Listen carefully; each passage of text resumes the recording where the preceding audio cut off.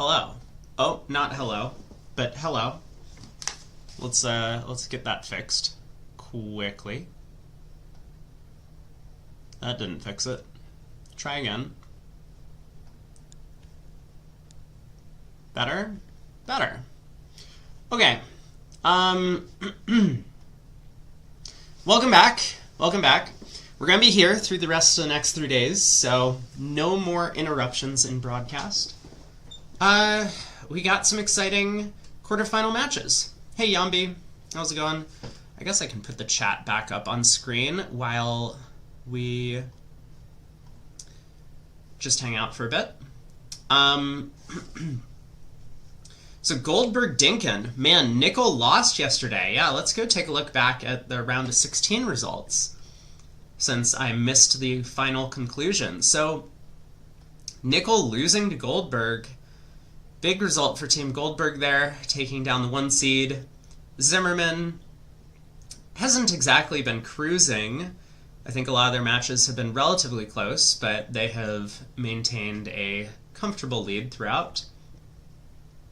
Fleischer over Bailey, also not exactly cruising altitude, but they're still managing to get through, and Rosenthal defeats Baker, who had come off a couple of upsets back-to-back.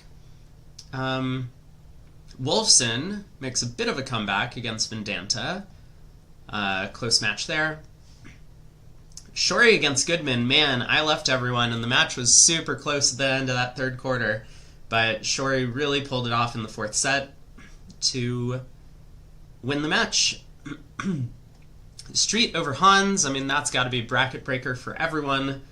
Can't imagine that anyone picked Hans to do any worse than win the event. But disappointing for the Aussies there. And then in our 2 Cinderella team matchups, Dinkin against the Sliver Sidden Destroyers, or whatever they want to call themselves now. Finally, Dinkin won. I never thought I would have said that live on stream, but this needed to be stopped. This whole changing their name every single day thing, finally someone put them in their place. And congrats to Dinkin, making it to the round of 8. And so these are our matchups today. Whoops. Boom. There. Goldberg against Dinkin. You know, I wouldn't say Dinkin has necessarily been a favorite in most events, but, okay, hold up. Scheduling issues. 1 sec.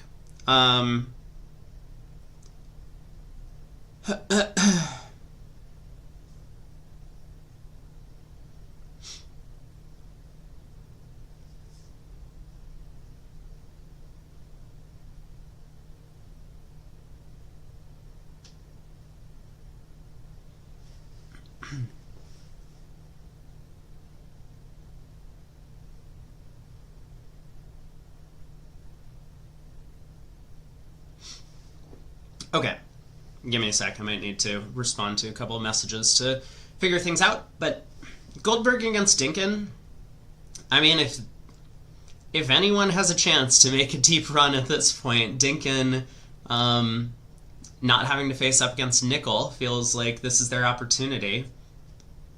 Zimmerman against Street, so not too many upsets in the bracket overall getting to this round. I mean, the 1 seed is out. Obviously, the 8 seed lost pretty early. But Zimmerman and Street, the original 2 and 7 seeds, have made it all the way through. Fleischer and Shorey, the original 3 and 6 seeds, have made it all the way through. Rosenthal, the 4 seed, and Wolfson ended up winning their matchup yesterday. So, I don't know. Which match looks most interesting? Matthews here. He was excited to see the downfall of Team Nickel. They might have to come back rebranded as Team Penny in the future. I guess Fleischer-Shorey is going to be a pretty popular match. Maybe we'll start out there, see how that goes. Rosenthal Wolfson could be interesting as well. The Norwegian players on the Rosenthal team are always super popular to watch. Zimmerman Street, this does not interest me in the slightest, but there might be some good bridge there. Goldberg against Dinkin?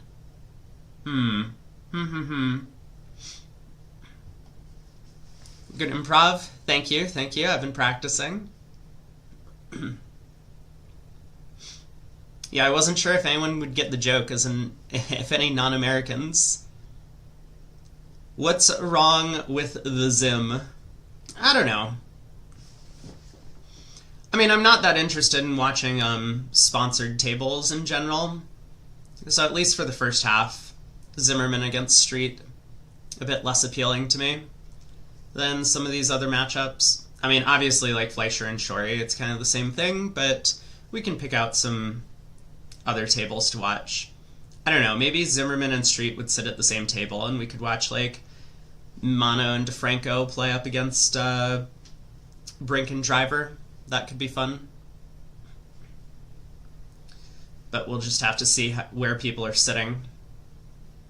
They did pretty well once things were up and running yesterday about getting the names in on the table, so at least that was good.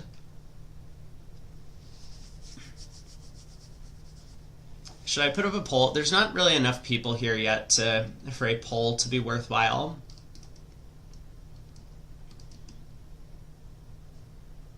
I guess I could put up a 2-team poll. Which match to start out watching?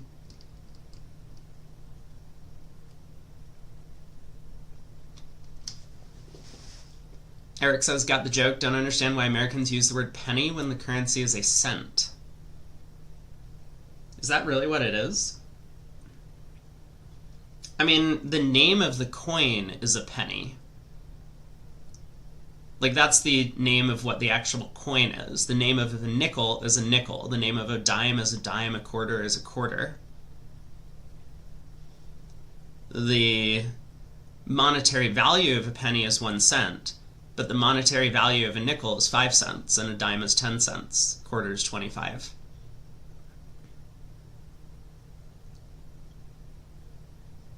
The scoreboard on Bridge Winners was wrong. It deducted 30 imps from Zimmerman before the final set? Really? So this was not accurate? Or what?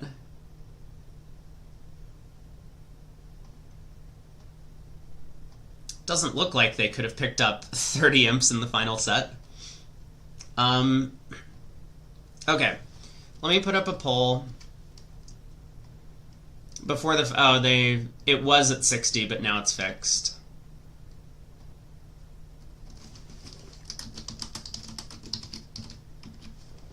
So this will be for the first set today. Zim, Street, or...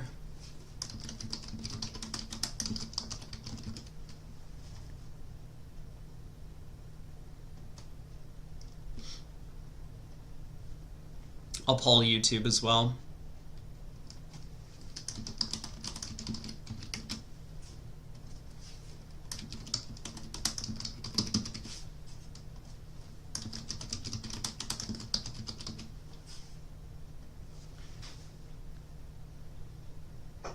Is the US the only country that named their coins? I think the US has suffered from a lot less inflation from other countries, and that's why we still have coins in circulation. It is... The reason why countries move away from coins is that as inflation increases, the relative value of the coins decreases in comparison with the paper money, and it's a lot cheaper to print paper money. Like, the US loses money by adding more pennies and nickels into circulation. I think the dime still earns us money whenever we print new dimes, but for pennies and nickels specifically, like, the cost that it takes to produce that currency outweighs the value of them.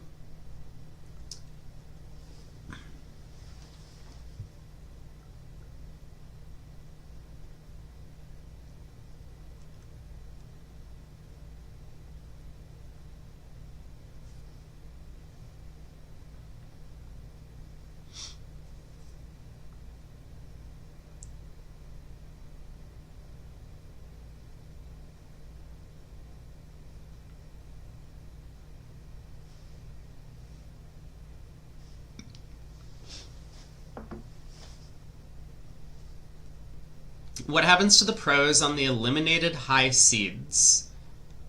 Are they only paid for 2 or 3 days? No, you get hired. Hold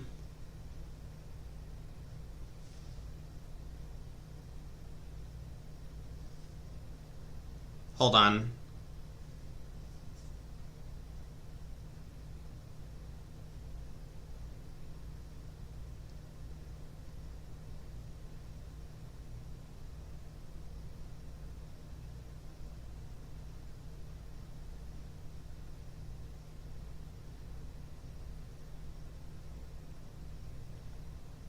Why am I doing this? I'm trying to coordinate my co-commentators. They should just be talking to each other. Here, I'm going to,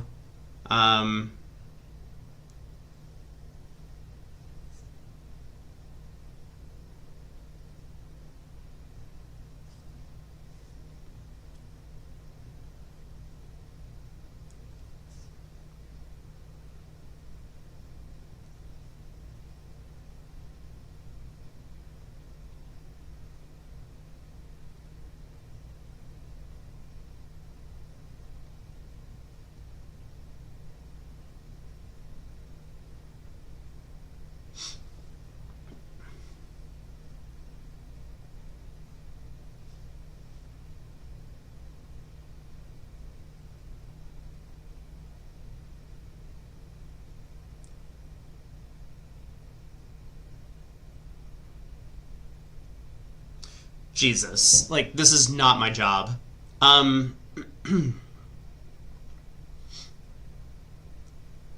Michael Kammermeyer says in Germany there's like a 10. I assume we're still talking about currency. There's a 10, like 1/10 of a euro, 1/10 of a. I'm not sure what the currency is, and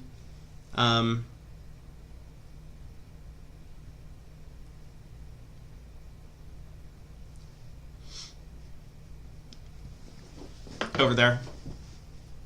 Yeah, question Matthew asked about the pros. So when you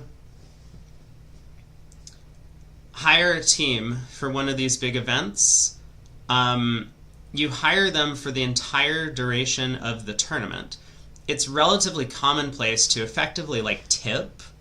I explain this to Americans, but I know most countries don't have a tipping culture, but it's like if your team goes really far into the tournament, then sponsors will often give a bonus to the team. Like, sometimes there's a contractual obligation where it's like if we play a 3-day pair event and we make it to day 3, there's a $500 bonus or something that the pro gets, for example. So it's but you hire the pro for like the entirety of the event, and so you still pay them for like that entire duration, even if you end up playing like, you know, regional knockouts or whatever afterwards. So I don't know what Nickel's doing today. I mean, starting tomorrow, starting tomorrow, they will be playing in like the 3-day North American Swiss. I think it's probably like the Kyohane Swiss or something like that. I don't know exactly what it was. Yeah, there's no like, if you don't make it into, like, you're only paid for certain days, because the pros have to be able to plan their schedule around like what days they're going to be working. So like they don't know that they're getting knocked out after day 3, and I think it's just the culture that, you know, it's not on the pros to find more work if they get knocked out. What's the dollar figure bonus amount for a wealthy sponsor if they win? I don't know. I've never been on one of these teams, so I'm not really sure. I mean, I say like the whole 3-day pair game, like you get a bonus incentive. It tends to be conditional based on like how much you're getting paid per day. So it's often not like a full extra day's worth compensation, but it's usually about 50%. So like if you're getting $1,000 a day to play in a national pair game as a pro player and you make it to day 3, you'll probably get 3,500 is relatively commonplace. So like for example, for a lot of these bigger teams, if there's a similar incentive, then they're often going to be getting like $3,000 a day per pro. Like I'm just pulling out a random number, but it's probably fairly close. So if they make it to the finals, they'll get an extra 1,500. If they win the thing, maybe they get an extra 3,000, something like that.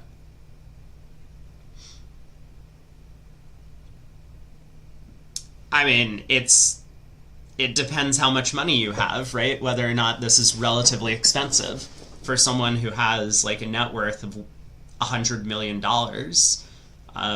spending an extra 3,000 times 5 or whatever for a full pro team, $15,000. It's not nothing, but it's still just a drop in the bucket.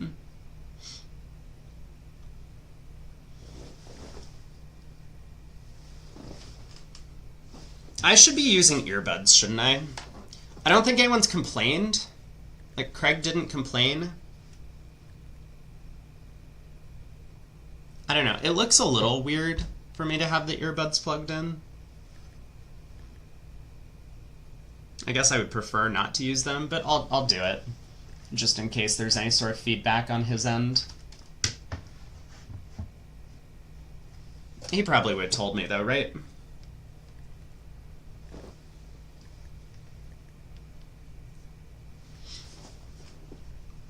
Oh, poll results, by the way, were Fleischer Shori. In case those in Twitch chat are going to be confused later. YouTube was heavily in favor of that matchup. The business model doesn't seem sustainable. Why not?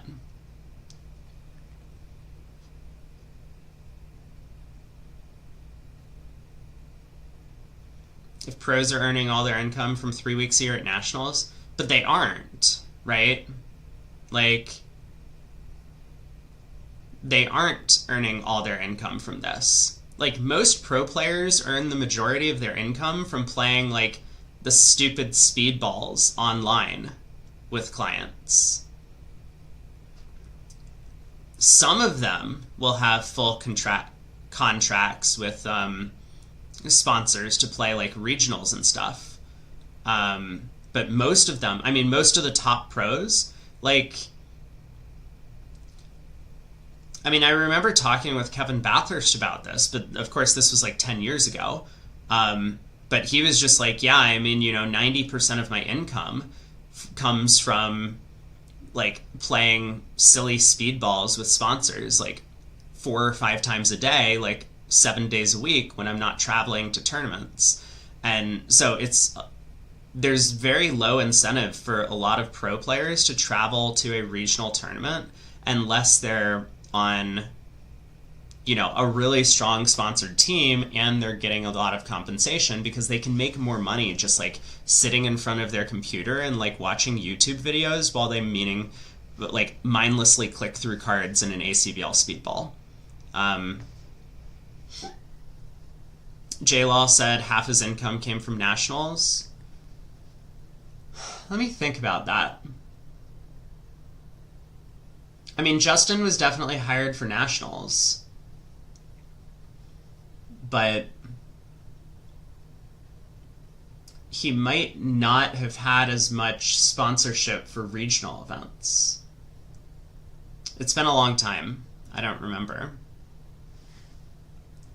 But yeah, like, I do recall a direct conversation I had with Kevin Bathurst about this at one time. Nationals and trials for the European pros, there's not a lot of sponsorship in Europe. Like, you can still play on BBO and, like, ACBL speedballs, right? If you're a European, you just need an ACBL number. So you can do the same sort of thing, but I think a lot of European players don't do that.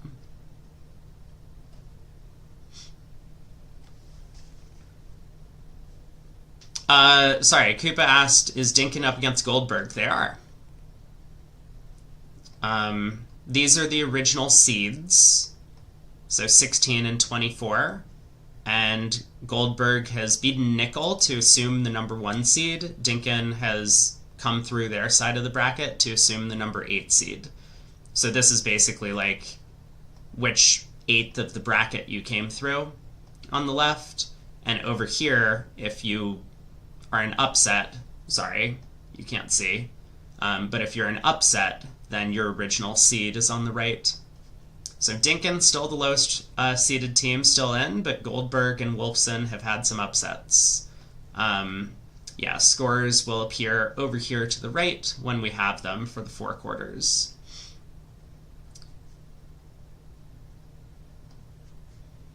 Matthew says there are hardly that many new sponsors coming through. Doesn't seem necessarily true.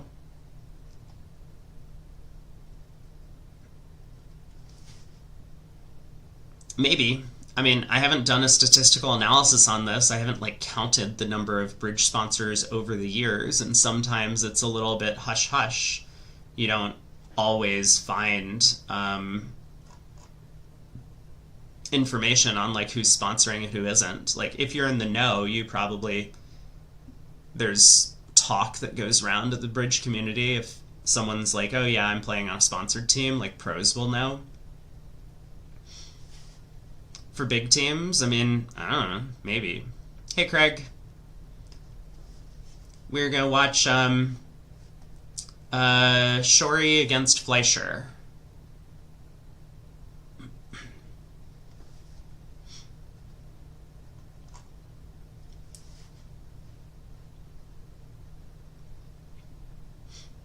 I guess Marty will be sitting out in the first set, so we could watch Gavin's table or we could watch not Gavin's table. I know the viewers will want to watch Gavin's table, which is honestly fine. I mean, we saw Gavin and Raj play in the WBTs earlier in the week, at least a little bit.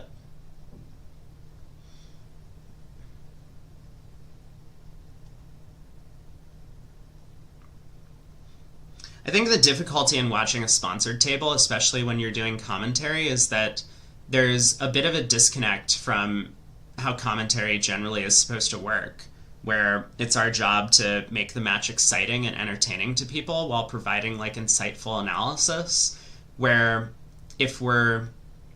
Because I know what's going on in the minds of sponsors. I played with a lot of sponsors, and I have a good understanding of what's going through their heads and the decisions they make and what sort of mistakes they happen. So I try and bring it up as oh, here's the thought process of why this mistake could happen. But it's really difficult to balance that with not being insulting, but also still indicating to the audience that errors have occurred. Especially because a lot of the audience probably isn't aware of the pro sponsors thing. My viewers probably get it, but a lot of the audience, probably thinks Omar Sharif was the best bridge player in the world. And that's just not true. So that's one of the reasons why I kind of don't like to watch sponsored tables when I'm doing huge events like this. I don't mind doing it on my stream and talking through the stuff, but it's I just don't want to be the bad guy, I think it's bad for me to be seen, I'm trying to provide a service, and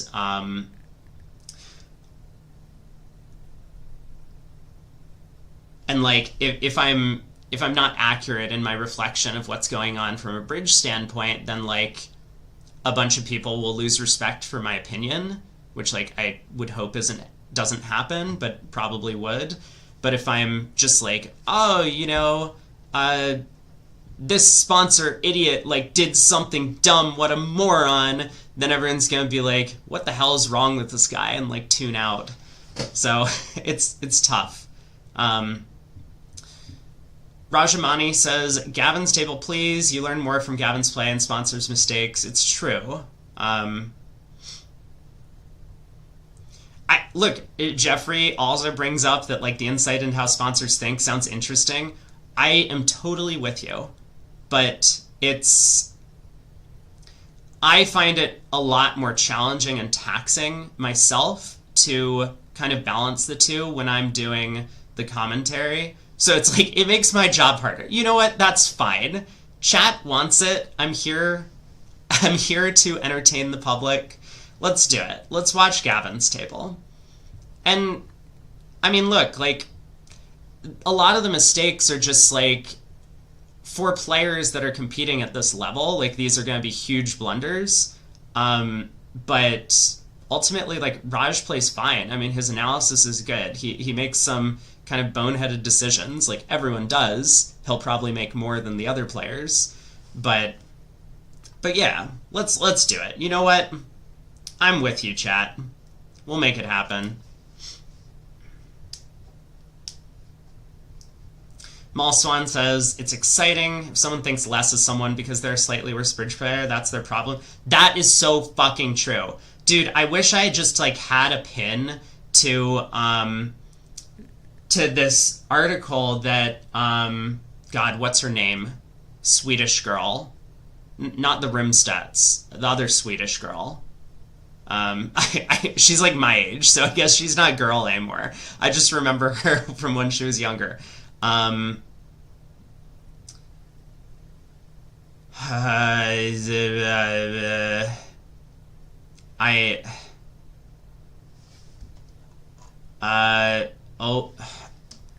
There's an O in her name somewhere. I'm certain of it.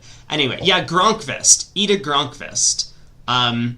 Who was just like, I might not be as good a bridge player as you, but that doesn't mean I'm worse of a person. Or something like that. That was like a quote that was taken from this like massive post that she wrote when she encountered some like sexist douchebag at the table at some like regional tournament in the US that she was like sponsored to play in. And like this was one of the most amazing posts that I've ever read by anyone. She's now a lawyer. No surprise. In Sweden. Okay. Gavin and Raj's table against Basis and Lorenzini. This is going to be super fun. Goodbye, chat. I will see you in a bit. Hey, good morning, everyone. Rob Brady is going to be joining me in just a moment to take us through the first 15 boards of the Shorey Fleischer match. So we have... Hey, Rob. Hey. So we have a light opening from Lorenzini in second seed, an even lighter one hard overcall. One spade, I think probably showing some kind of, positive hand without spades. Yeah, and so North doubled to show some spades. He's happy to get that sort of lead direct in. A no trump from East, and West with the 16 count. Might think that he has ambitious goals here on this hand, but opposite his partner's light opener, they're not making too much. 3 no trump looks like a safe place to stop. Yeah, I think that was his plan all along. Presumably he just couldn't or didn't want to do it immediately just because no reason not to get some more information about the deal before committing. He could have just been 3 no trump with a hand like that, but if you don't have to, there's no reason to jump right into it. Well, South has given him another bite at the apple here. And wow. Yeah, I think we've watched these guys a little bit because Gavin and Raj played in the WBTs at the start of the week, and South really likes to bid, which I think is honestly an excellent quality in a bridge player. It makes for some of the most exciting auctions. 100%. But Basis smells blood. He has this balanced 4-3-3 hand, which often is going to be excellent for defense, and 2 diamonds could be in some serious trouble here if East-West start pulling trumps. It could be, but it's not going to be that bad, even if everything goes wrong, right? Spades are 3-3 with 1 honor on side. Lorenzini can duck the queen of spades, or West can put up the king. I guess putting up the king is better. But, Declare is going to take at least 5 tricks, and with his teammates making 460, as long as he gets out for 500, he's only losing 1 imp, and getting to like tell the opponents who probably don't know him that well, right? He's relatively new to playing at this level, that they're not going to know where they're at on any given hand. Maybe that's worth 1 imp. Yeah, for sure. And as you say, with the spades actually lying favorably, Declare might be in danger of making this. Yeah, it starts diamond, diamond, diamond. You just play a spade. Probably West should put up the king to try to make Declare's entry position a little tougher, but you just win a return one. And, God, the defense can take, 2 clubs, a spade, a couple of diamonds, and, at that point, Declare's going to have the rest, I think, right? He'll have 4 spades, 3 diamonds via rough, and a heart. That's 8. Yeah. Yeah, 8 tricks, and if South does play the hand that way, which he might be forced to after 3 rounds of diamonds, then this is going to be a huge swing, because East-West in the other room, of course, just bid out to the natural 3 no-trump contract, ended up making 11 tricks, which is a nice result for them there. Yeah, the only thing you have to lose are 2 major suit aces. You got 5 clubs, 2 diamonds, 3 hearts, and a spade. That's 11.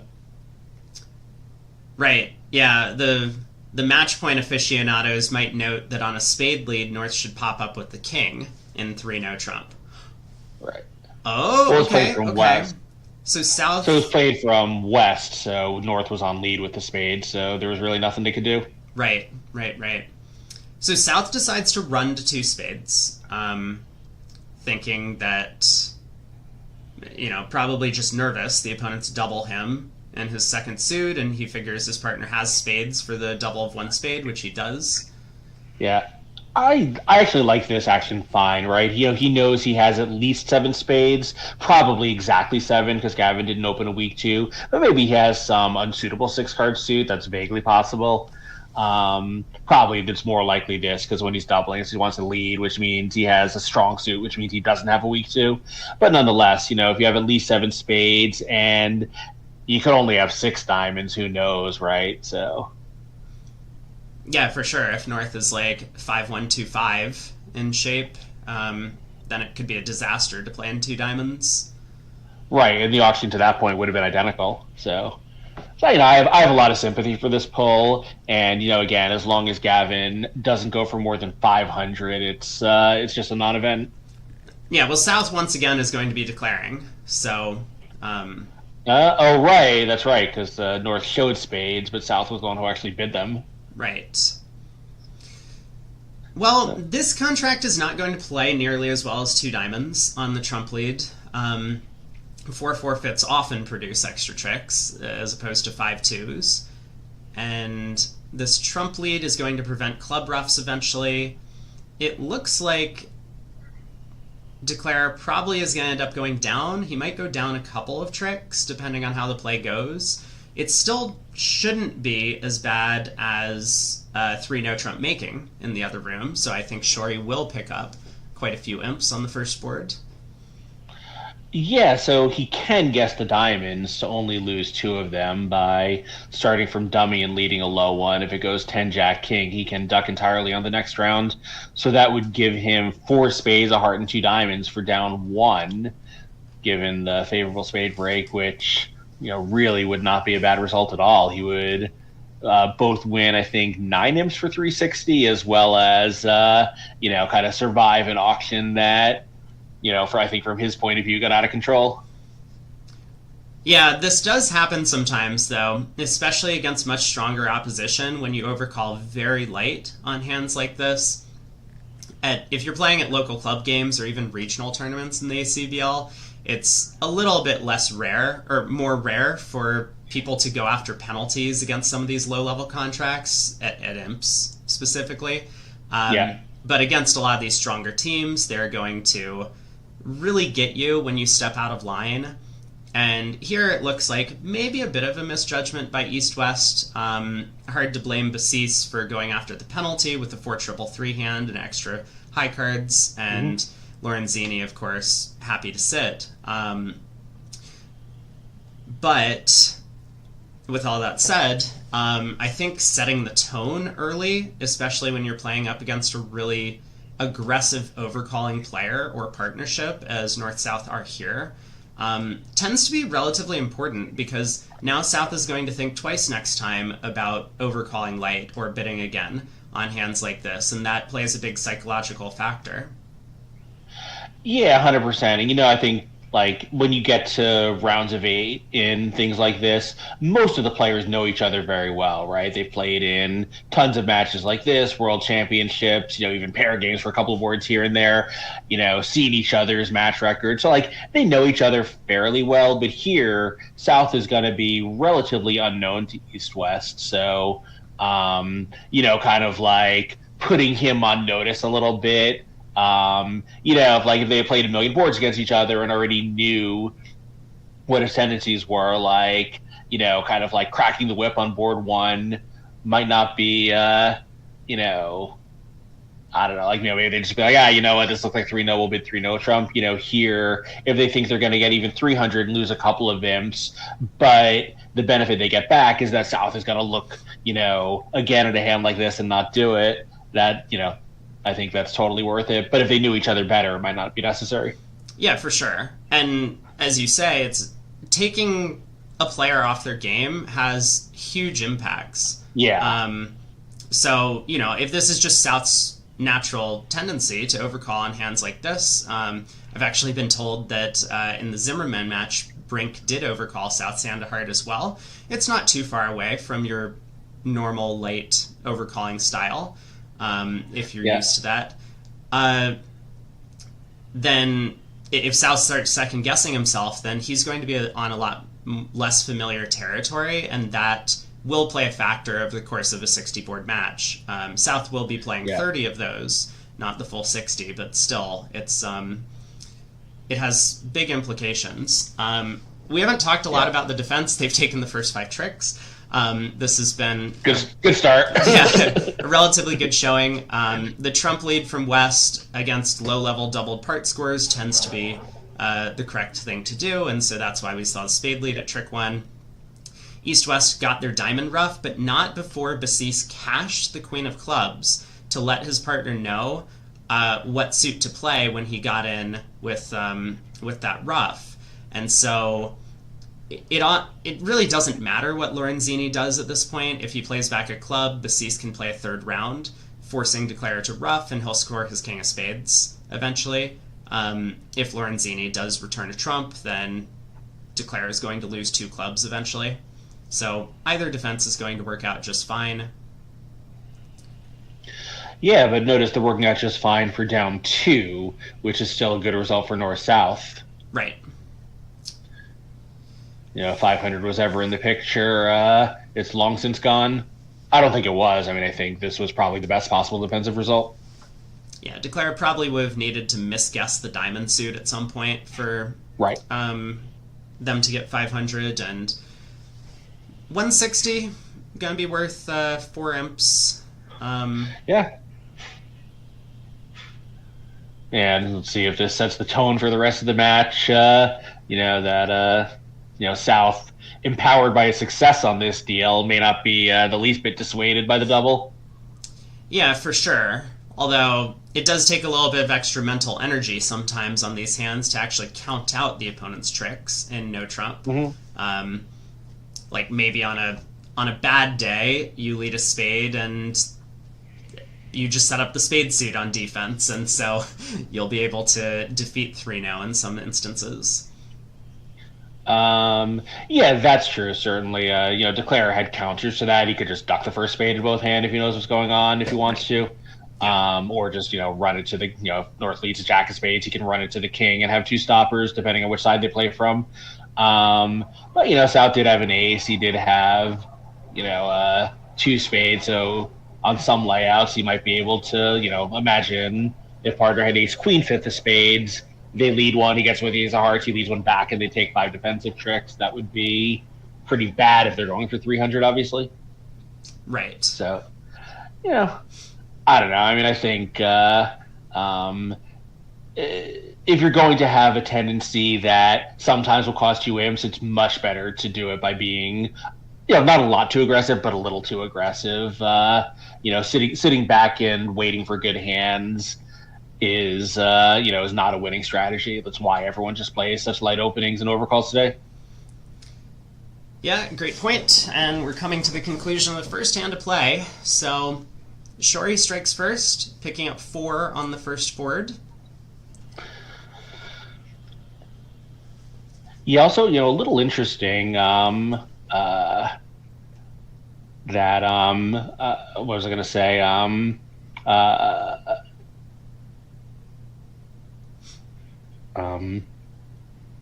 The West, like, I guess, doubling 2 diamonds, sure, like, let partner decide, but it does seem like if West is going to be doubling on a hand like this with only king third of trumps, maybe East had nowhere to go, but if East had known they only had 5 defensive diamonds, he might not have been such a hurry to defend. Oh, yeah, absolutely. Absolutely. I guess, like, against that, East really didn't have great offense either. Partner's hand could have been weaker. Maybe defending was the best he could do. But it does seem like, if East West had been able to look at their hands, they would not have wanted to defend 2 diamonds doubled. And, of course, like, we saw that in real life as well. Yeah, for sure. Anyway. Very challenging position. But onto the second board, so they pick up 4. This one, South gets to open a heart. North game forces with 2 diamonds. We see the result from the other table. North-South managed to reach 3 no trump, which ended up making the diamonds split, so there's no problem in that contract. 4 hearts looks to be maybe a little bit safer. Yeah, Dummy having that 10 of hearts is his singleton. It's hard to really do much damage to 3 no trumps. If you had a small singleton and you had ace queen jack 7-5-4 like that, maybe someone has king 10 fourth, or you lose a finesse to the king and someone has 10 fourth. Here that 10 really solidifies the heart suit for him. Sure. Looks like North South have once again reached 3 no trump. North has a little bit of extras, 15. Might have been tempted to take another call, but a little bit light. It's really hard to get to these slams if South's hand was a little bit stronger. Yeah, kind of the price you pay for the modern tendency for standard bidding to be basically totally based on low-level forces, regardless of strength. Sometimes you just have extra strength and never get to show it. Right. Opening club lead, Lorenzini just picks from one of the black suits. Those are the 2 unbid suits in the auction. He had 4 clubs and only 3 spades. Seems pretty natural. Yeah, and notice also his partner, favorable, would have been much more likely to overcall a spade than clubs, so you're much more likely to hit a club suit in partner's hand if, it's basically inconceivable that West has any kind of a good spade suit, because he just would have overcalled when we're looking at 4 points and the opponents didn't investigate slam. Yeah, exactly. Like West, it turns out West only has an 8 count, but he's marked with decent high cards, so that cannot include a 5-card spade suit, I don't think. No. Now, North declaring 3 no trump does have some serious issues in this contract, because he'll probably win the 10 of clubs at trick 1. He'll play low from dummy. West will stick in the 9. He'll win the 10. But now he doesn't really know where the ace of clubs is, unless West gives him some sort of table action on the first round of the suit, which I don't think he will. So he might not know if the king of clubs is an entry to the north hand, in case the diamonds happen to split 4-2. If he runs the 10 of hearts, that's going to hold, and he only has 1 more entry to the south hand. So he has to kind of decide which suit he wants to play on. Like, he might play the 10 of hearts to the queen. I think, though, we'll see what Gavin does, but I think if you try to just start counting to 9, he can now just guarantee the contract by playing a spade to the ace and a spade back. 3 diamonds, 2 clubs, 2 hearts, and 2 spades, yeah. Should cash the ace of hearts while he's here. Yep. So that is indeed the approach he's taking. pitching a low diamond because, again, if he pitches a club, he might get cut off from his club trick, which he needs for 9. So I don't think you would play this way at match points. That could get really complicated. But at imps, this absolutely guarantees 9. So, seems as good as anything. Yeah, maybe he'll lose an imp or two against some layouts, but who cares? Yeah, and we had been talking all throughout the week about how Gavin tends to be a strong believer in conserving mental energy and long knockouts like this, where your objective is not just to win one match, it's to go day after day after day playing high-level bridge and making all these decisions. If he was playing a match point event, as Craig mentions, he probably would take a lot more time on this hand, trying to make sure that he could take 11 or even 12 tricks against a good lie of the East-West cards. But here, once he's counted to 9 tricks, look around and try and see if there's a safe way to score an over trick here or there. But once you get up to 9 at imps, you're not that concerned about looking for the 10th or 11th. No, well, especially though, if you have 9 guaranteed and the other things are probably going to work out for extras, but there's some possibility of 8, you really can't bring that back to your teammates. Like, maybe you can, in some situations, like if they're going to be very tolerant and the odds are really in your favor, but most of the time, you're willing to invest, 1 imp or possibly 2 imps, even if you think that the investment is a bad deal. Yeah, and there was actually a chance for one more over trick, possibly, at the end of play there, depending on how Lorenzini discarded, but it looks like he was able to safely preserve his entry to the long clubs. 6:30, push board, on to board 3. Yeah, and I was curious how 2 diamonds went down a trick, but of course 3 diamonds went down a trick because there's 5 cashers. I just misread the scoreboard. So a couple of passes go around to North here, who in 3rd seat will open a club. East has quite a good hand. 16 count, good 5-card spade suit, overcalls a spade. South will make a negative double. Yeah, so now if West can bid 2 clubs to transfer diamonds and does, it's possible that'll get them to the same 3 diamond contracts. Nope, he just passes. Yeah, I think North-South would be happy to compete to 2 hearts, but not higher. Yeah, the West hand is obviously very light, so I would be surprised if West took action without any further prompting. But here, East happy to make a takeout double with the short hearts and good support for all the other suits and a complete maximum 1 spade overcall. So now West will bid 3 diamonds or possibly Lebensal into 3 diamonds if they're playing something like that. Yeah, so I do like good bad type or Lebensal type 2 no trumps on some of these auctions. Here, where West is an initial passed hand, passed over the double when he probably could have transferred, I don't think it's that important. I think 2 no as a scramble is much more important. Yeah, so West does bid 3 diamonds. Looks like we've arrived at the same spot as in the other room. North will Everyone at the table knows West. Everyone at the table knows West has a Yarborough. You don't really need 2 no to reinforce the message. Sure. Anyway, this will be pretty quick with 2 ace kings on the side and the ace of trumps. I don't think there's any realistic possibility that they're going to lose those. The spades are 3-3, but with North having both clubs, he'll catch them immediately, and South hopefully will signal suit preference on the second round for hearts, and will have no trouble entangling that. Yeah, as long as South doesn't encourage the club opening lead, there's no danger of North trying to play 3 rounds to give South a rough. Yeah, I think that 3 was probably count with the Queen 10 third and dummy. Yeah, that's a little dangerous because count could be a double 10, but North might think about the auction a little bit. So King of Clubs cashes. So now South should probably play the 4, continuing the count signal, which he does. So it would be upside down counts on the first round with standard counts subsequently. So South has done the best that he can, and yep, North reads it not only correctly but very quickly. Yeah, it's hard to imagine that you're beating this if South doesn't have the hard ace, so that's probably an additional consideration, that even if partner is getting a club rough, that's nowhere near enough tricks on defense. So, Right.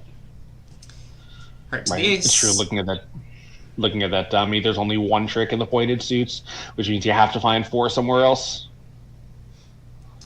Yeah, and it is important for South to play back a heart here. If he plays back a club, one heart goes away on the club queen, and then another heart goes away on the third round of spades, as North-South all have to follow.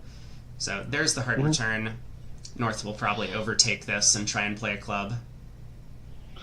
Yeah, and South should not be playing club here, because if North somehow did have a doubleton club, even if he laid ace from ace king, he would have led king and then ace to, kind of be an alarm clock signal, play them out of order, tell partner something unusual is happening. Right. Yep. All good points. The 3-no trump does go down 1 in both rooms. So, after a little bit of excitement on the first board, things have settled down. We do have 3 boards in the books, 57 more to go in the match. Lots of bridge to be played.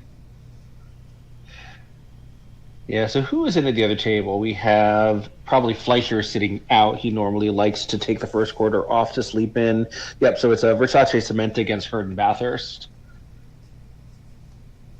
Yeah, both of these teams 6-handed. So we'll see a bit of shuffling of partnerships throughout the day.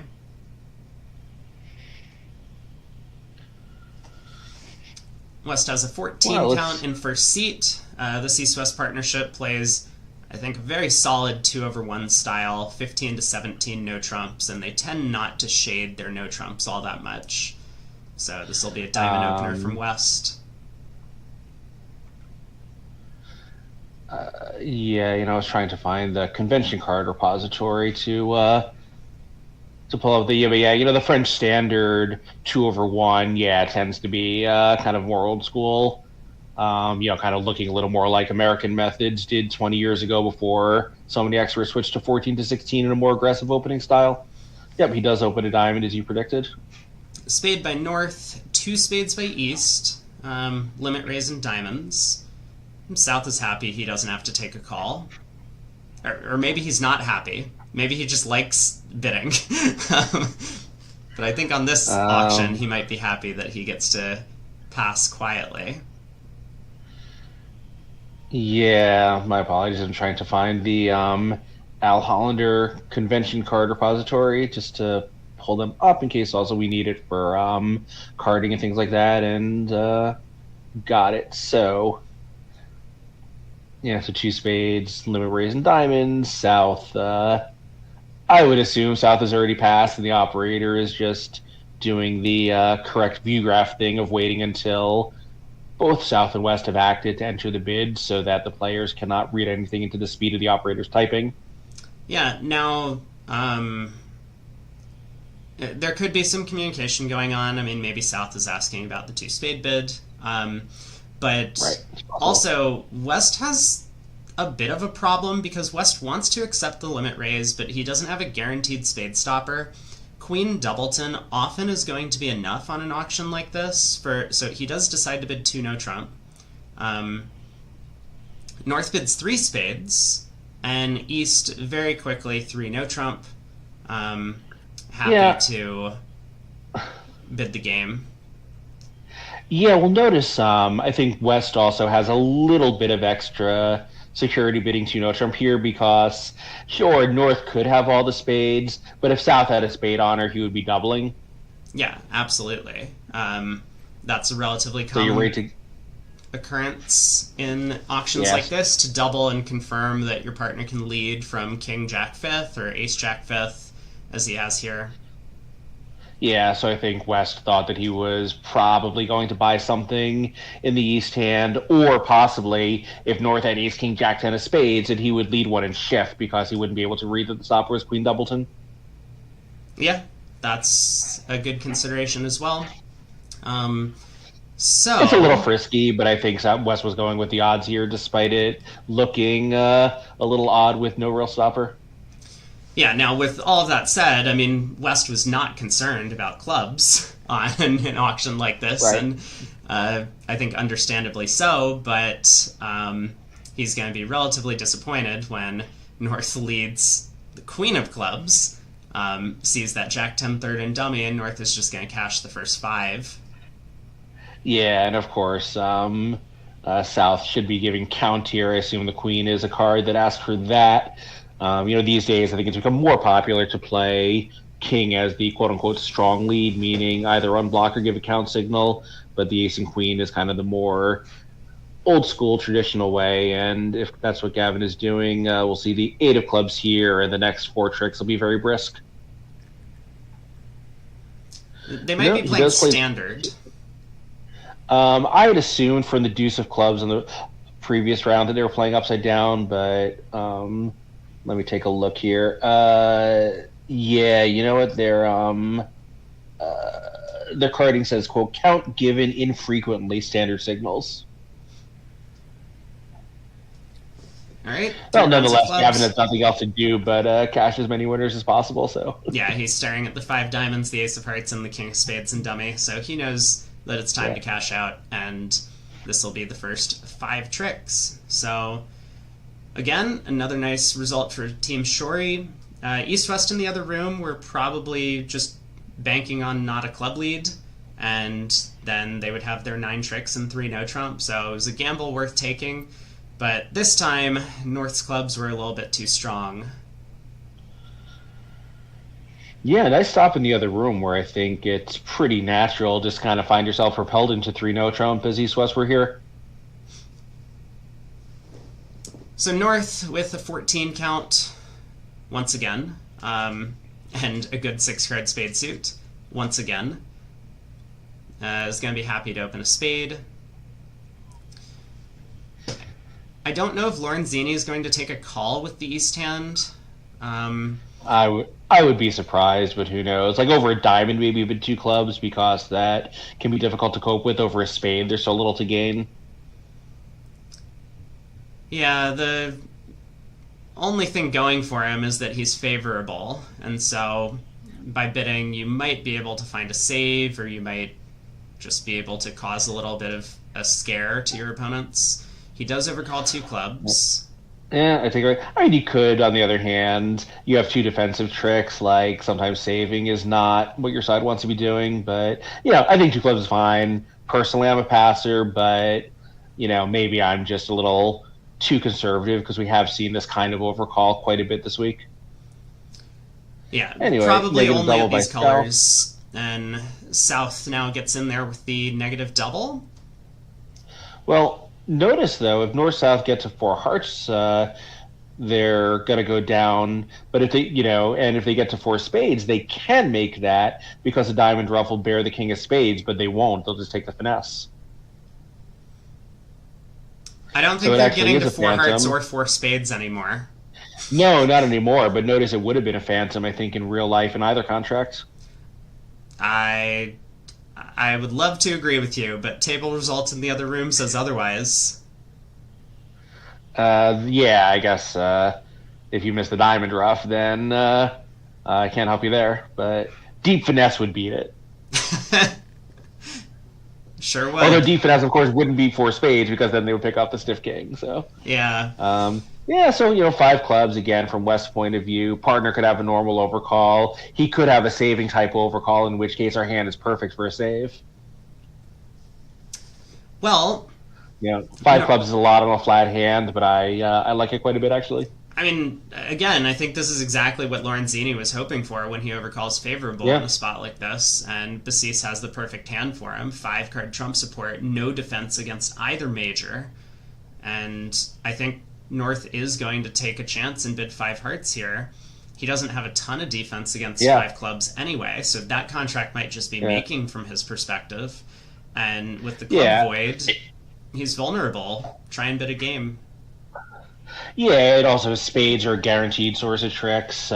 Even opposite his aggressive partner, who might be a little lighter for a 2-level negative double than some players, his hand is a monster. I am dying to know how they made an over trick in the other room with what looks like 2 diamonds and a spade guaranteed to be lost.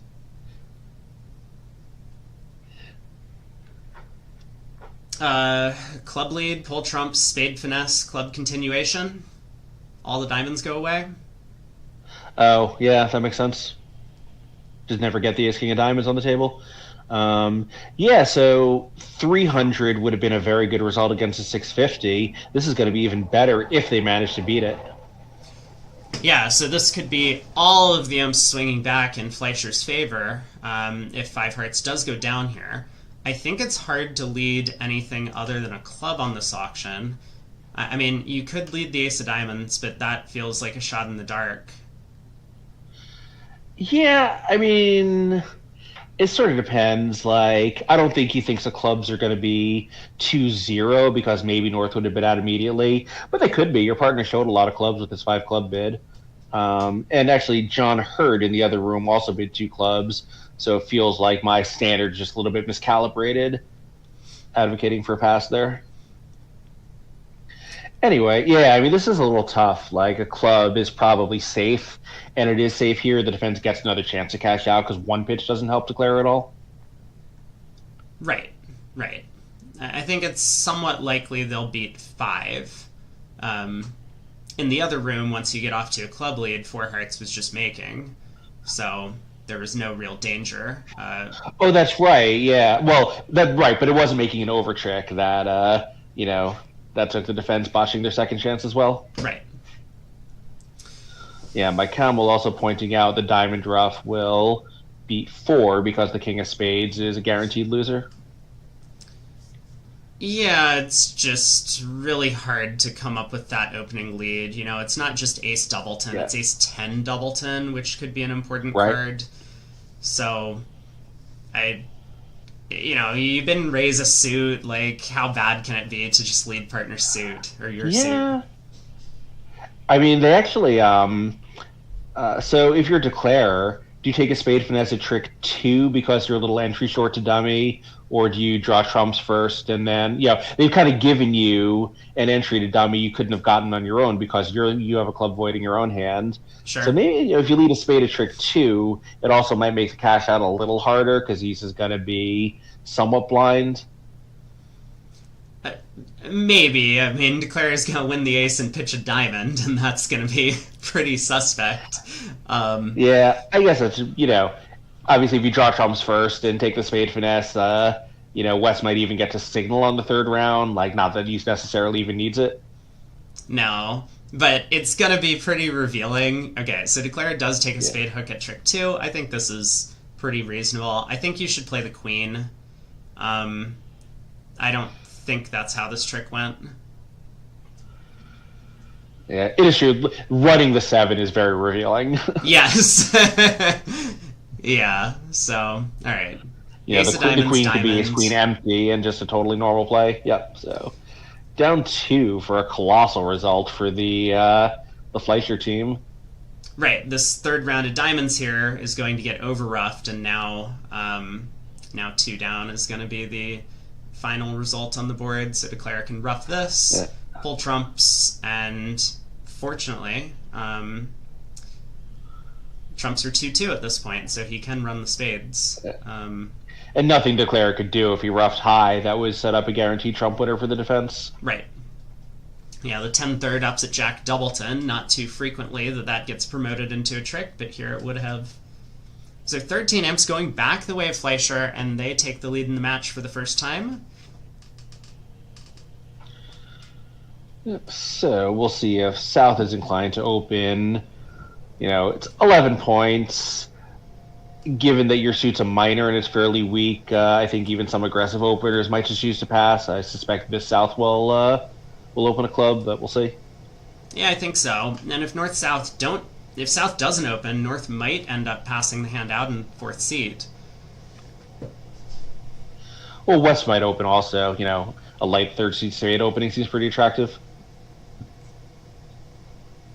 I think if you switch the spades and clubs, virtually every modern expert would open a spade. When your anchor suit is King 9/8 with the clubs, and one club opening is already kind of suspect. It has less going for it, but against that, opening the bidding favorable is usually good for you.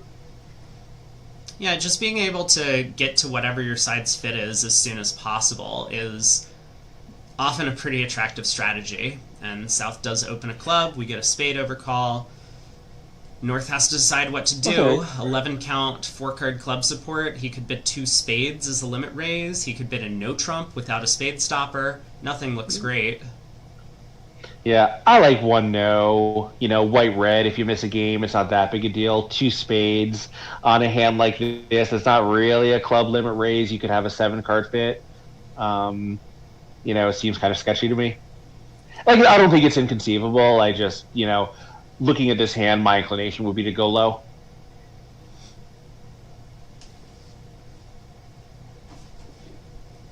Yeah, as Mike Camel, North has a difficult bid here. I think we can all agree on that.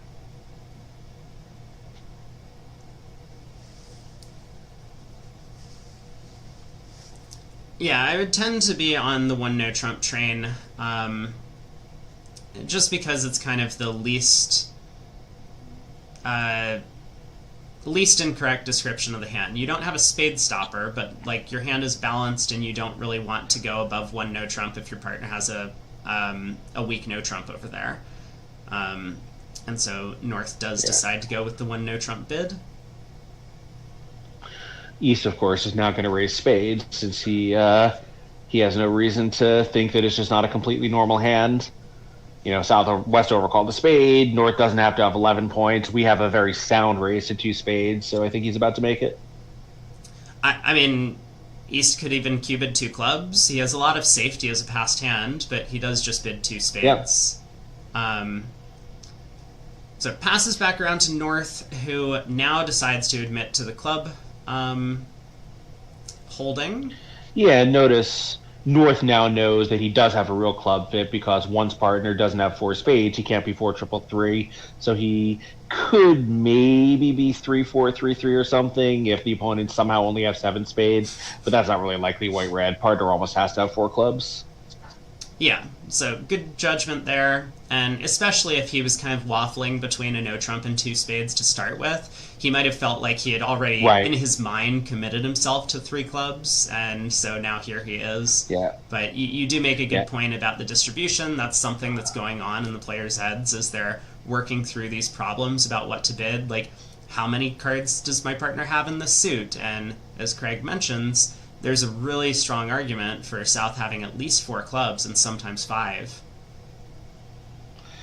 Yeah, this turned out to be a good auction for North, who got to describe his hand fairly accurately. He had enough to bid a no trump. He had some clubs. He's, very, very slightly overstrength, but the overstrength is really like the jack of spades, which is kind of worthless.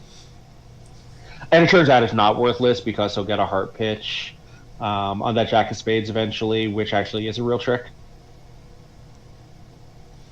So Diamond opening lead, and then Decease once again doing well to show his partner where all of his values are.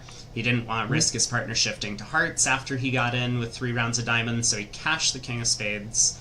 Now 3 rounds of diamonds, and then a spade is going to go back to West's ace. Yep, so this will be a small pickup for East West here since their teammates were allowed to declare 1 no trump and made 90. They'll get a small plus here. Yeah, I'm going to take a look over there, South in the other room. Versace and Samantha playing these mini no-trump openers, 10 to 12 at favorable vulnerability, was a real boon for them on this hand because West wasn't able to come in. Not unfavorable and not opposite a passed hand partner, so they never got the spade fit in, and North-South settled in a no-trump, which was comfortable. Yep, so now Declare could just draw trumps, pitch a heart on that jack of spades, take a heart finesse, and claim. Yeah, I think that's going to be South will probably play it. Yeah. Exactly what happens here. South will probably play it out. I think at some tables, Declare would just ask.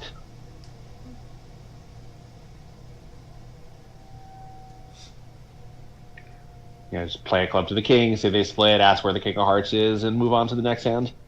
Yeah. I also thought he would play a club to the king. I mean, it's pretty rare for clubs to split 4-0, but you can pick up one of the 4-0 divisions in the club suit if West has all 4 of them by cashing the single king of clubs honor, as opposed to one of the high ones in dummy. probably figured that there was no chance clubs were 4-0 on an auction like this, so pulls 3 rounds of trumps, heart to the queen, and 1 down.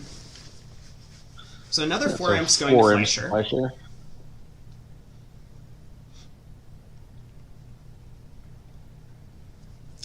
Okay, South has a big hand, 18, 4 triple 3.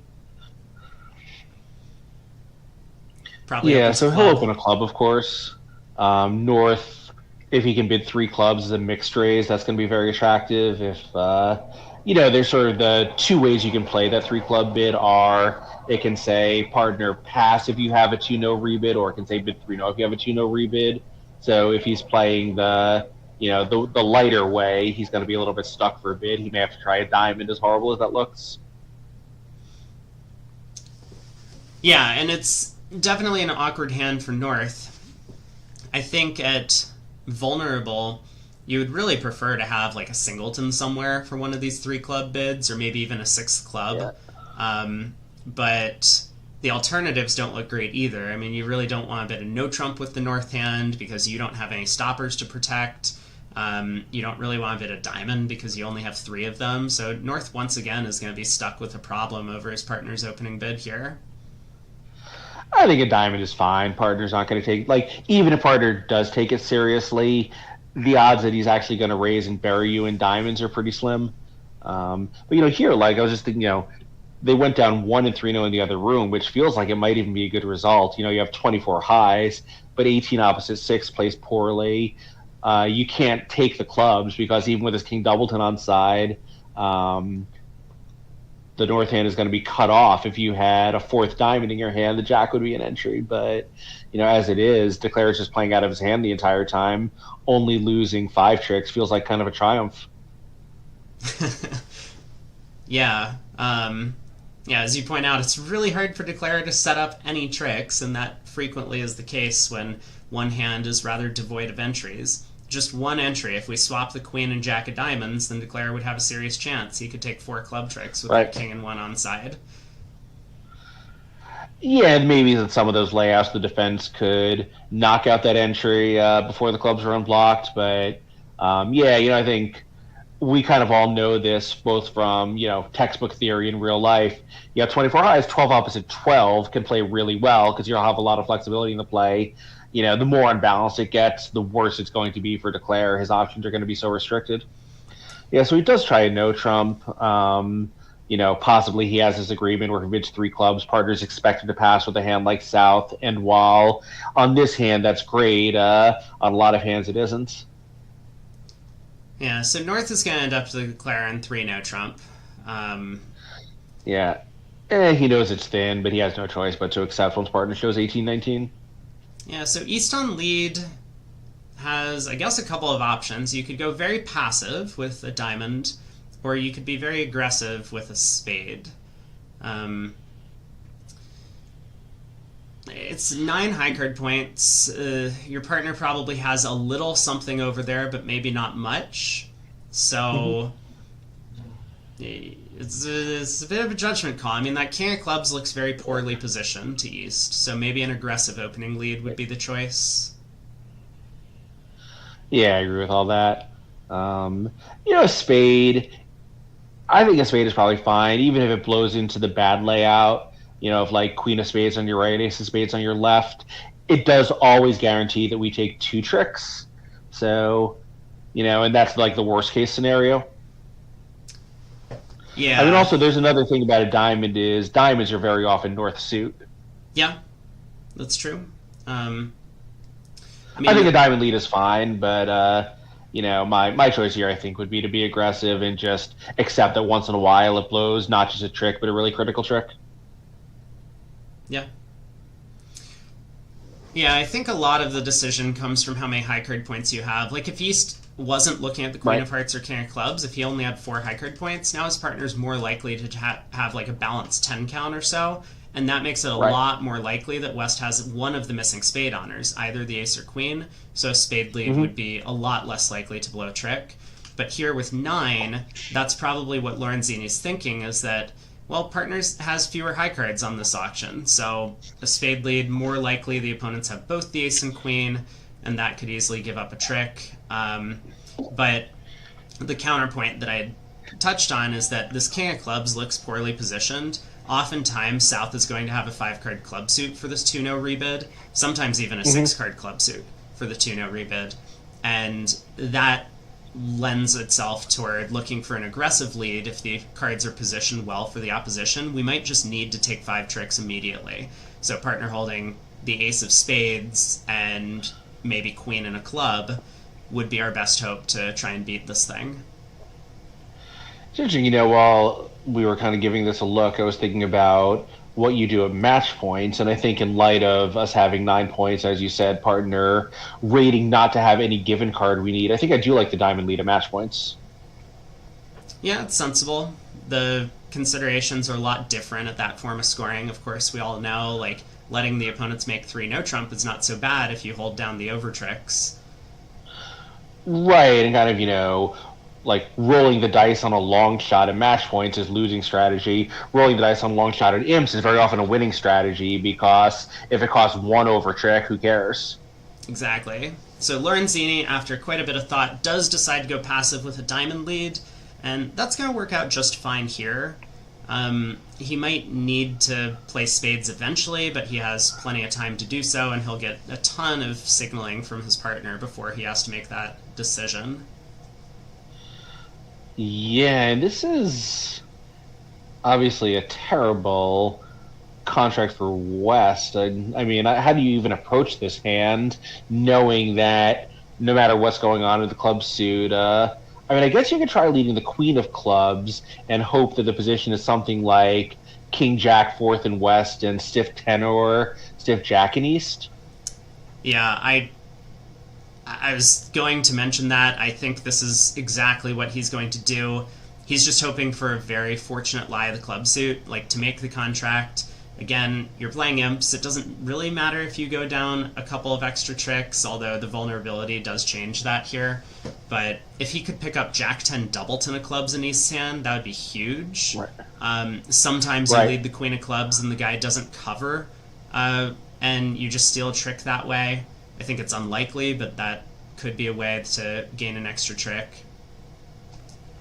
Yeah, and here as it is, at least he'll unblock the suit and eventually be able to take 3 club tricks. Right.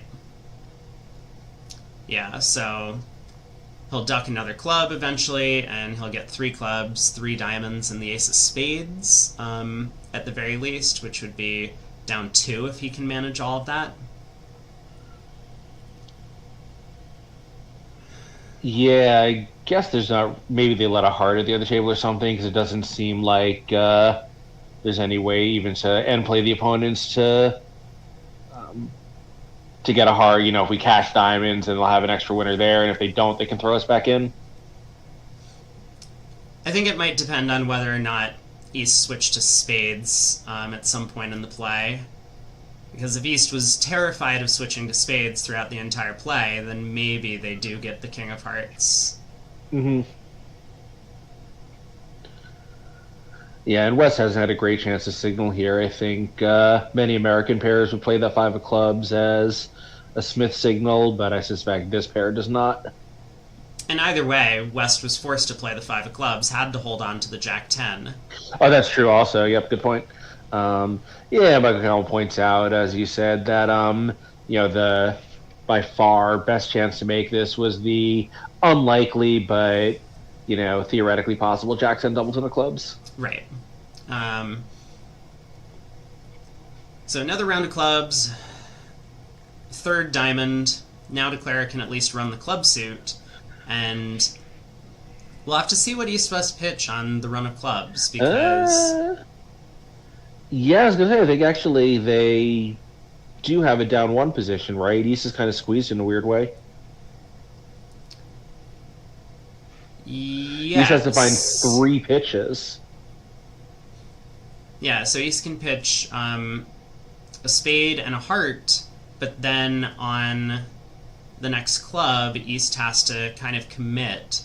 If East comes down to the stiff queen of hearts, then Okay, and East just keeps the queen 10 third of hearts. Makes sense. Yeah, right. So if he pitches down stiff queen of hearts, the declarer can lead a heart before casting the ace of spades, and if he doesn't, now the throw-in will work because East is out of winners and will have to break hearts. Yeah, so the way that things have played out here, Declare is going to be in a position where he can try to guess the hearts at the end of play. And he might take a moment to try and figure this out. It would be for down 1 versus down 2, but playing a spade to the ace and exiting a spade here is going to allow him... I guess not quite, actually, right? East will win, cash a diamond, and then West's hand is high. Oh, right. Never mind. Good point. Yeah, so it looks like maybe the defense was just on top of everything the whole time. Yeah, sorry, or like a little sleepy from your commentators here, but try to avoid that. But yeah, so 3Ms to Fleischer, not much you can do about it, honestly. I assume these boards are being played in every match, and I suspect 3-0 is going to be contract at quite possibly 8 out of 8 tables. There's really just no way to stay out of it. Well, this is an exciting hand and an exciting result for Team Shori in the other room. East-West managed to get all the way up to 6 spades, which requires the diamond hook, and it works.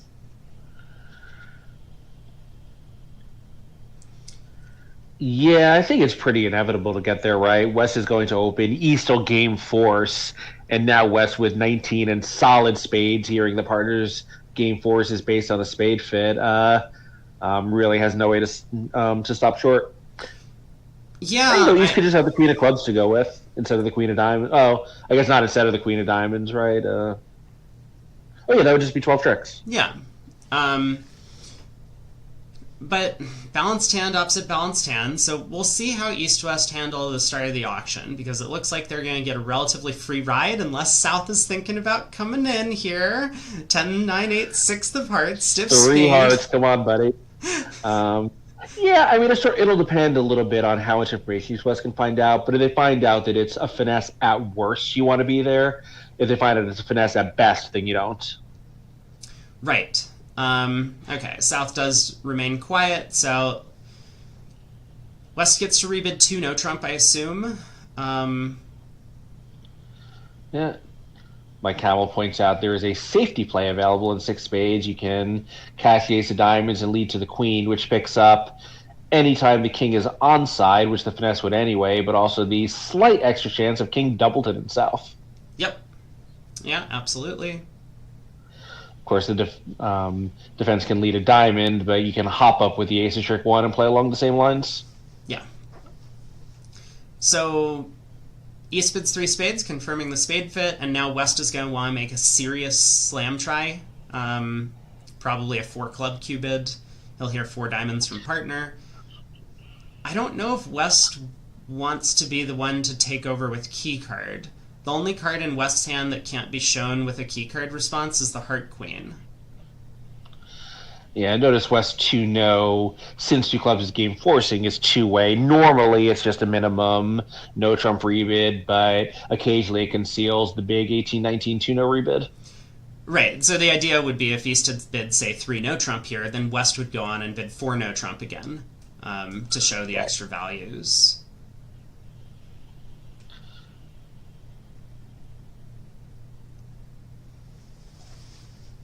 So certainly if West shows a serious Q-bid now, East should diagnose that West actually did have the big 2-no rebid, even though it's pretty rare, because what else could he have to make a minimum rebid and suddenly have a serious slam try? The only possibility is that his hand is unusually large, and the only unusually large hand is 18-19 balanced. Yeah, now West is taking some time, and I think this is important to do when you're in a slam-going auction, to plan out your sequence of Q-bids or whatever sort of slam tries you want to make sure that you're actually getting the information you need to determine what level to play at safely. Because if West just bids 4 clubs without thinking and then gets a response from partner, 4 diamonds, and then West doesn't know what to do over that, then maybe West had an alternative choice at his first turn to get the information he really needed. I do think he's going to come up with 4 clubs, but I appreciate the time he's taking to think about the position from here. Yeah, so in the other room, West opened what I think would be a pretty popular choice of 2 no trump. Upgrading sort of by a point, but the solid 5-card suit is certainly worth the Jack of Diamonds. Sure. And so then they just had a Puppet Stamen auction, found out about the fit, and East took over with Keycard himself and got to 6 spades.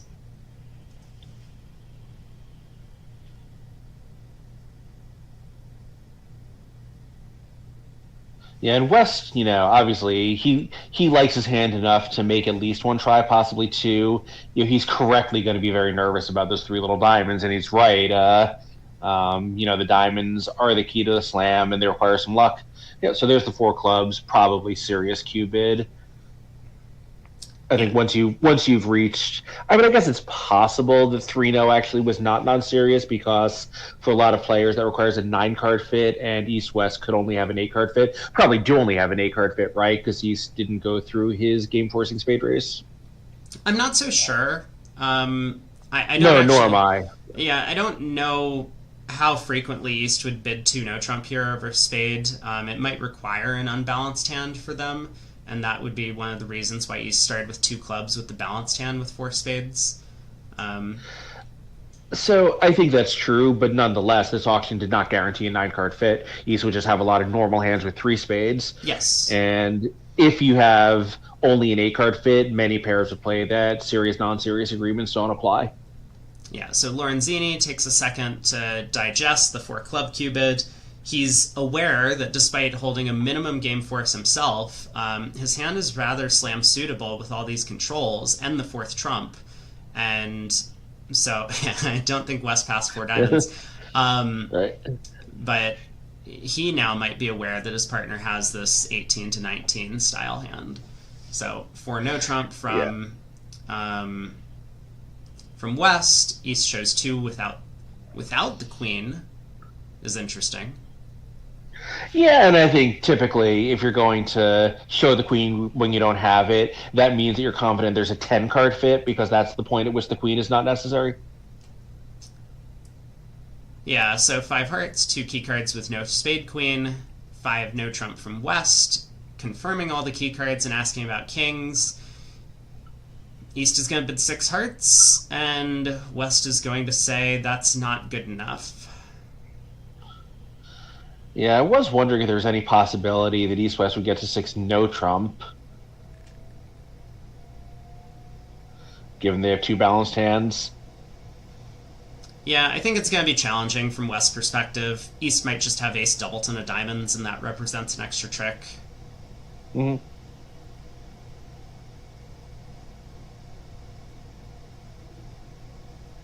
Yeah, it's a good point. The ruff might be available, and it's hard to construct a layout where no trump is going to be better. They probably exist, but I think it's not super likely. I agree. West is not bidding 7, no matter how long he takes. Nah, I think he is thinking about just double checking that he doesn't think 6-0 might be superior. I mean, there are definitely hands East could have where 7 is correct. Like if East had ace queen jack 4th of clubs over there, and not the diamond queen, then you do just have 13 rippers. Yeah, although some of those hands East might have taken control instead of just running with a Q-bid, right? Like West, it is true those hands exist, but West has no reason to believe any of them exist. Yeah, it's just you really need to be confident about bidding a Grand Slam, because the chances of you just losing to the slam being bid at the other table, that's a lot of imps that you're costing your side. So it doesn't need to be cold. You don't need 13 cashers for a Grand Slam to be the percentage action, but you really need to be confident, and I don't think West has that confidence on this auction. Yeah, I think that's right. Like, it's not like every grand has to be an ice cold lock, but you can't do it on basically a blind guess. And West is doing, West hand here would be a blind guess. Yeah, because I think it's more than just having one of the missing cards. Like, if East just has the club queen in addition, then you're still on a diamond finesse, then that's not a good enough Grand Slam to be in at Imps.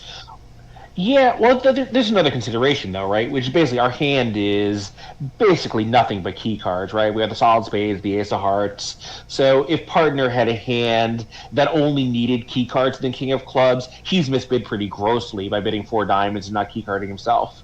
So I think bidding grand here would be pretty insulting to East. If East wanted to know about key cards, you ask about key cards, you bid 5, no, asking for the king of clubs, you hear the partner has it, and East can bid 7 with confidence on the right hand. So if East hasn't done that, and West is thinking about bidding a grand anyway, it's kind of insulting to East bidding. Yeah, I mean, I think it's hard to fault East for a 4 diamond bid, especially when they have minimum values. I hear what you're saying, that, like, generally, if all you need is key cards from your partner to make a grand and you see partner's serious Q bid of 4 clubs, then maybe East should take over. But sometimes at the table, you're just like, well, I'm going to Q bid my cheapest control, and let's see what partner wants to do next. Partner's probably going to Q bid 4 hearts back at me, and then I'll think about it. Yeah. So it can be I mean, challenging. while that's true, I think we just have to assume that when our partner needs to ask about key cards and didn't, could have asked about key cards and didn't, that means that something else is going on. As you say, it can be kind of instinctive, like, oh yeah, Cupid, yada yada. But, if partner had a hand that should have key carded and didn't, we can yell at him later. Yeah, Basis is putting the pieces together, and one of the things that I think he might be asking himself is, with 19 highs of his own, his partner did game force. There are so few high cards left in the deck. He knows about the ace of diamonds, ace of clubs, and king of hearts, and he knows partner doesn't have the diamond king. So partner has to have some other stuff somewhere, because an 11 count would not game force over a 1 spade opener. So he's placing partner on either the diamond queen or the club queen, and possibly some other jacks in his hand. And he's just trying to weigh the odds of all of these lies of the cards with how often is he just going to have 13 tricks off the top. I think he's going to come to the conclusion that the chances of partner having 13 or having the right cards for us to take 13 quick tricks is not quite high enough to bid the Grand Slam, but the more time he spends thinking about it and the more that I've just kind of sat into my chair looking at this position, I think there's actually a real consideration for bidding 7 spades here. But I do believe that it's probably going to end up being anti-percentage, if anyone wants to do the math on it. So Michael Cowell points out something else that I think is right, that I hadn't anticipated, which is West, even though he knows he can always key card, could have tried 4 hearts to give partner one last chance to key card if that's how East wanted to handle it. And, then when he doesn't, I think West is also a little more confident there's no possible grand, because if East doesn't have a hand that can key card, probably that means that it's not the hand where he just needs aces and king of clubs. Well, so, okay, I'm going to give Basis a little bit more credit than that. He thought for a long time before bidding 4 clubs. I think he can envision this exact auction happening. I'm pretty sure that over 4 clubs, he was thinking about his decision over 6 hearts already in this position.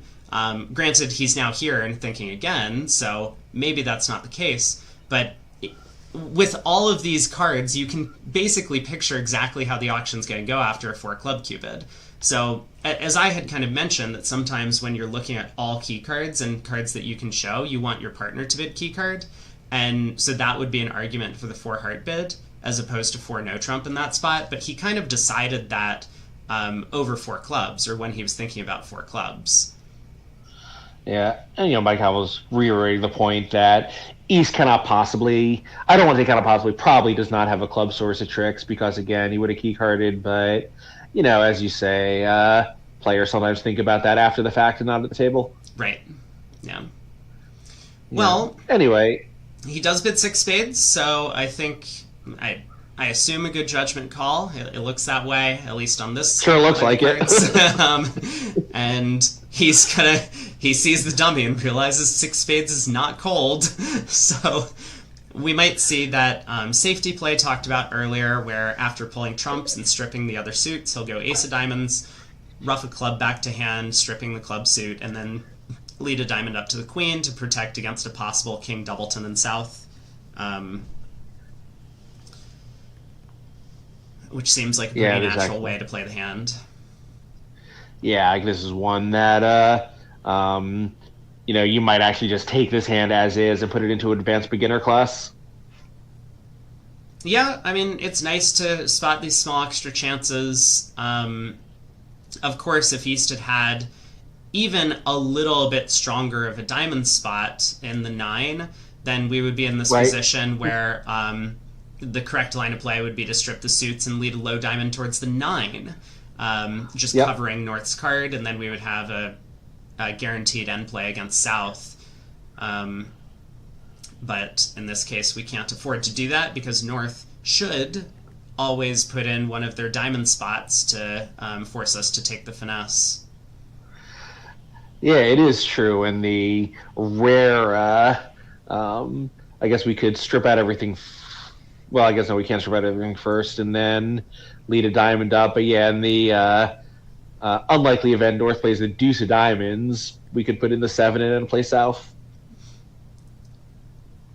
Yeah, I think Gavin's going to be on the ball. I mean, even if he didn't have the Diamond King, he just pitches the Diamond King. I would not be surprised. But speed up the play. Notice it wouldn't cost a trick. No, I mean, it would just speed up the play a little bit. I mean, he can see the impending doom coming on his hand, but yeah, so 3 rounds of hearts. North will probably pitch another diamond here.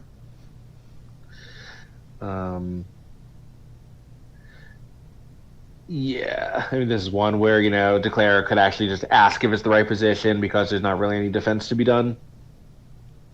Yeah, he might. I think frequently when players are playing behind screens, sometimes if the partner of a defender is thinking for a long time and you can just ask your screen mate, like show him your hand and you just exchange, like, hey, this is my hand, that's your hand, okay, how many tricks am I taking? You can do that if you're friendly with the guys. Yeah, particularly in these high-level expert matches where everyone can immediately just visualize what's happening and you don't really have to do any explaining. You can really speed things up. Right. Like, if you have to, kind of go through it and be like, well, if X, then Y. But, sometimes, it's just like, oh, yeah, great, card's back on the board. You just immediately spot the issue. I guess... I'm not sure what this process is about here. Well, so it actually is a little bit more interesting than just cash the ace of diamonds, strip the suits, and lead a diamond up. Because there are, in fact, some lies of the diamond suits where it might be difficult for North to figure out what to do when you strip the clubs first and lead a diamond. So, for example, if South just has Jack-10 doubleton, then... of course, the diamond hook is working, but you could just duck a diamond and South will be forced to win the first round of the suit. And if South has, King-10-9 third, then you lead a diamond up, North should put up the Jack, but maybe it's not so obvious. I don't know. We'll see what Basis does, so... He plays a club over to the ace now, and we'll see if he cashes the diamond ace or if he roughs the club immediately. I think there's a case to be made for either, but maybe the technical play is to cash the ace, as was mentioned earlier. But he does just rough a club, so... Now, a diamond to the 9, and, okay, he decides to stick in the queen. Diamond finesse. Yeah, so that's a little interesting because he could have played small. South would do whatever he does, and he could cross back to the spade, take a diamond finesse. That might be risking down 2 on some layouts. but as you say, if it was that Jack 10 Doubleton position, South would have been end played. So he did have a choice of plays even at the end there. Right, right. But maybe he had a pretty good read on the opponent's discards. I guess that was possible. And six spades makes 12 tricks for a push. Well deserved. Yeah, so let's see if Gavin is a one no trump type on the North cards with 14, but a singleton queen, but we all know players who would do it. Are you anyone? I think I'm talking to one of them right now. Okay. Yeah, I don't think it's Gavin's style to open off-shape no trumps. Just kidding. Yep. All right. I'm a Gavin fan now. He's sold me. Love it. Yeah, so the Shory Wolpert convention card, ostensibly 15-17, but it notes the possibility of having 14, and if you're ever going to have 14, first seat white-red is a good time to do it. Yeah, this bid is very preemptive, as we saw earlier in the match, where Versace's one no-trump opener on one of the boards worked out amazingly well to preempt the opponent's board 6. Yeah, the mini no-trump. So I think despite having ostensibly minimum high cards, Wes is an easy accept here. His hand is amazing for spades, and he quickly bids the 4-spade game. Yeah, that's a really important point to discuss, because some players will say, well, partner has invited me and I have a minimum and high cards with just 4-card spade suit, but the singleton makes the hand so much stronger for offensive potential, especially once you found this fit. Yeah, and like the clubs, if there are sorts of tricks in spades, like in no trump, if partner has short clubs, that's bad for you. In spades, if partner has short clubs, that might even be good for you. Maybe we can play the hand as a cross rough. Or set up the clubs bias roughs. Yeah, there's this hand got a lot better for Gavin, and he appreciated that, and is in the same contract as the other room, 4 spades. Right. The other room made it. It looks like Declare has a spade, a club, and a diamond to lose, although there are some challenges. The ace-jack doubleton of spades in the east hand definitely helps. Lorenzini gets off to a heart lead. Yeah, so if East had started with diamonds, that kind of makes the spade guess easier, because once North is tapped, you don't have as many options in the trump suit. Right. So the hard opening lead, Declare will run this around to his jack.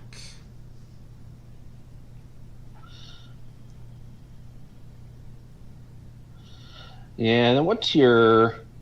do you start trumps immediately and just sort of bank on good things happening in the club suit later?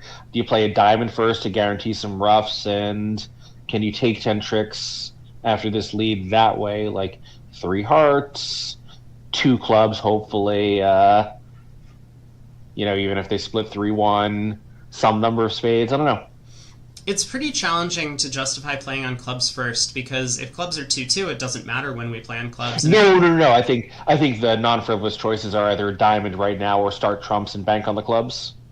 Yeah. Well, he decides to cross in hearts, so I guess he's planning to lead a spade towards his hand. Is he going to stick in the 9 or put up the queen? I think the queen makes the most sense. Yeah, so this is going to go pretty well for him at this point. They can tap him, but we can draw 1 trump and just start clubs, and that'll be that.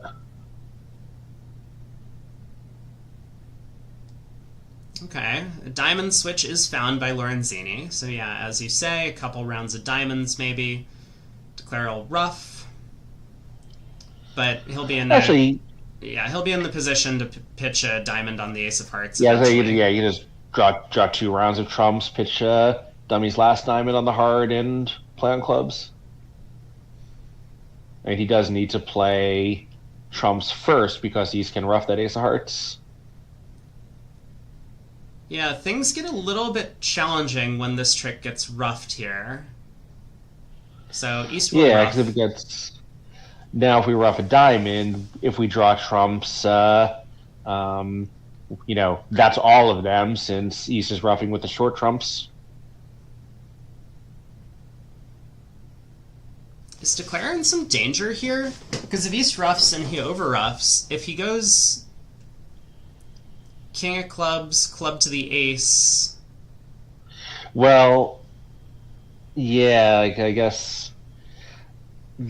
So King of Clubs, Club to the Ace. Let's say West pitches, preserves his 2 trumps. Yeah, now East Play a forces. third club. Well, East forces. Well, once East gets in with the Club Queen, East plays a diamond, forcing North, and that 8 of spades is going to score a trick. Yeah, the spade blockage, not being able to overtake and draw trumps, is going to sink the contract. Right, and if instead Declare actually does ruff the diamond first, so over ruff this, diamond ruff, pull the trumps with the 9 of spades, club to the king, 10 of spades, then East will get in and have the diamond suit to run. So yeah. I think he's just going down at this point.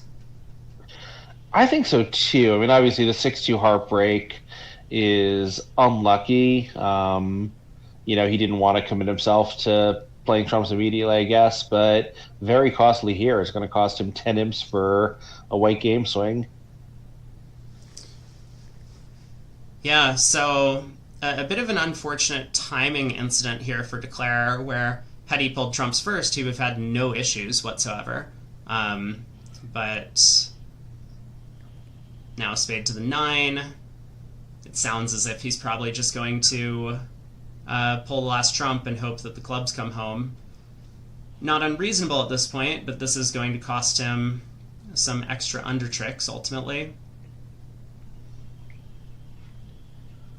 So he'll be down 2, and as you say, it's going to be, add that to the 420 that was made in the other room, that'll be 11 imps going the way of Fleischer.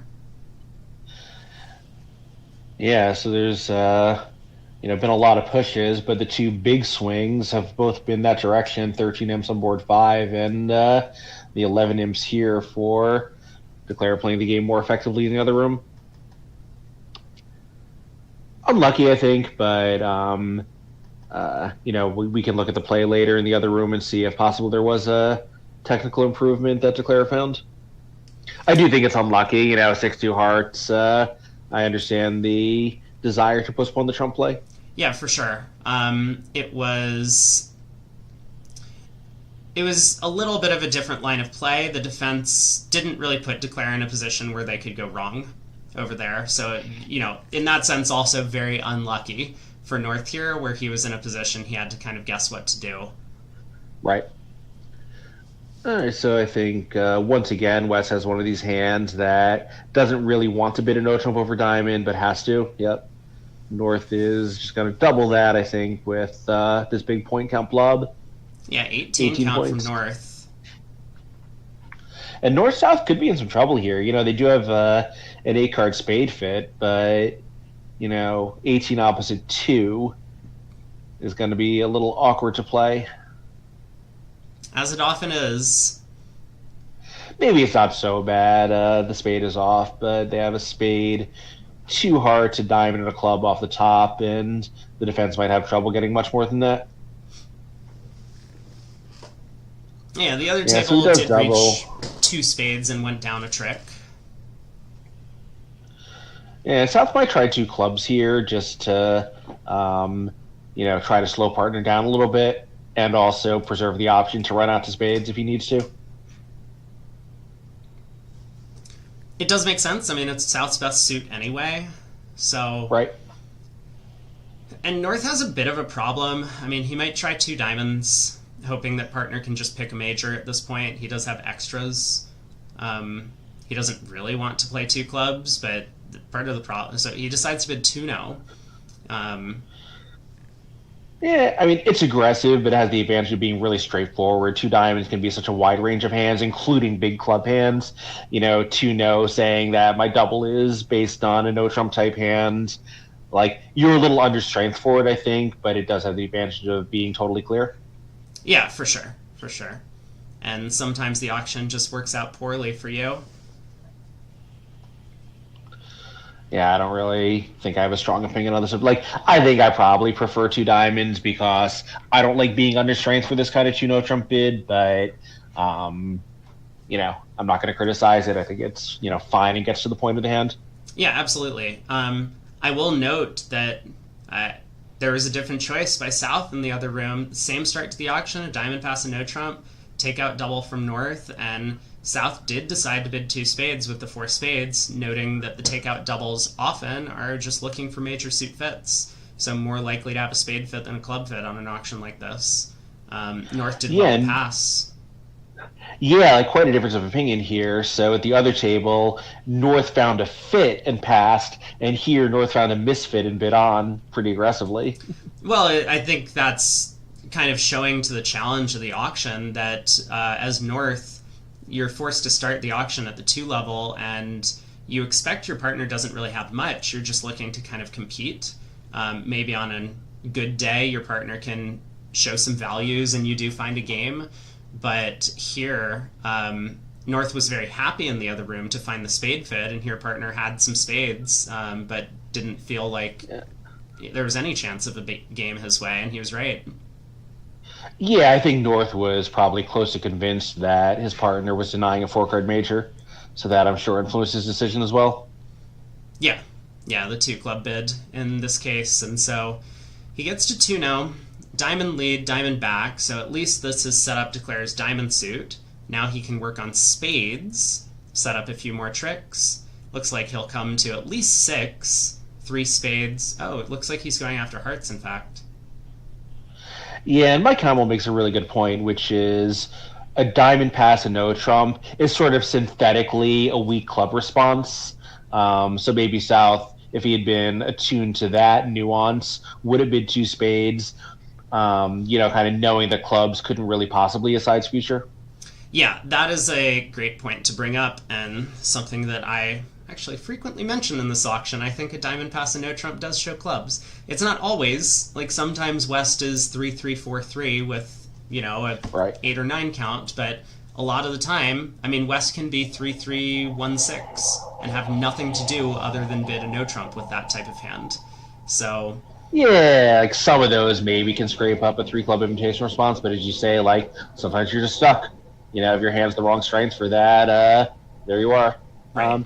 So I think, so there's this kind of common idea that when you have a very weak hand opposite a takeout double, sometimes you want a bit of minor because the major is just going to get partner too excited. And I kind of do subscribe to this theory in a lot of hands, but as we've seen, this probably was not the right one for it because of what we know about the other 3 hands. But, meanwhile, though, 2-0 is not a disaster, right? It's not great, but... No, not with the clubs being positioned as they are, and with West's entry getting knocked out at trick 1. The 9 of clubs is a big card from South, allowing Declare to have a couple of club stoppers, and with the Jack of Hearts as an entry, Declare might even have hopes of making this thing if the spade finesse was working. Yeah, and South, despite needing to find some pitches, has easy spade pitches. It could be a little harder for North to find pitches on 2 diamonds. Yeah, that's you could pitch a club, but now the club position is better for the defense. They can just lead one to the dry ace. Yeah, again, the club suit has not worked out well for the defenders on this one, because even if Declare wins the ace on the first round, it's going to be blocked.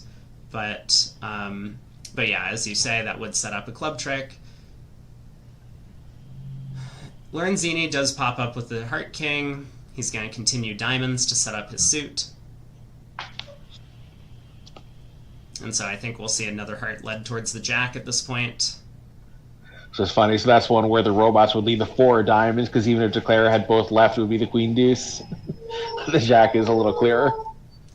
Yeah, it's also nice when you have high cards to just clue your partner in on the count, especially in auctions like this where North has showed kind of a range of high cards for his action. So as you say, North is going to need to find a couple of discards, and now he's going to think it's probably a spade and a club are most likely. Yeah, of course, a spade is a potential trick, but the alternative would be a club and a heart is also a guaranteed trick, so I think you're right. He'll pitch 2 black cards. And East, I think, will know what's going on with the club suit between the auction and here. The 8 of clubs is almost certainly a count card. Yeah, obviously we can see that he has 5, but just the French style is a lot of distributional information. So this virtually has to be an upside down count 8. Yeah, so that'll help Declare as well because he'll know the count in clubs from the opponent's signaling. This is not a spot where Mm-hmm. West would be false carding. He just wants to make sure Right. his partner has all the information possible to get the defense correct.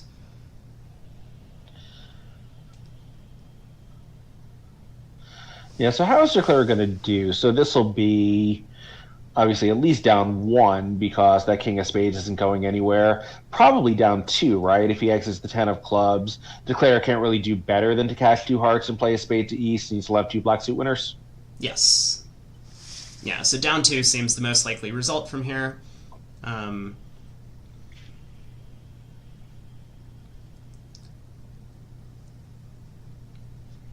I mean, Declare might pitch 2 spades, I guess. I'm just kind of looking at it. He could pitch a spade here, kind of figuring that if he pitches a club, that gives away the position too much. But nope. He does pitch the club, so Lorenzini should be able to exit 1.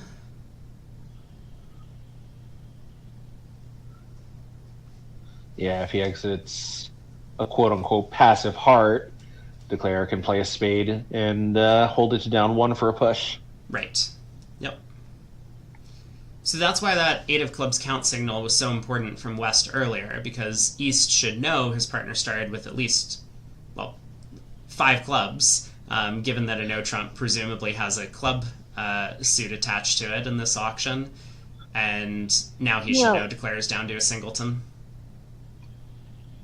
I mean, East can just play the queen of, like, I guess partner could have the ace of clubs and Declare could have the king, but I think East knows that partner has at least 1 club on her because he's seen 0 other high cards. Yeah, the ace of diamonds, but that would not be enough for a response. Yeah. Indeed. So we'll see, but yeah, this has been it's funny, the first 2 swings were to Shori, but since then it has been all Fleischer with, if this is down to 5 swings in a row their way. Yeah, and it does feel like there have been a couple of misfortunate events for North-South in this room, but I think overall the Fleischer team has just kind of outperformed at both tables. So they've achieved a little bit of a desired, or deserved, maybe is more the word, deserved position of being up by 21 currently, and they'll be up by 24 by the end of this hand. Yeah, I think North-South were a little unlucky on both of the big swing boards against them, but I think they were a little unlucky, but the Fleischer team earned swings. Yeah. And that'll happen in these big matches playing up against a strong team like Fleischer, is that they're going to be pushing you to make the right guess, and if you guess correctly, you push the board. And if you guess wrong, right, you lose 13. So, tough spot. Yeah, indeed. Yep, so East still, I think like returning the 10 of clubs is a little bit scary because maybe there's some layout where you can end play Declare if partner has the ace of clubs and not the king. But yeah, if he does eventually get it right. Yeah, so the 10 of clubs comes. Declare tries covering with the jack. Yeah, which is nothing for it. Declare can cash his 2 hearts or not play a spade, but eventually he's only going to get those 3 major suit winners in his hand. Yeah, and fortunately for him, it doesn't matter if he misguesses the end position. If he plays a heart to the jack and a spade to the queen, there's no danger because the clubs are blocked.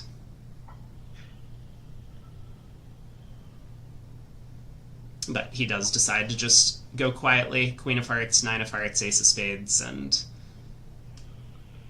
this will be down 2. So 3 more imps going to Fleischer. And we're through 10 boards of the set, with Fleischer ahead by 24. Still a lot of boards to play over the course of the day. Yeah, and after a fairly brisk week, we played the first few hands very quickly, and the pace of play has slowed down quite a bit. Um, yeah, there have been some tricky hands for sure, so certainly understand why everyone's taking their time on them. Ooh, okay. Yeah, This hand can be so fun. So, first, South has to decide what to open in first seat. I think three clubs would be a popular choice, but there are players who would open at the one level. yeah, if your partner's tolerant of a one level opening, I kind of like it, especially if your three club range can be much weaker than this. If your preamps are somewhat sound, then I think three clubs is probably a little wiser, given that your hand is so light in high cards. Like I would not want to pass, so at some point you just have to figure out which one partner's more likely to tolerate. Right. And in the other room, they did open a club on the south hand, which kind of helped them out because then they were able to find the heart fit, and South was able to show the three card support, and they got to the heart game. Of course, the hearts are pretty unfavorably placed, so it was a little bit too much for Declare to handle, and ends up down one. Yeah, a little unlucky with King Jack fourth offside. Sometimes you make five hearts on a somewhat friendly line. Yeah, so three clubs opening is going to pass around to East. North gave no consideration to looking for a game with only 14 highs and an aggressive partner as well as no club fit.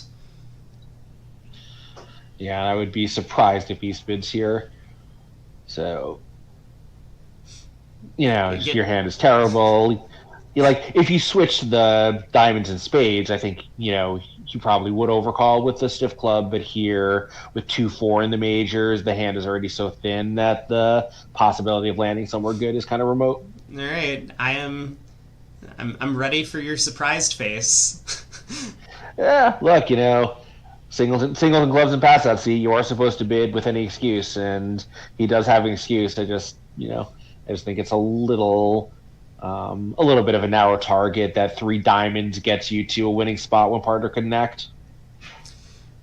Yeah, if East does decide to bid, I think there's a serious question about what to bid, because three diamonds would be kind of the natural choice, but a lot of the time, especially facing a very aggressive player, reopening with double is just going to go all pass, and that might be exactly what partner wants.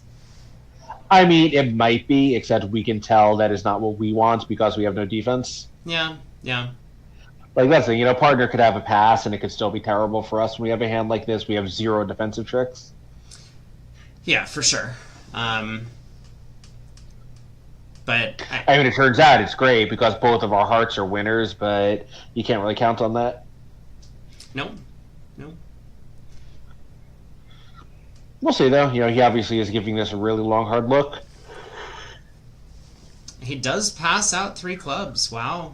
So, North-South at the 3 level in the club contract, four hearts did go down one. I think they're going to be a little bit disappointed when Dummy hits to realize that four hearts didn't have a lot of top losers, although there's work to do. Yeah, you catch maybe just run the jack of clubs, and if that works and the heart finesse works, you're just done. Yeah. So spade opening lead in 3 clubs. Declare needs to consider how he's going to handle the play, because entries to the south hand, as is frequently the case, from preamps are hard to come by. If he was to win the king of spades at trick 1, which looks like kind of a natural way to play the spade suit, he's going to need to get over to dummy if he wants to run the jack of clubs. Yeah. Entries to south aren't really a problem, right? Because you can, I would be inclined to just go up with the ace and run the jack of clubs, and now you have the king of spades as an entry and spade roughs as entries. Right. So that does feel like a pretty sensible line of play, although it doesn't allow Declare to take advantage of the good spade spots. If you do duck the opening lead, but he does go up with the ace of spades. So I think this is pretty reasonable. I mean, just pull trumps and play for kind of a normal lie the cards, like take the heart finesse. If it doesn't work, then sometimes the jack drops, and you can get Well, away with losing a club, a heart, and a diamond. well, that's it. I mean, just if you sort of start counting tricks, you run the jack of clubs. Anytime clubs are 3-2, this gives you a make in three clubs, right? Because you have six clubs and ace, king, ace on the side. Right. You don't need anything else to happen other than the club split. Right. Exactly. Exactly. So. Yeah, I guess right. You can, spade to jack and king, push the nine of spades through west, he covers, you take a roughing finesse on the spade, and eventually lose zero hearts by, pitching the other heart on, the now good eight of spades. But, at some point you got to deal with the trumps. I think the trumps breaking and, heart finesse as a fallback seems attractive to me. Yeah, seems pretty reasonable. Unfortunately, none of those things come to pass, which is obviously the reason why four hearts didn't make at the other table. But this heart switch, Declare has a little bit of thinking to do.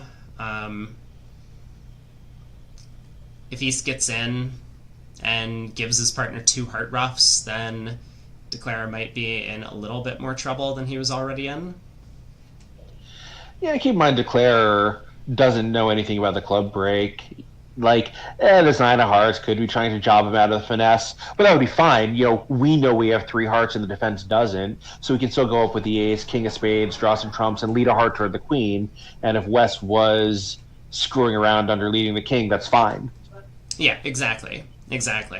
This would have been a very dangerous play if hearts were 4-1 and clubs were 3-2, but it's pretty unlikely that this is a singleton heart unless West has natural trump tricks, because West didn't lead it at trick one.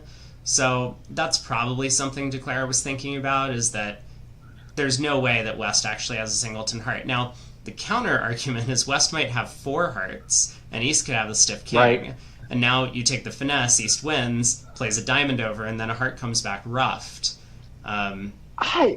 It could, but that would be a weird choice of spots from. I guess it would be King Jack 9 fourth, but then wouldn't the Jack be a little more natural? Oh, sorry, no, it would be Jack 9 fourth. Yeah. And a low one might be more natural. Yeah, I don't know. I think Declare probably thought this finesse was often going to win, and maybe he's right. Yeah. I mean, not unreasonable, but as you say, Declare could have just gone up with the ace, spade to the king, test the trumps. They don't happen to split and take the heart finesse anyway. Lorenzini wins the heart king, and I mean, he might, in fact, return a low heart here.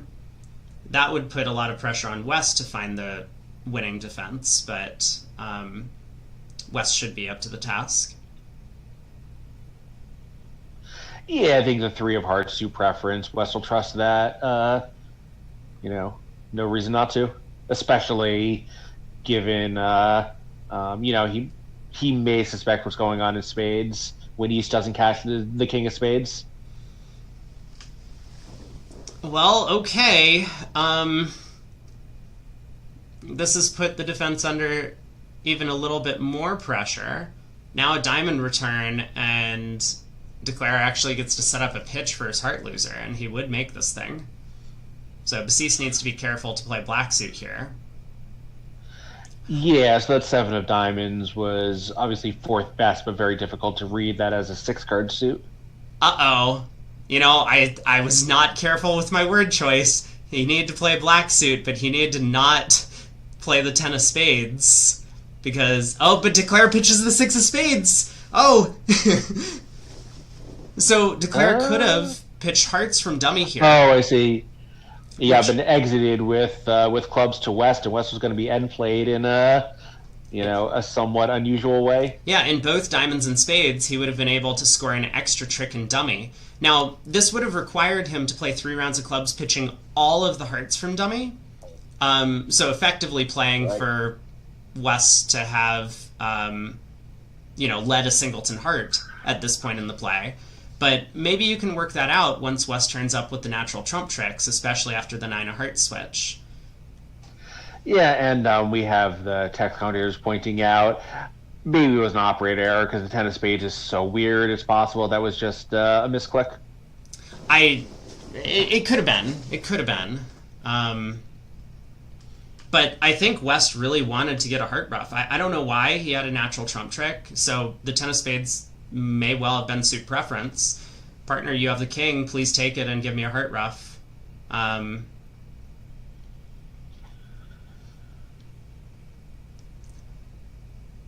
Well, either way, we get a push. It was an exciting final result, but Three Clubs was unfortunately destined to fail against most defenses. So,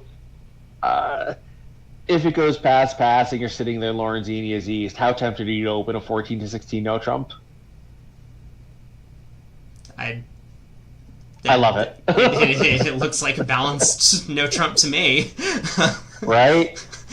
No, he just opens a diamond.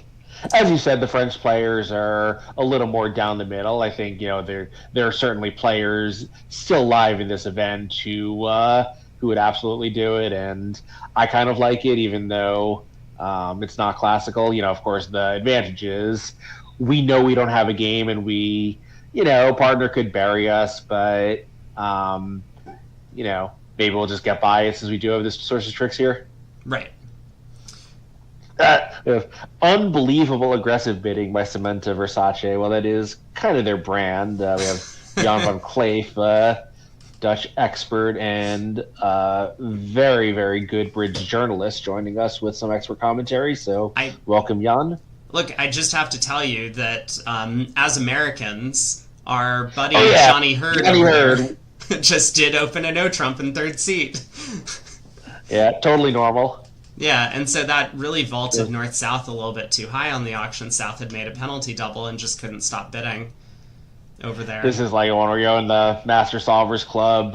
They give this hand to the panel, and they're both like, one no trump, no second choice. Yeah.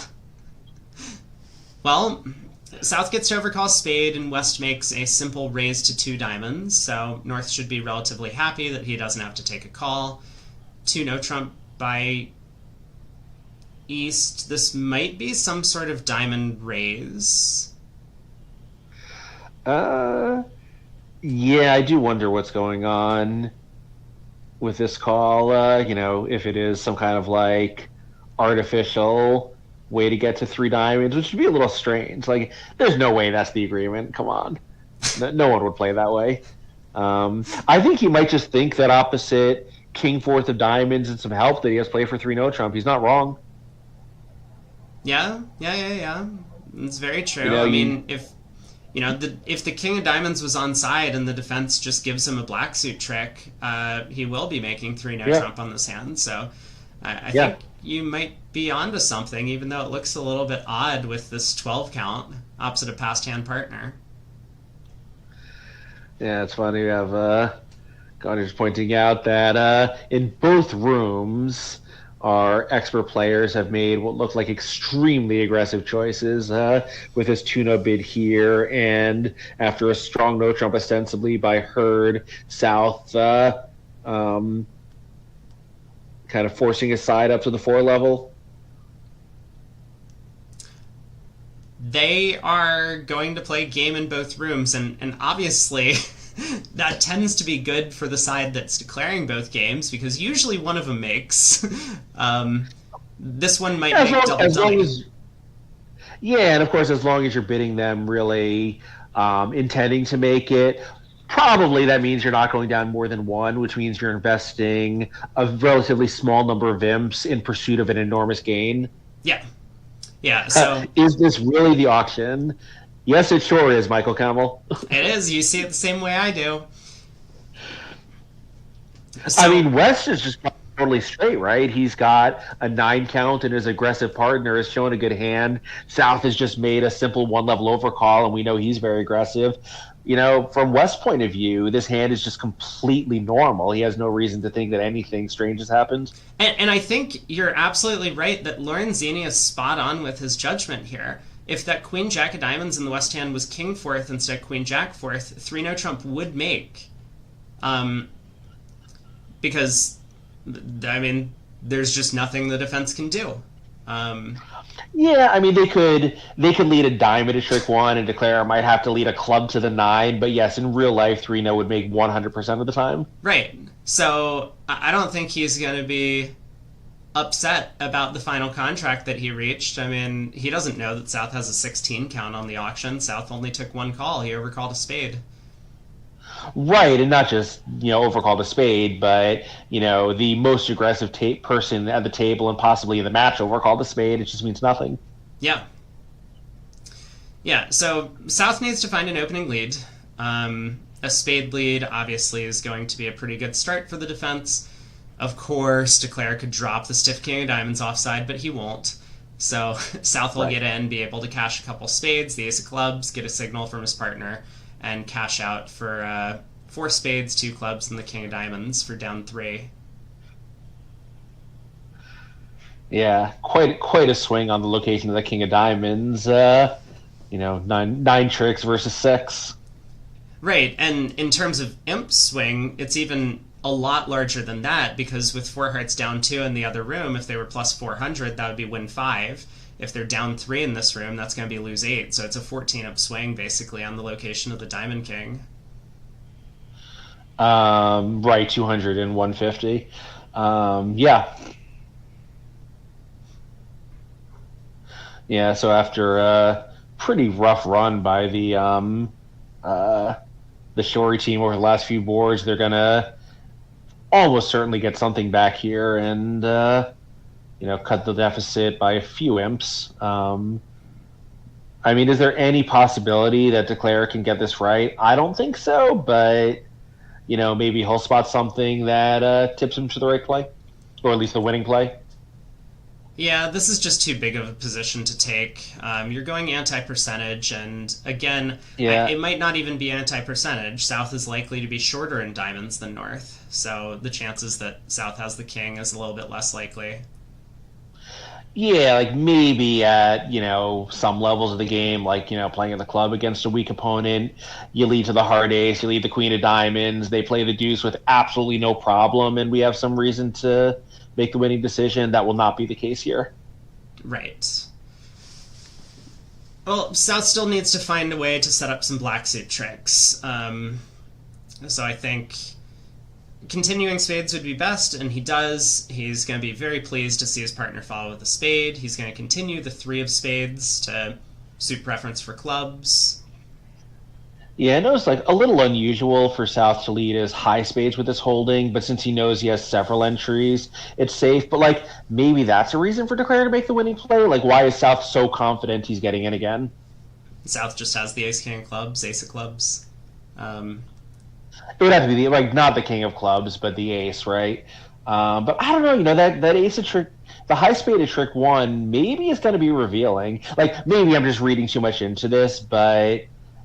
South seemed very confident that he would be getting on lead again, and I can think of one reason to be very confident.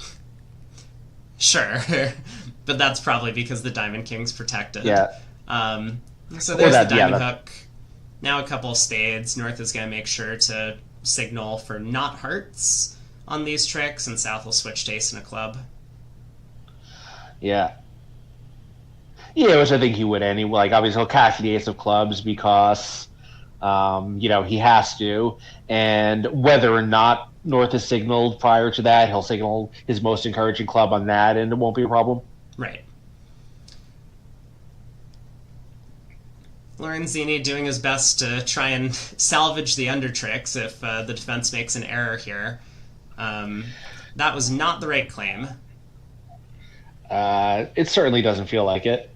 So, in fact, it was down 3, I believe, and 8 imps to Shory. Yeah. So that'll mean the actual deficit is 16 imps with 3 boards to play in the set. Yep. Yeah, 3 boards. We're going to be playing 4 sets of 15 each. Oh, I know exactly what happened. Yeah? I think the player said 9 tricks, and the operator didn't realize which side. That still wouldn't be the right number. But yeah, sometimes that sort of thing can happen. Oh, I'm sorry. You're right. It was down 3, but yeah. Maybe they saw 6. and flipped it upside down, and so it looked like a 9. Yeah, who knows? Anyway, we'll get a score correction on that. So the real result was an 8-imp swing to Shori. So North gets off to the start on board 13 with a 2-heart opener. East overcalls 2 no trump, 17 count.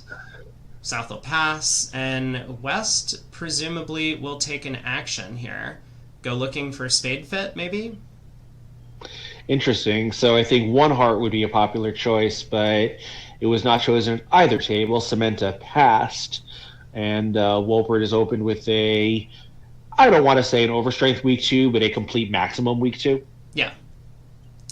Basis actually decides not to investigate the spade fit, and I think this is probably a good decision with the 3 small hearts. Yeah, I think that's exactly. Your partner has some heart length because they bid 2 no trump, so frequently hearts are going to be 6-3-3-1 at this on this auction, and so even if you have a spade fit, it might just play better in no trump because your partner has heart stoppers, they can't get roughed out.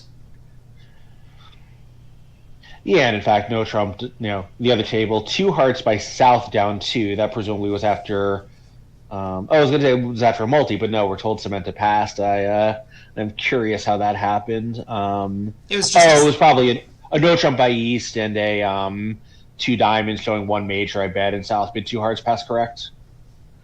Yeah, that's exactly what happened over there. So 2 hearts going down 2 means that there's a lot riding on this 3 no trump contract, and I got to tell you, everything is working for Declare. Yeah. Both King Jacks are the right side of the Ace Queens. Club finesse on. This probably is going to be fairly easy for Declare. Yeah, so it looks like 4 spades, 2 hearts, 2 clubs, and 2 diamonds even, but Declare just needs 1. So this presumably is going to be win the opening heart lead, take a diamond finesse into North. Yeah, I think at this point Declare basically knows he's cold, right? I mean, assuming that he can pick off the spades, but he'll have 4 spades, 2 hearts, at least 1 club, at least 1 diamond on power with the King Jack 10. Yeah, and you can take all of the necessary finesses into the south hand once you knock out whatever North's entry is in the potential diamond suit.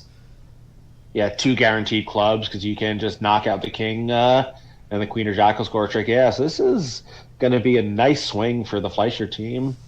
Continuing, looks like we did get the correction on the last board, so, that stopped the Fleischer momentum only for the briefest moment since they're about to get a colossal swing here.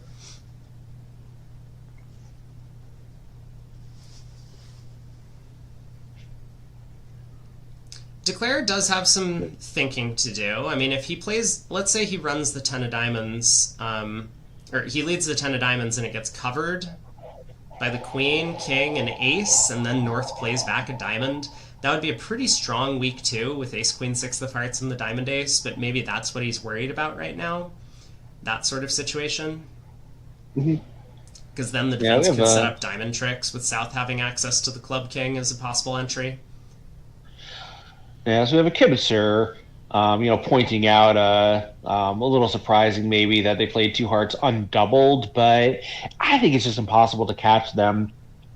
West can make kind of a card showing double as a hand that passes no trump, but that really has takeout implications. I think East with even King Jack third behind the bidder is going to be hard pressed to pass it. Maybe you would, you have ace, king, ace, and king, jack of hearts are likely to score, but it's tough. I think, I think sometimes it's just impossible to get the opponent speeding even when you really want to. Yeah, I think that's a good explanation that when the hearts are 3-3 like that, sometimes you give up the chance to penalize them, even though we saw on board 1, Basis and Lorenzini did go after the opponents with only 3 trumps in a low-level auction, but usually you just cater to the 4-2s where one of you has 4 trumps and then you can penalize them. Yeah, and part of it I think is on that hand they were able to send the go for penalty message fairly early. Here, that's just not what West doubled means, and East may suspect that he has a beat of two hearts, with five-ish tricks in his hand, and a partner will take a call. But dummy could just have Queen Doubleton of Hearts. Partner could have a Doubleton for the double that is intended as takeout. There's just no reason to think that defending is going to be the right choice. And when it comes around to East and pass out seat. He has no possible action, so sometimes it's just how it is. And here, even when they are beating it, the alternative was you were going to be declaring one no trump because partner passed. Anything you get that's more than that is still a win, so the value of catching them goes way down. Right. In the meantime, Lorenzini has carefully taken his at least 9 tricks. He's probably going to get a 10th at this point. Yeah, he'll cash out the spades and lead a heart toward the king. Knowing that, obviously the heart position and even if the diamonds were somehow foul, which they can't really be after the week 2, South isn't going to be ever able to grab the lead. Right, yeah. So North pops up with the heart ace. South can pitch the diamond queen. Mm-hmm. And North can just safely exit a heart. Eventually, South will be able to score quite a few club tricks. But 10 tricks for declare. So this is a good result for Fleischer now, bouncing back after that board 12 kind of overboard in both rooms. Yeah, so this will be 430 is 9, so over the 2 boards, they actually picked up 1 net imp.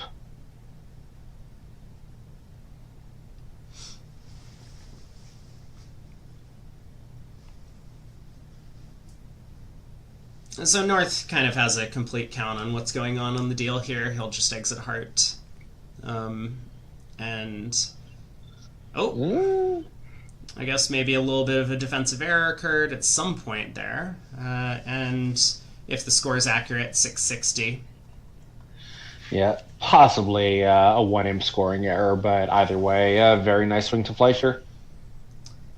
Well, this is an exciting result in the other room. It might be...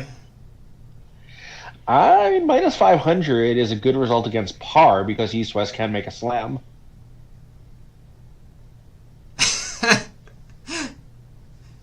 Thank you. I appreciate that. Yes, they can. They won't, but they could. And how many high cards is that? I think, 19? Yep, 18. Yeah, it does look like 6 spades is...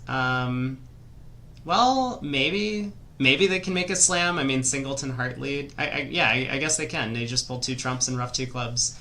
Yeah, with spades being 2-2, there's just nothing to it. Anyway, 2 passes go around to West, who opens a spade. We'll see 2 no trump from North. You do have to guess the heart. If you lead the queen on the first round and it goes cover, you have to finesse the 9 on the way back. Right, yeah. But that's easy. Everyone would do that. Everyone.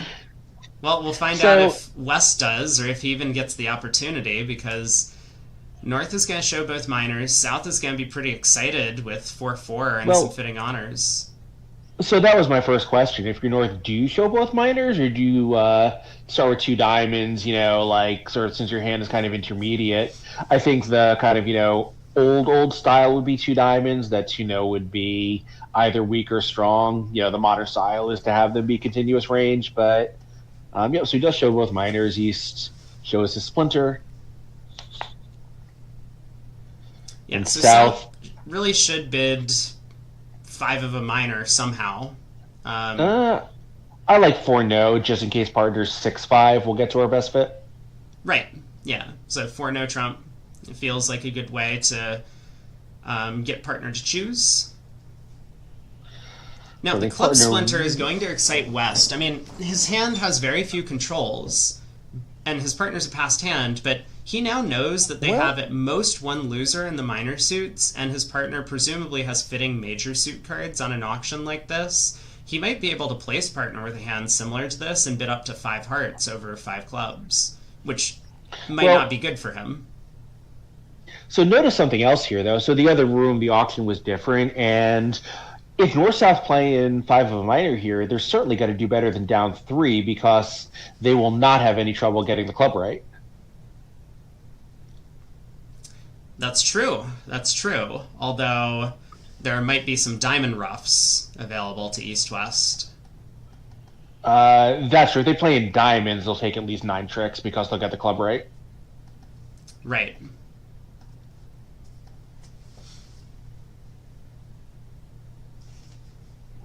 In fact, they probably will take 10 tricks in diamonds, right? They just have the ace, king, ace in the majors. They'll draw 4 rounds of trumps and just gets the club right. So this actually could be a big swing to Shorey in kind of a strange way if Gavin bids his stronger suit. And East West may still bid out, and West with a diamond void is certainly going to be pretty tempted to, but they can actually bid 6 diamonds and win imps, saving a level higher. Yeah, that's a good point, and certainly something worth considering in some of these auctions when both sides have big fits. Sometimes at imps, it is just the practical choice to take what you expect to be a very cheap save in one of your side suits, because even if the opponents are going down at the 5 level, but you're just minus 100 or minus 300, it's not a ton of imps, but at least you can win against their game contract if they happen to be making it. North does bid 5 clubs. I think kind of the practical decision, because South asked, what's your longer minor? And he says, I don't have one, with the 5 club bid. So I think East can get this right at trick 1 because he knows from the auction how many, even if West doesn't bid out, I think he should know how many diamonds West has when he's looking at 4 of them, so they will get all their roughs if he West bids out. So. Yeah, there's 5 spades from West, and I think North very happy to suggest defending here with a bunch of aces and kings. He's not convinced that they're making this. No, in fact, even if they do make the 12 tricks that are available double dummy, he'll win 1 imp.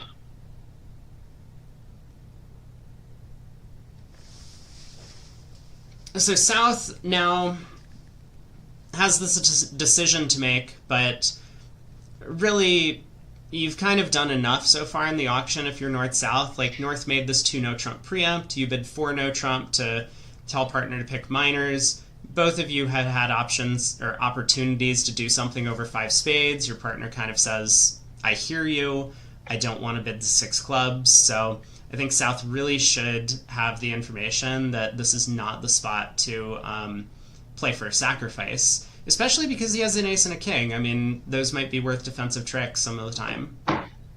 Yeah, he does, and I don't know, I feel pretty strongly about this as a matter of theory that when you're sitting South, you're deciding whether to save.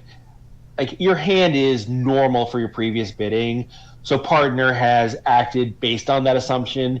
If you have a surprise, then it's okay to bid because you know something about the deal that your partner didn't. Here he doesn't. His partner is going to play him for a hand much like the one he actually has, and based on correct information, North made a decision. We have no reason to overrule that. Yeah, so South does well to pass 5 spades, and now North has a bit of a decision on opening lead. Probably ace of diamonds, right? Oh, club is fine too. Yeah, he tries a club. I mean, probably hoping for diamonds 2-2 between the opponent's hands, with Declare having king doubleton.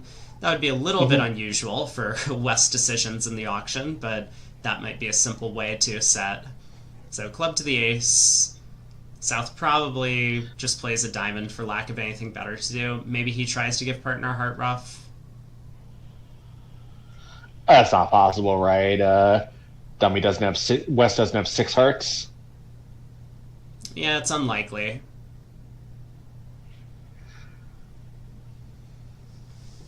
I mean, for one thing, would West have passed over 4 no trump with 6-6 in the majors? That's not possible. Probably not.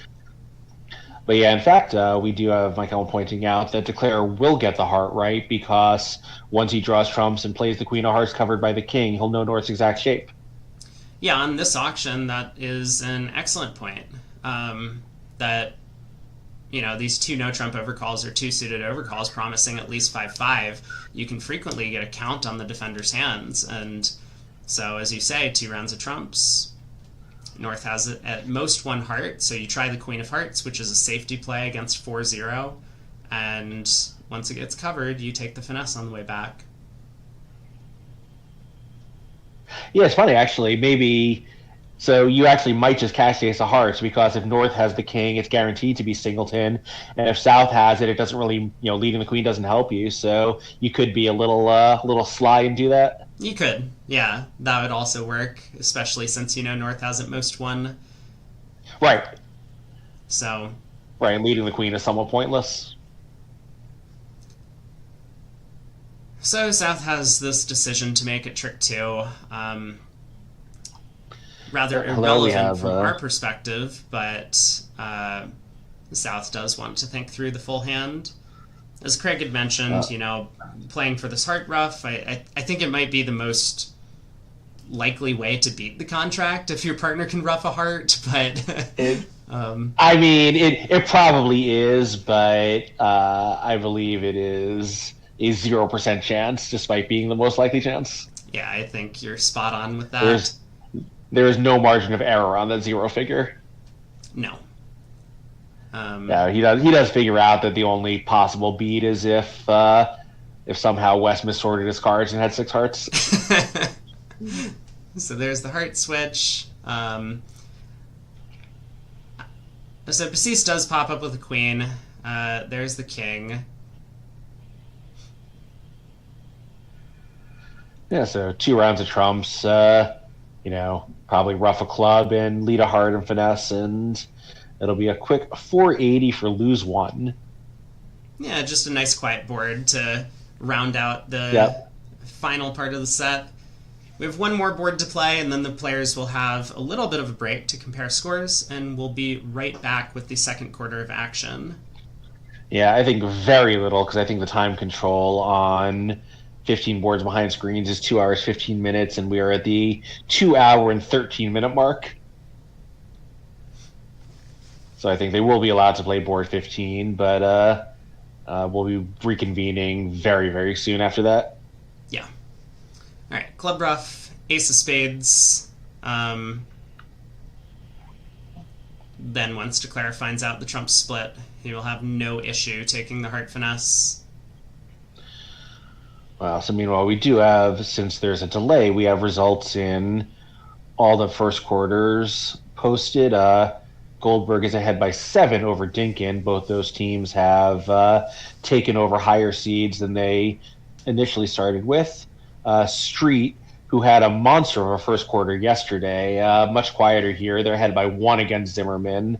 And Wolfson has had a very strong quarter against Rosenthal. They're ahead 50-16. Yeah, thanks for the update on those matches. So I think all matches are in play, meaning that if you don't like this match for whatever reason, you can go see one of the other ones for the remainder of the day. We should have all 8 tables being broadcast for the entirety of the sets today.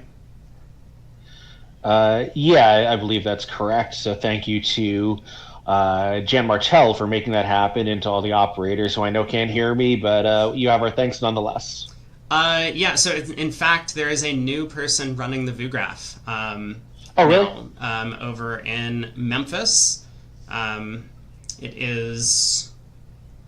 I was told the name yesterday, but BBO has a representative over there handling all of the VooGraph from Memphis, so we do appreciate them taking the time to get all of this set up. Yeah, absolutely. I was not aware, so my apologies to our new anonymous BBO representative. I'm sure we'll hear more about their work in Memphis in the next couple of rounds. Anyway, last chance here for both these teams. We have a result in from the other room where they got to a 4-3 heart fit, although a very strong one, but went off a trick. Yeah, it's not that surprising. South has a 12 count. I mean, it actually is 12. You can count it yourself. and North has a 12 count as well, so they're going to game force. And I mean, if you find out that South has 3 hearts and shortness somewhere, you might be able to digest that 4 hearts might have some decent play. Yeah, so 3-0 by North is probably going to be fine, right, if South raises this, because I do not believe East is going to put the king of spades on the table at trick 1. Huh. So Diamond by South, North bids 2 no trump with his hand. I think a lot of players will play this as a balanced game force. I'm a little bit surprised that he's doing it with 4-4 in the majors, but he must have some way to find his major suit fits from here. I mean, must is a strong word. I think, he may have just decided that he doesn't like his set, and this is a decent shot to operate, and the defense will have a very hard time defending. That's a fair point. Other than the club suit, it does look like he has a hand that's kind of hoping to get let into, especially that ace-jack-9 fourth of hearts. Or it looks like they do have some sort of system over this, so South is able to splinter in spades. So it's interesting. I'm looking at their cards. So after Diamond, this was game forcing. 12 to 14 or 18-19 may have 4 of a major. So in fact, I guess it could be both majors, but yeah, this in fact was not a semi-psych by North. It's just what they do. Yeah.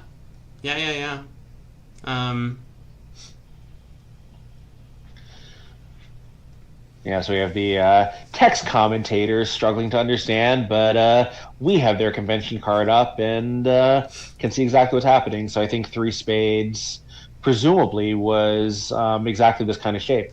Yes. Shortness, and once it's shortness, I guess you could have a 6th diamond, but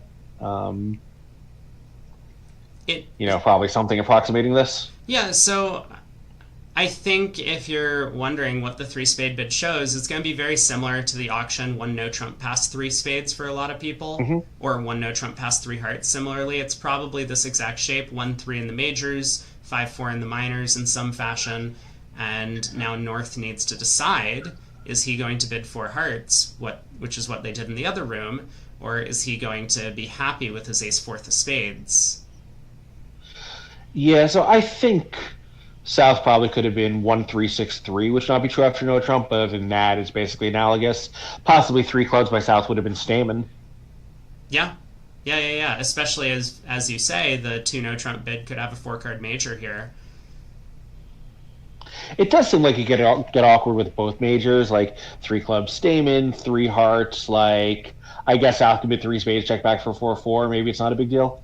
So Gavin does make what I think is probably going to be the winning decision, although knowing about the short spades does make it easier for Lorenzini to play that king of spades.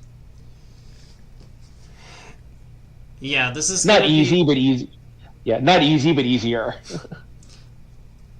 Right. So the singleton spade, the fact that North still bid 3 no trump, and so he does go after a low spade lead. Now, is the play over? I don't think it is, because Declare can still misguess this jack of diamonds, which I think he's actually pretty likely to do.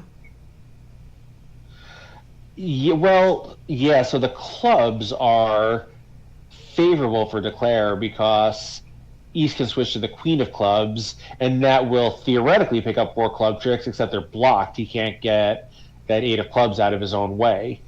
Right. West has to play the jack on the second round, and unfortunately, West clubs are high, but East's are also high. So, if he misguesses the diamond, he'll go down anyway because he'll just lose possibly 3 clubs and 2 diamonds.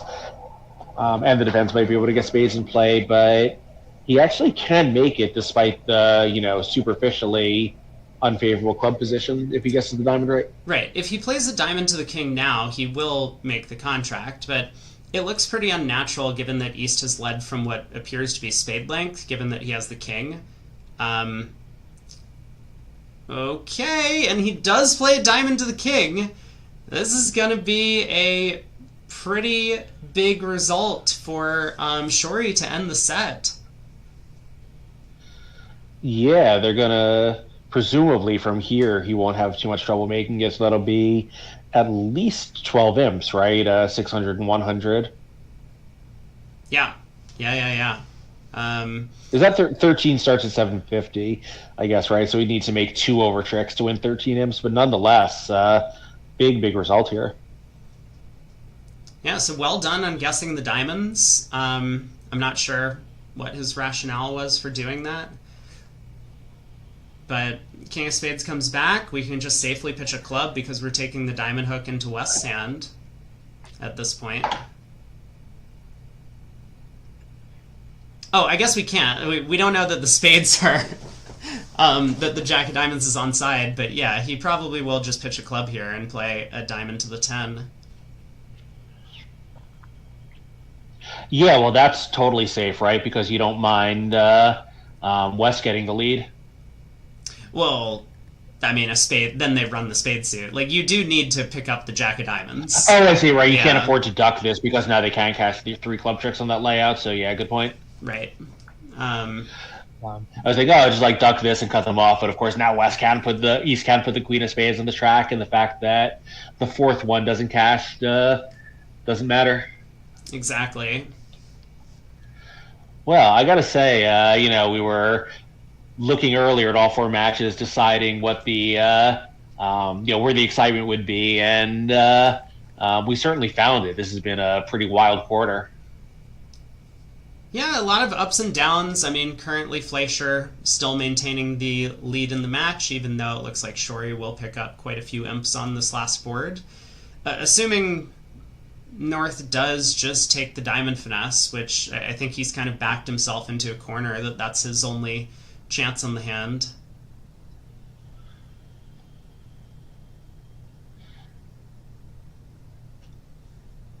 Yeah, I mean, there were, I think all of his plays basically were forced. He obviously got off to a great start leading this diamond, but, on a hand like this where you just only have one trick source, you really had no options in the play. Right. After you play a diamond to the king, there's just not much left to do, but he is staring at this, trying to be careful, because...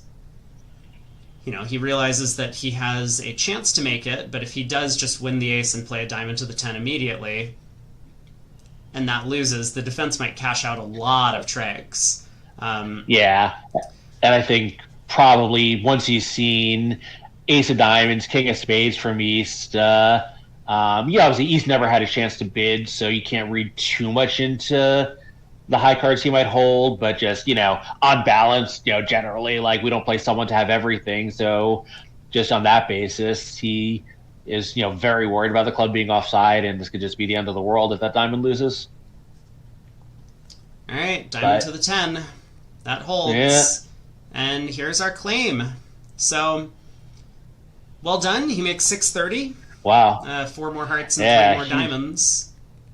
Huge result, and also, just sort of psychologically, especially playing with a partner who's played fewer boards at this level than some of his teammates. Kind of ending this first set with some good momentum, having to come back and play again is gonna feel really good. If they had finished with one more adverse swing, it's a little hard to kind of psychologically get back into it. Now they're gonna go back in there feeling pretty good about themselves. Yeah, absolutely. Just being down 13 has to be a pretty good feeling at this point in the match after a couple of pretty poor results that didn't go their way. But I will be back in just a few minutes for the second set. I think Craig's taking off, but I'll have another co-caster joining me. So, my day is over, but I will be joining hopefully again for some of the semifinal and final action. So, Rob, thank you for being here with me. See you later. See ya. All right, chat. Well, I had told BBO in the past that they needed to deny more than 2 commentators from video, but there's nothing we can do about that. just absolutely nothing that we can do about that. Thanks, Craig. Yeah, thanks, Craig. Did I forget to thank Craig? Maybe I did. I'm sorry. Was that rude? It might have been rude.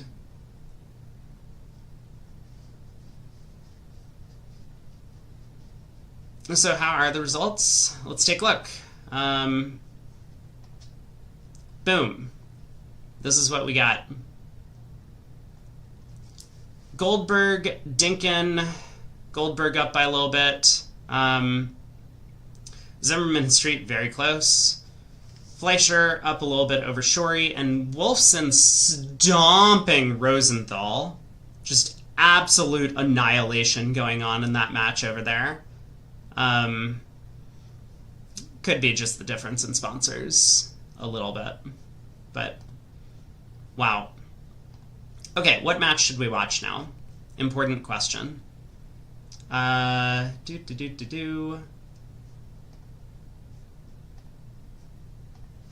Okay, chat.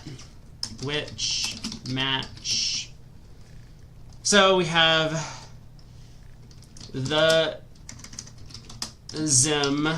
That's his superhero name. We have... So Gavin will still be playing again. I think we'll go to the other table, though, if we watch the Gavin match. Gavin match, not Gavin. What are the other options? There is Dinkin, LOL, and there is... what else is happening? It's like Street against some novice. No, that's Street against Zimmerman. I've just forgotten. Okay, who are the matches again? Rosenthal against Wolfson. Okay. Norway plus USA. Boom. Alright, I'll put up the poll on YouTube as well. YouTube has way more people, and you all actually answer polls, so I appreciate you, YouTube chat. Even though you don't talk much, you actually give feedback on the polls and get to vote on what you want to watch.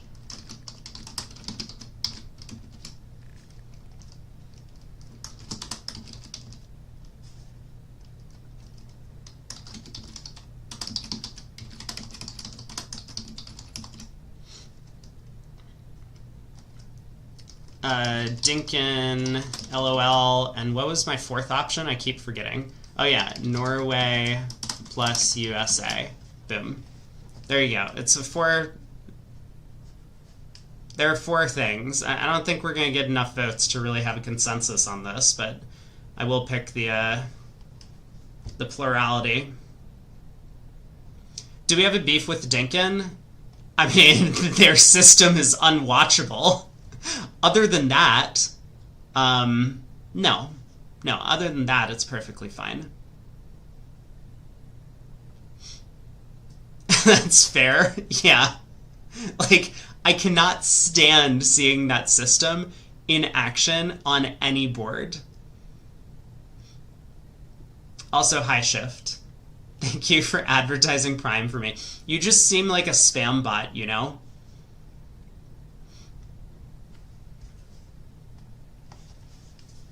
So these are the choices. Oh, wait, you can't see the Goldberg score. There we go.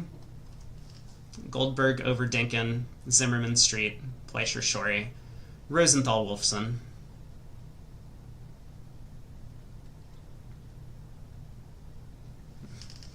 Shift is working hard to support the channel. I know. I need to increase his pay.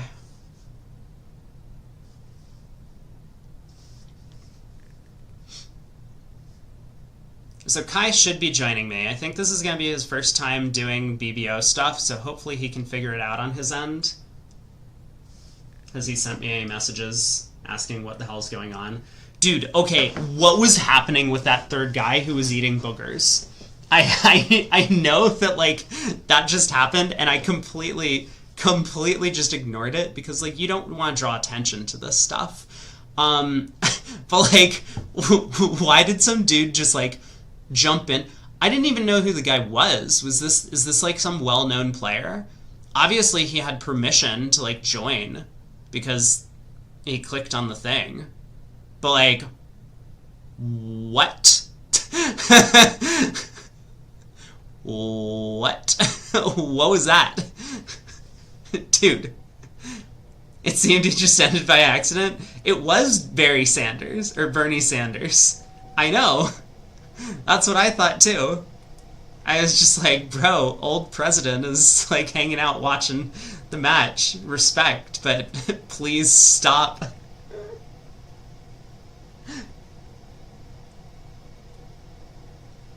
Yeah, I'm certain that like that the guy just didn't realize that this was not normal. I'm sure he thought it was just like his camera. Like he didn't say anything, but he must have been given permission to do commentary on an event from BBO, because that's the only way that you can get into one of these things.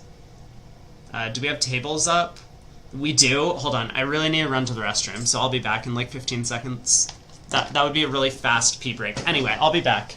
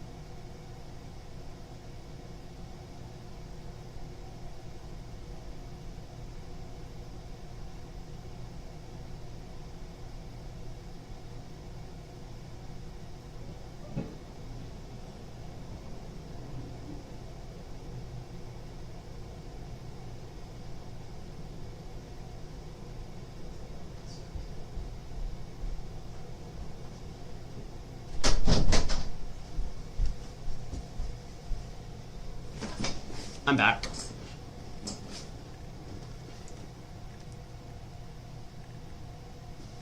Maybe he's an expert hacker. Yeah, maybe he's an expert hacker. Okay, hold on. Poll has concluded, and the winner is YouTube, please. Show me poll results. I think I saw we're watching Gavin match, not Gavin. Oh, maybe we aren't. Twitch chat voted for the Zim. YouTube is Gavin Land, that's true. I wish the YouTube poll results would pop up.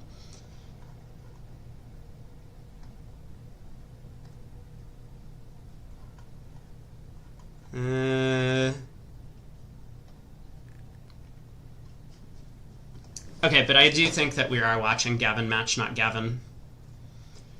Let's see what tables we have in play. We have Kranyak Moy against Lorenzini Bassis. I mean, that's always a fun table. I would totally watch them play all day. And then the Zimmerman match would be... They're still in the first segment. They're a little bit behind. Are the results of the poll being ignored? Well, YouTube voted for the Gavin match. I just didn't see how many people voted for it before I like clicked on the thing. And now the actual poll results haven't popped up yet, so I don't have access to the thing. Do I? Maybe I have a thing somewhere. Nope. Nope, I don't. No Zimmerman, please.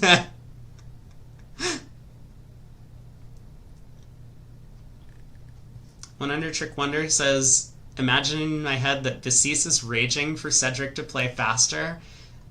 Yeah, that is a problem that he's had. Alright. Let's watch Kranyak and Moy against Lorenzini Bassis, I suppose. I don't know where Kai is. Hopefully he'll join me. I told him to go back to sleep earlier, and hopefully he's woken up and will be able to come on in to join for commentary. Otherwise, we might get Bernie Sanders. Okay. So the Twitch chat, I will have you know that the poll is tied, and I'm making an executive decision to watch Gavin or non-Gavin match. Thank you, Robert. Because they're playing now. Here we go. Welcome back, everyone. We're about to get started with the second quarter of play between Shuri and Fleischer. Fleischer up by 13 going in. Two passes go around to Lorenzini. Opens a heart in third seat. He has a pretty big hand over there. Looks like 21, if I'm counting it all correctly. South comes in with a pretty light one spade overcall. He is favorable, despite the weak spade suit. Spade passes back around to East, and Lorenzini has a bit of a problem as to what to rebid. He'll probably choose to reopen with double. If he reopens with a no trump, it would tend to be like the 18 to 19 high card point range, and he's a little bit too strong for that. So generally, when your hand's too strong for all other actions, you would just choose a takeout double and hope things work out down the road.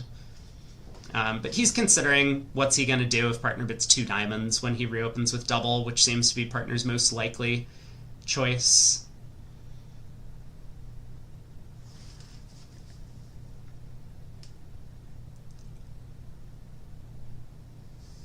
He doesn't have enough stuff to just game force on his own, opposite what might be a 0 count from his partner, so he really wants to make sure he gets his game try in at a low enough level, and double will help with that.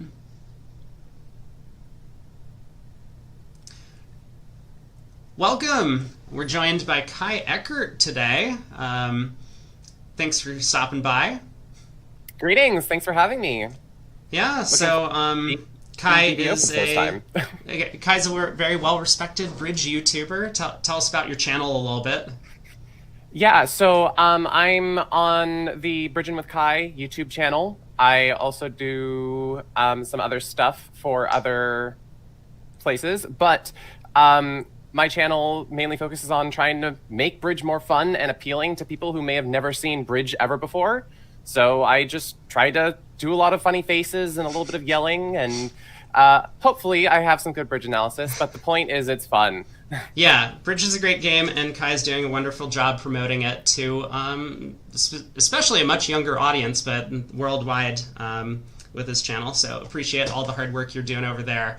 But this has been a up and down match over the course of the first 15 boards, and we still got 45 more exciting ones coming up.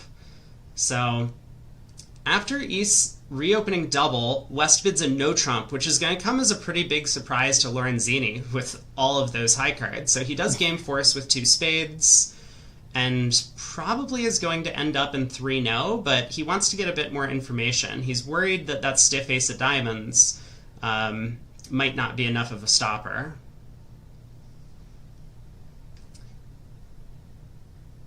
Yeah, I'm always spooked by ace singletons. They just knock them out, and then they run the rest of them. It's not much of an impediment. You can't really duck when you got an ace singleton. You really can't. That would be against the rules of the game. So after the 2 spade bid, West is going to take some time to try and figure out what he thinks his partner's asking for with this Cupid, because all East has done is open a heart and then made a couple forcing bids. But Basis does try 2 no trump. And I think at this point, Lorenzini might just cave in and bid 3 no. Yeah. I mean, West here does have a very, very nice stopper in the end. Yeah, you know, I mean, that 10-4 of diamonds might be good enough on some lies of the cards. If South had, say, King, Queen, third, the suit might be blocked. Right.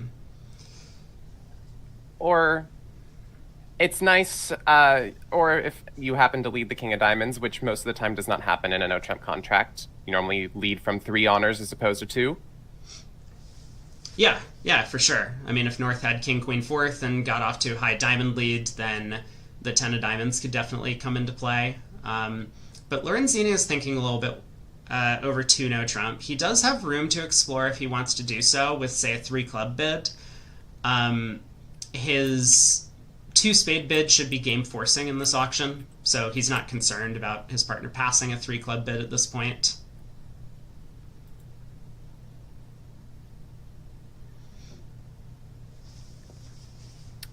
It's just a very nondescript auction. People are making forcing bids and no trump bids. It's hard to know where to go. Yeah, it's possible that East-West might actually end up in a heart contract. Yeah. If East does bid three clubs here, West will begrudgingly admit to having some heart support with the doubleton, having basically denied hearts throughout the rest of the auction, and East might take that as a sign that, well, I have the stiff ace of diamonds, maybe it's just not a good enough stopper and no trump, let's play the 5-2 heart fit. Yeah.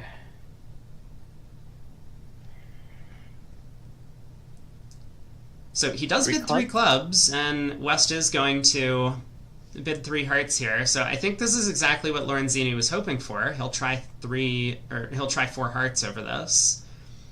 And that contract is pretty likely to make. Even on a spade lead, and a spade getting ruffed later, declares still only going to lose a heart, that spade ruff, and one club. The power of that 9 of spades will be finessable to pitch a club loser ultimately. Oh yeah, that's beautiful.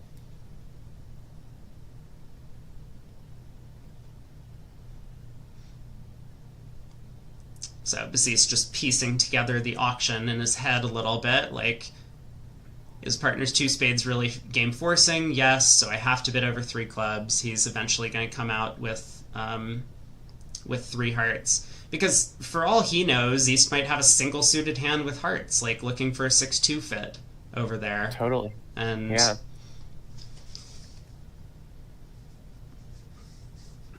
Okay. He tries three spades.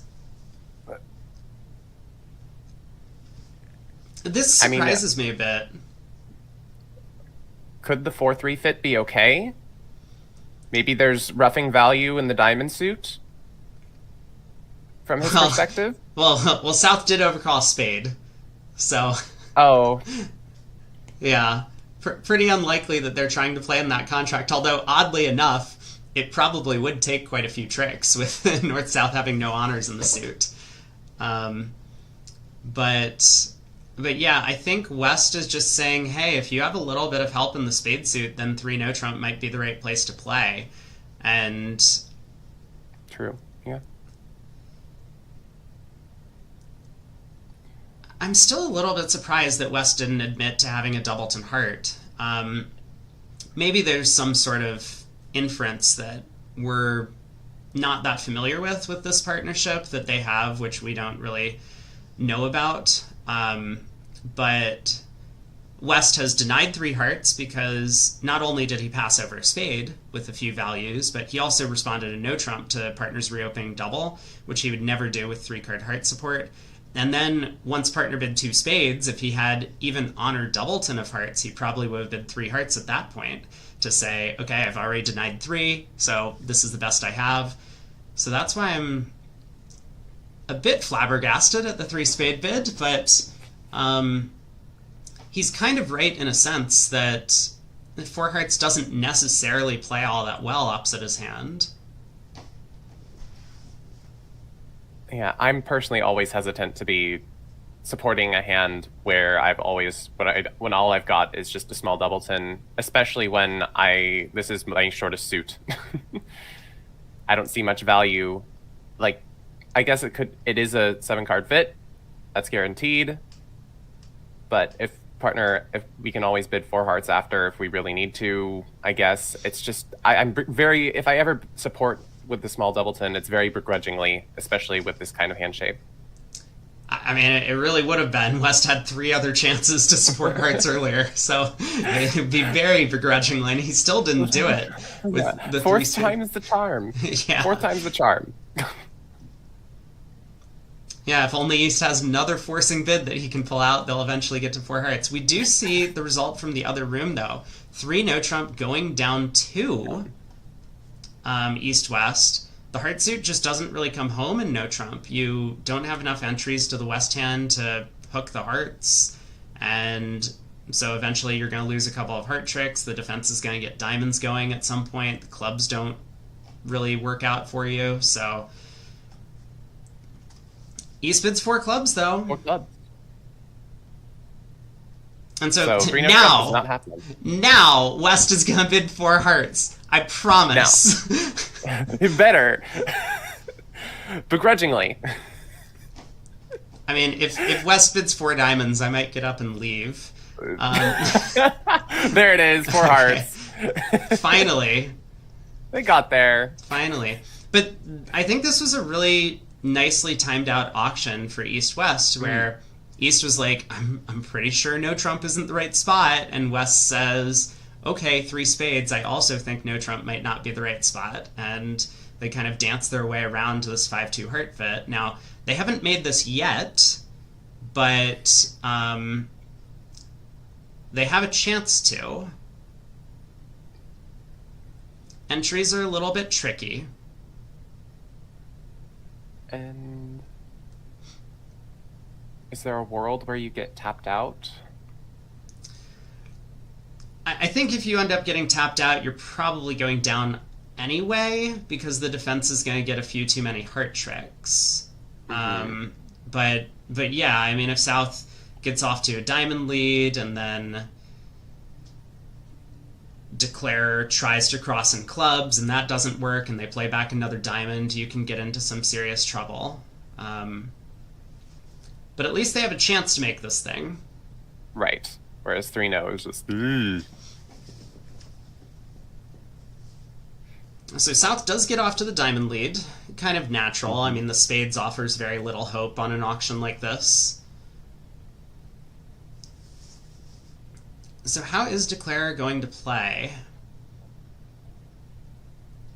Very, very limited entries. I mean... Yeah, counting losers, Declare probably expects to have a spade loser on this auction. South is pretty frequently going to have both the queen and 10. Right. Declare has to have at least 1 heart loser. There's no lie of the cards with just 1 entry to the West hand that you can pick that up for 5 tricks. And he'll probably lose at least 1 club. I mean, even if the queen of clubs falls doubleton, you're going to have to deal with the 4th round of clubs. So there's a lot of work to do.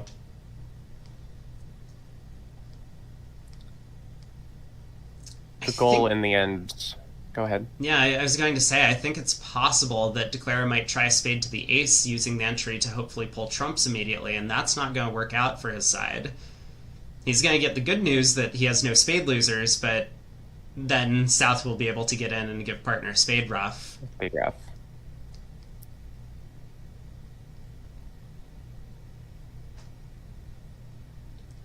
I mean, it's possible that he just double dummies this hand. Like, I think a low heart towards the 9, which is the technical play from a double dummy perspective, might be what Declare chooses, because he'll think that this heart layout is somewhat likely, hearts 4-2, with South having the missing high cards, and he doesn't want to cross in spades because that would risk a spade ruff. Leading clubs could open him up to a club ruff. So he might just be backed into a corner where he has to lead hearts out of hand. And he could put the 2 of hearts on the table. That would be quite a big play. But Yeah, and there's always a chance that you can, like, if North has Queen of Spades or 10 of Spades singleton, that you're always going to be able to finesse the spade suit and pitch that last club loser, which would work out here. Right.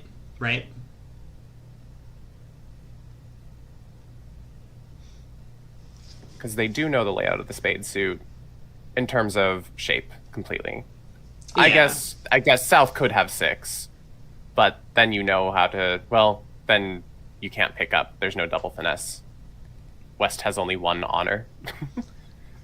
Yeah, if West had the ace-jack 4th of spades, things would be a lot different. But yeah, so Lorenzini, not known to be the fastest of players, can think for a while on some of these decisions, and this is a pretty big one. It's a game contract. He knows it's relatively thin. He might expect the other table to be in 3 no trump, so he has to kind of cater to that sort of lie of the cards. That if 3 no trump is making, he wants to make sure he goes plus here as well.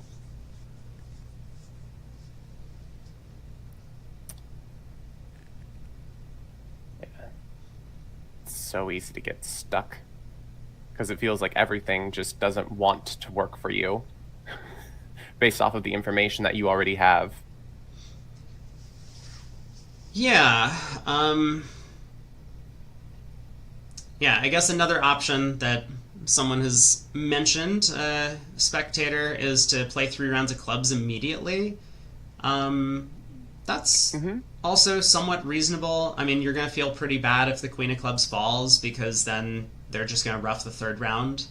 But if the clubs are situated like this, then it could be very important to play 3 rounds of clubs so that you can lead a 4th round and rough and dummy. That would also give you an extra dummy entry. Yeah. It feels a little bit slow to me because if you do play 3 rounds of clubs, North is, of course, going to switch to the singleton spade, and now some sort of defensive cross-ruff might end up happening. Or, as you had mentioned, Kaya, earlier, they might tap you in diamonds, and you just run out of trump control.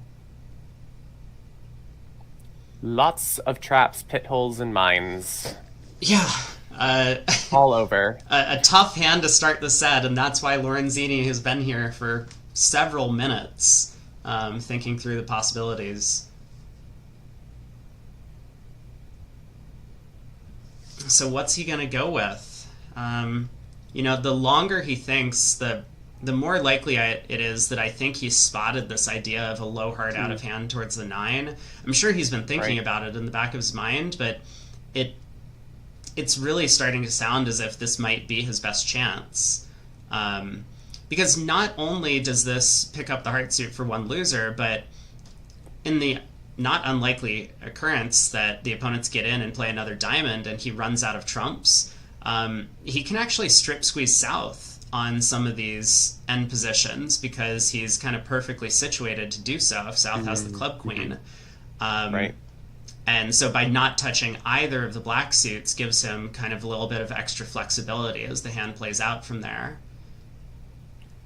Yeah, I've found recently that just doing the line that provides you the most flexibility to do squeezes, end plays, anything in general, often is just going to work out for you, even though you feel like you're risking a trick in doing it, because it just makes life very, very difficult for the defense more than anything. Yeah, for sure. I mean, a lot of these really strong declarers in these events will really try to maximize all of their chances, and that generally leads to more flexible lines of play that they end up taking. Yeah. I mean, the one thing to be sad about against playing maybe a low heart is that, the jack ends up being in the doubleton hand or something like that. Right. But yeah, there's not much you can do about it, though. He leads the jack of spades and South follows low. Oh no! Runs it around to the stiff queen. Well... Oh no! So, obviously Lorenzini had an idea in mind. I mean, maybe he was hoping to pin the stiff 10. Maybe he was just hoping that South would cover this so he could win the ace. And then be in a situation where South might not feel comfortable leading away from the 10 of spades later. But this is going to work out spectacularly poorly on this lie of the cards. North winning the stiff queen, and now North is well situated to do whatever he thinks is right to beat the contract. He goes after a forcing defense, which seems pretty natural. Yeah. I'm sure that Lorenzini is in his head going over what are the chances. Like, he knows what just happened here. It's just what just happened. That is just purely mean on the lie of the cards of what happened there. Yeah, you never really expect your opponent to have ever called on 5 small in a suit, and yeah, really burns him today. So now it's probably going to be a lot about damage control. there's probably no longer any hope to make the contract, and he's just going to try and avoid getting out for down as few as possible. So now he doesn't even have the ability to cross to the spade ace to take a heart finesse, which now you feel even more stuck than you were before. I mean, if you just exit a low heart and they win, then you get tapped out. Can't play a spade because you just get roughed. You might be okay with it because most likely they are going to be trumping with the suit that's long, but does that necessarily help you here? I'm not sure. I don't think so. So maybe it's just that line before that was proposed was just the ace of clubs, king of clubs, and another, and see what happens. Yeah, that definitely could have worked out in Declare's favor. But in this position, I mean, he's not going to cost himself too many imps, regardless of what he ends up doing here. The other table going down 2 and 3 no trump gives him a little bit of comfort. So what should Declare do to kind of minimize the damage at this point? I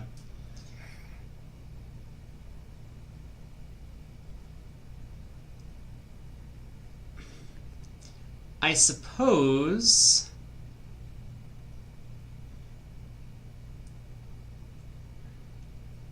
he could hold on, I'll be with you in a minute. Calculating? Yeah, because if we're playing a club to the jack to try and get an entry, we now know that South is just going to win and give their partner spade rough. So I think it might be more productive to hope that the queen of clubs falls doubleton. Right. Do something like either exit a low heart or the queen of hearts. Yeah, he does go after ace king of clubs at this point. Presumably. It just feels like the only thing you can do. Yeah, hoping that the queen drops. We'll play a third round now.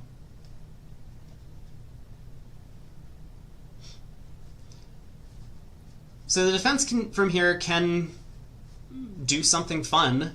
South could ruff with the 8 of hearts and give partner spade ruff, get another club ruff, and then give partner another spade ruff.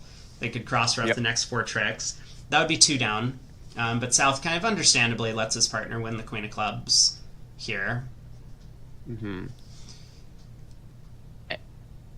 And do you go for another forcing play, or do you play the 10 of clubs trying to initiate this cross ruff line? Is there a world where the 8 of hearts ever comes into play here? It certainly could. I mean, the 9 of hearts presence in dummy makes it pretty unlikely because... Likely, yeah. That 4th round of clubs, South can only ruff with the king to score the king of hearts. But it does look like down 2 is pretty likely from this point. If North plays a club and South ruffs with the king, South gives their partner a heart ruff, and with no dummy entry to take the heart finesse, Declare is still going to get trapped in hand to lose a trick to that card. Even if North plays back a diamond here, I think something similar might end up happening. Mm-hmm. Goes heart.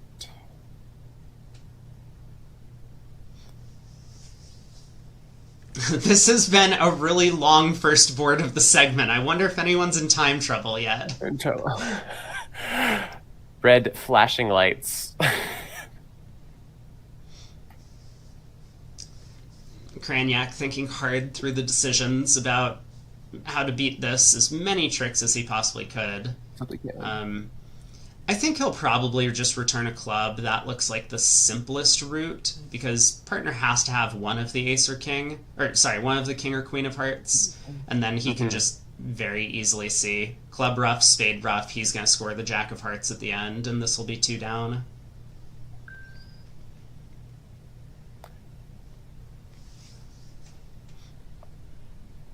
Goes for a diamond. Yeah, the forcing defense. Alright, so Declare gets to score this ruff.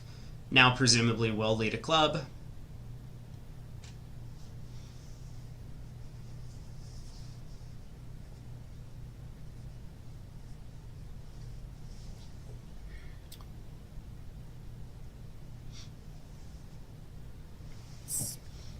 Yeah.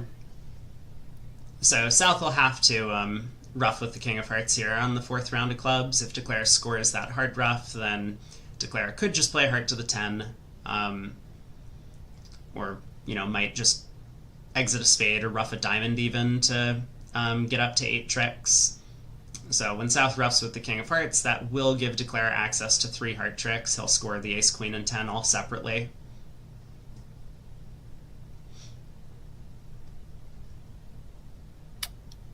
All right, Cedric. Yeah. There we go. He played a card.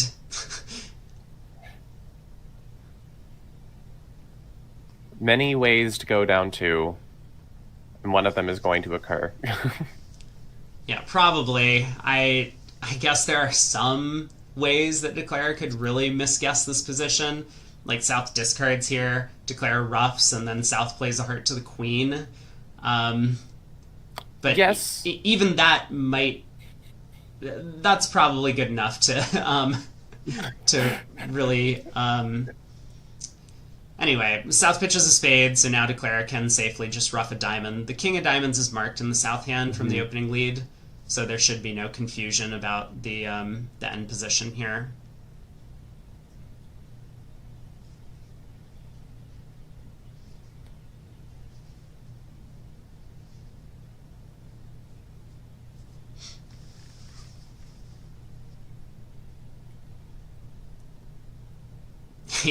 He's staring at it.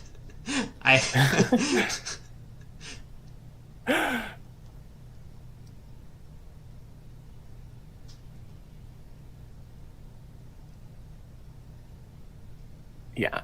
I'm really not sure what the holdup is at this point. Plays a spade. Spade. I mean, trying to make the north hand or the longer hand rough.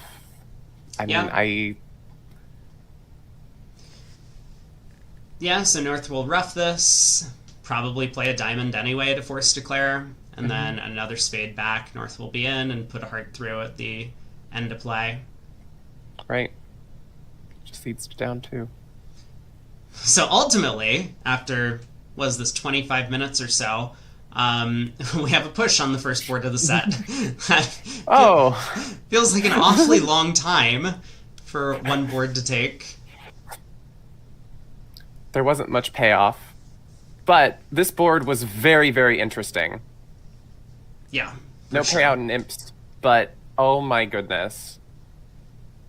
They found a difficult contract to handle, but probably better than a 3-no trump contract, and boy, was it hard, a brain breaker, even in the situation where you can see all the hands. Yeah, very challenging board to play, and obviously Lorenzini might lose a little bit of sleep at night, given that he ran the Jack of Spades into the Singleton Queen, but that... It's not the card that he wanted to see North produce, but he backed his judgment by not Jack of Spades low, and then he very quickly ran it. He was sure he knew what was going on, and unfortunately it didn't work out for him this time. On to board 2. I am curious how far the other table is ahead. There are only a couple boards in. They surely had to think about board 1 quite a bit as well. They did. So North gets to open a club. East will overcall heart. That 8 count. Negative double from South, unless... Yeah, presumably a negative double from South.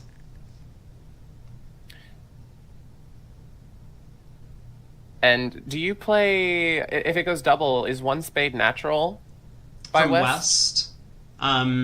It definitely should be. Sometimes South has 4 small spades and you're just sitting on King, Queen, Jack, 6th over there. You really have to get your suit in. I'm an advocate of the same idea.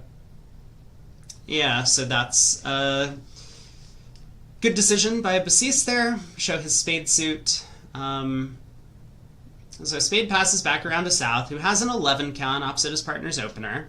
These guys do open a little bit late, so I think he'll probably just bid one no trump, is my guess. But if he does want to be a little bit more aggressive, he could try 2 no. He does have stoppers in both of the opponent's suits. Goes for 1 no. And will North budge? No, but West will.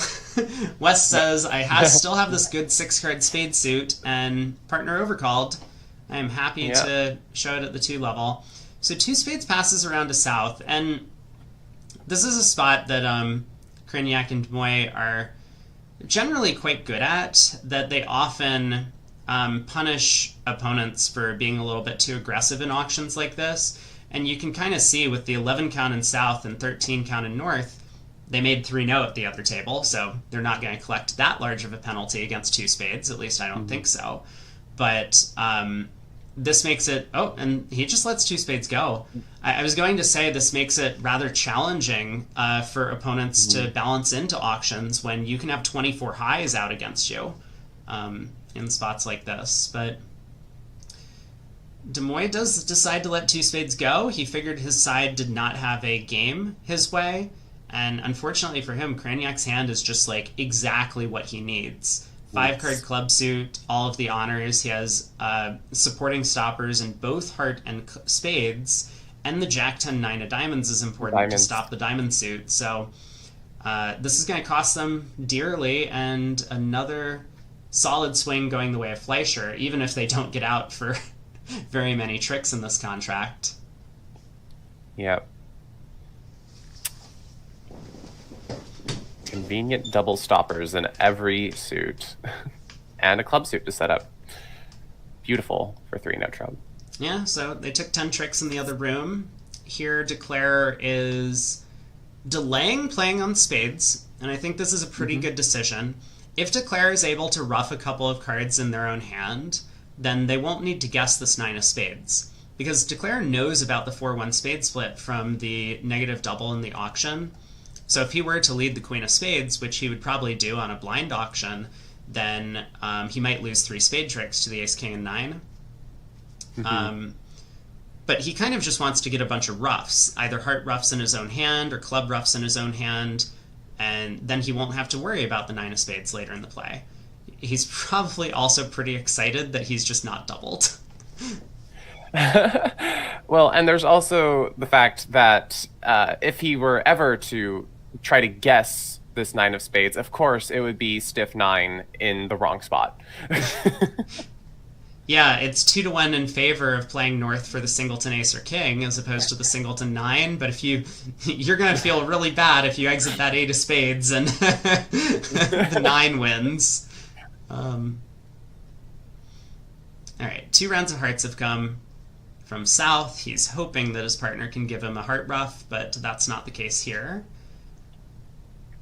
So North will continue a second round of diamonds, I'm sure.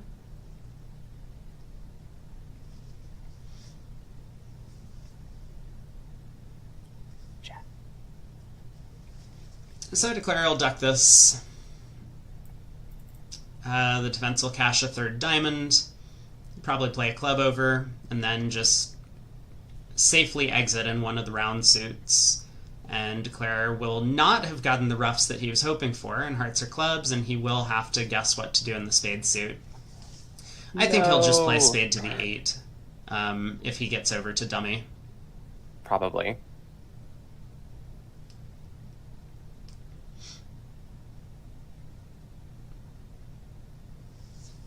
Yeah, so club to the ace, club return, and then Declare can win the queen pitching a diamond and take the spade finesse, the very deep spade finesse of the 9. He'll be able to get out for down 2, it looks like. So a ton of imps going the way of Fleischer on this hand, with North-Souths kind of systemically freezing them out of getting to game. If you're playing a sounder opening style, North pretty likely to... Whoa. Interesting. He exits the 7 of spades anyway. He knew what was going on. He probably had a high card count at that point. North needed one of the Ace or King of Spades to open. So yeah, 6 tricks. Is Eight that imps going the way of necessarily Fleischer. true with a really aggressive opening style? Yeah, so this is kind of one of the trade-offs that you get for effectively your 11 counts in response to an opening bid being up to being a one no trump response. You just miss out on some of these like very thin games, but the trade-off comes in the fact that you get to open a little bit lighter and get to your part scores and sometimes freeze the opponents out of games. You can't have it both ways, unfortunately. Always a trade-off. Yeah, so East passes in first seat here. South has a 12 count, gets to open a club. Mm-hmm. We'll see a spade overcall from Spade Pacis. And yeah, those were two pretty fast passes from North and East. Demoy reopens with double, and Double.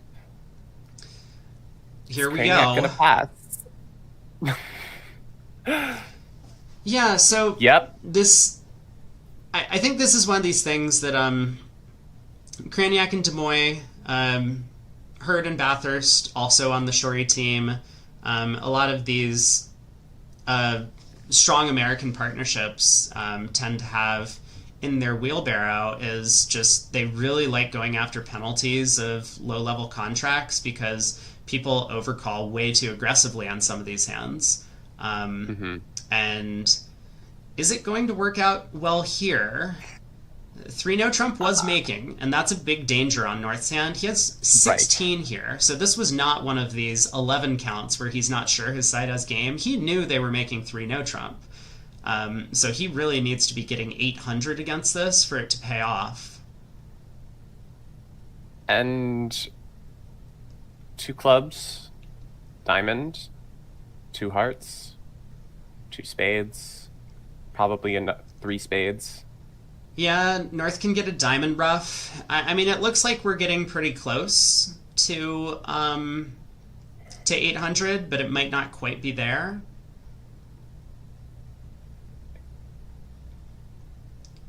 So ace of clubs, Yeah. South plays the 9. I do wonder if that's just a discouraging signal, or if maybe they're treating this as like a count situation.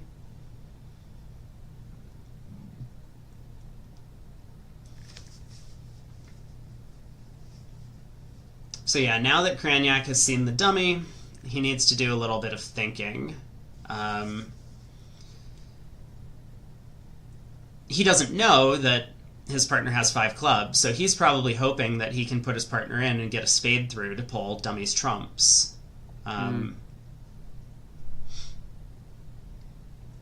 If the defense can get... If they're aware of the layout, Craniac would just switch to a diamond here. Okay, he switches to the jack of clubs, or continues the jack of clubs. Round to the king and queen. This gives Demoy a lot of information. It's probably just a spade, and then you start tapping declare. Yeah, that's actually a really strong defense as well, and so maybe that was Craniac's plan all along. 2 rounds of spades and then continue the club suit. So ace of spades, South can start pitching losers. And the declarer is kind of left a little bit helpless. Right. They're going to get 3 spade tricks, but it seems that that's it. They'll score a diamond, it looks like. Oh, right, you don't have enough pitches. Well, can Demoy pitch 2 diamonds on spades? He could. So let's see. If Declare roughs this and leads a diamond to the king immediately, what does the defense need to do? I mean, it looks like they would need to play a low heart from king, queen, 10 to partner's ace, a heart back, and then a third heart to pitch a diamond from North's hand, which honestly is very possible. Demoy is going to think a little bit here on the ace of diamonds. He might think a little bit here. Like, he's seen his partner turn up with ace queen 9 fifth of spades. He's seen his partner turn up with the ace jack of clubs, but no. He does play a club back, so this is going to give Declare the opportunity to cash the diamond queen. So he'll escape for, what is this, down 3? Taking 3 trumps and the diamond queen for minus 500, but yeah, 800 was definitely in the picture. If North-South got found all of the right defense.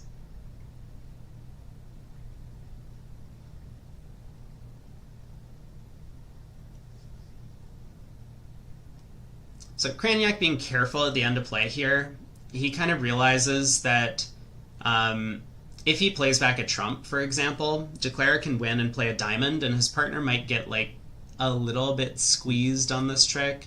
He might just go ace of hearts heart to clarify the position from now, or for his partner right now. Well, yeah. I mean, if you do exit a spade, it goes diamond. And if there is a guess, then Declare's just end played, right? Okay, we get a claim down 3, 500, and Fleischer picking up 12 on the first few boards in this set. And it looks like the East-West pair has just been outperforming the North-South pair on these cards so far. I mean, if they'd gotten 800 against one spade, the momentum might have shifted, but these guys understand that 3 no trump was going to make, so it wasn't a ton of imp swung either way. But getting to 2 spades on 17 and North-South missing the game, as well as board 16, East-West making it to the superior 4 hearts as opposed to 3 no trump, they've been kind of lights out. I mean, Fleischer picks up these guys for a reason to play on the team, and they've been killing it so far in this segment. All right, a 2 diamonds opening from West. Yeah, 18 to 19 balanced. Often a difficult range to show in standard methods if you're not comfortable with the 2 no trump rebid in some auctions. So I'm not all that familiar with methods that this pair plays. Some might have the ability to just bid a non-forcing 2 hearts here on the east hand, which is a huge win for these 2 diamond openers, is if you get to sign off at the 2 level in your major suit as opposed to having to transfer to the 3 level.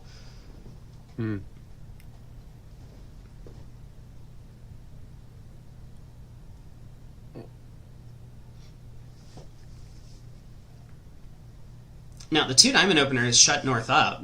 At the other table, if West had opened a club, which I'm guessing is what happened, North just has a natural no-trump overcall with his 16 count, and North-South were able to transfer to spades and find their 9-card spade fit. It might be a little bit more challenging here with East-West kind of stealing the auction away from them. But is that good for East-West or bad? The heart suit does come in. Both diamonds offside, but Declare can pitch a club on the ace-king of spades. It looks like East-West might be on for 4 hearts on these cards.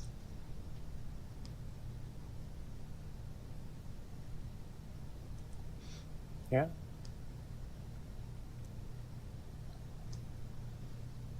So Lorenzini thinking about what to do with his 5 count.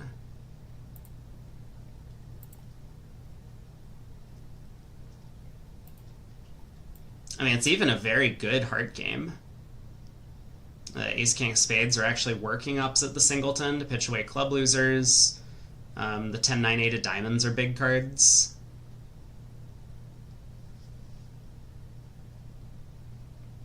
To 19 balanced. Apparently, they do some sort of multi-meaning transfers here. According to their commit card. Oh, that's interesting. So is 2 diamonds just 18 to 19, or can it include a weak 2? It's 18 and 19 balanced. Okay. And that's just it. But that's what it says their responses to the 2 diamonds bid is. Okay. Multi-transfers, yeah. So then I guess East can't bid 2 hearts to sign off, of course. So then I suppose East has a decision to make about how high he wants to bid opposite this. So two spades, relay to 3-no, or to 2-no, either to play or to transfer again. I think he's probably going to game force then. He has 5, opposite 18. It's not great, but you're vulnerable. It's imps. You have a singleton. Sometimes singletons are just working. You have a good 5-card suit. So I think he is about to show 5 hearts and a game forcing hand. Although, maybe not.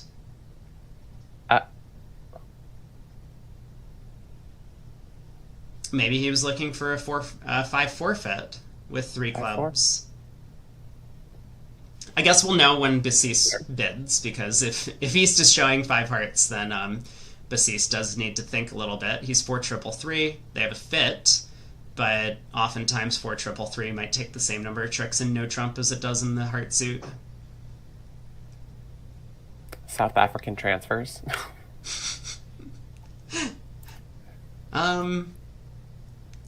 Yeah, I don't think that's what's going on here, but I wouldn't expect so either. Like, what would you do without Stamen?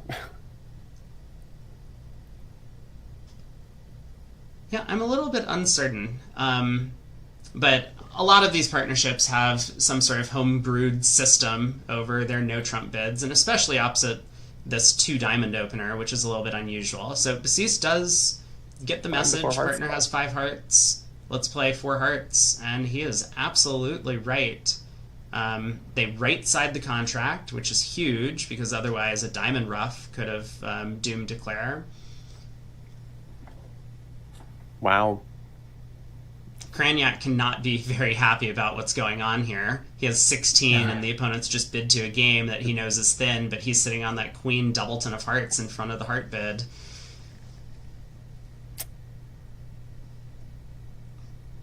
So after asking a few questions, Cranyak will lead a high club. I think they play Rusino. Okay, this is actually a fun choice. So the normal lead from North's club holding would be the queen, because queen promising the king in a Rusino sequence.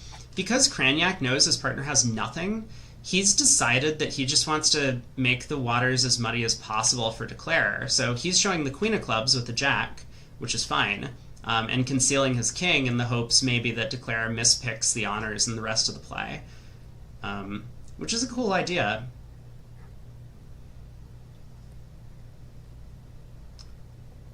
Declare ducks the opening club lead, kind of a natural thing to do in general, just to try and cut communication. Declare plans to pitch one of the clubs on the ace-king of spades, but if he won the opening lead and, say, took a heart finesse, the defense might have been able to cross in clubs at some point and potentially, get diamond ruffs, maybe, or if clubs were 4-2, then play a third round of clubs there.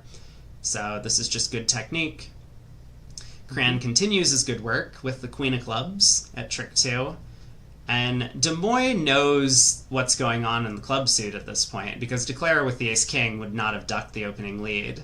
So he's probably, silently reaching over to pat Cranyak on the back. Good try, partner. I don't know if it's going to work, but this is great. I see what you're doing here. Yeah.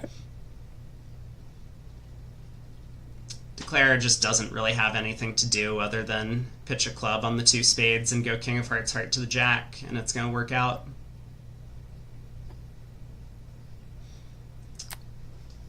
If he had the 10 of hearts, he might have had a 2-way guess, but not today. Craniak's going to be disappointed his partner's hearts were a little bit too good. I mean, the 10 of hearts does offer flexibility. However, it offers you a choice. Yeah. I would much rather not have a choice, and that choice just work. That one thing that allows it to work, just work. Sometimes it's better to be lucky. And yeah, Basis is thinking this one through. I mean, He's not nearly as slow a player as his partner, but he's entitled to think every once in a while also. Sometimes we forget that. He's got to counterbalance his thoughtful partner a little bit. Right. But, of course, as you said, everyone's allowed to think in this game. I think it does make sense to cash the Ace King of Spades immediately. I mean, you could play the King of Hearts first if you wanted to, but you really want to pitch that club in case things go wrong, that you end up going down fewer tricks.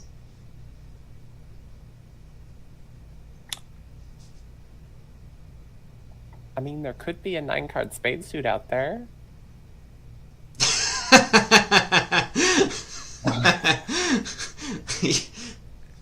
You are so right. Yeah. All right, you've convinced me. Let's play on trumps first, and while we're at it, let's just take a first round heart finesse in case South has the stiff 10. Oh, not concerned at all. Yeah. All right, Ace King of Spades, King of Hearts and a heart. The queen pops up, now declares playing for over tricks. He'll try the diamond finesse, but when that's offside, he just has a claim. Ooh, getting tricky, throwing the queen of hearts under the king. Yeah, it's a good try from Kranyak. I mean, he knows that if he follows low, Declare's just going to play another trump and his queen pops up. So this at least causes Declare to pause and think, well, what if South... That's a true card, and South does have 10/4 of hearts. Just give him some stress. Yeah, good efforts all around by North, but Vasis was on top of this one. Sometimes the simple line of draw trumps and claim is the best one.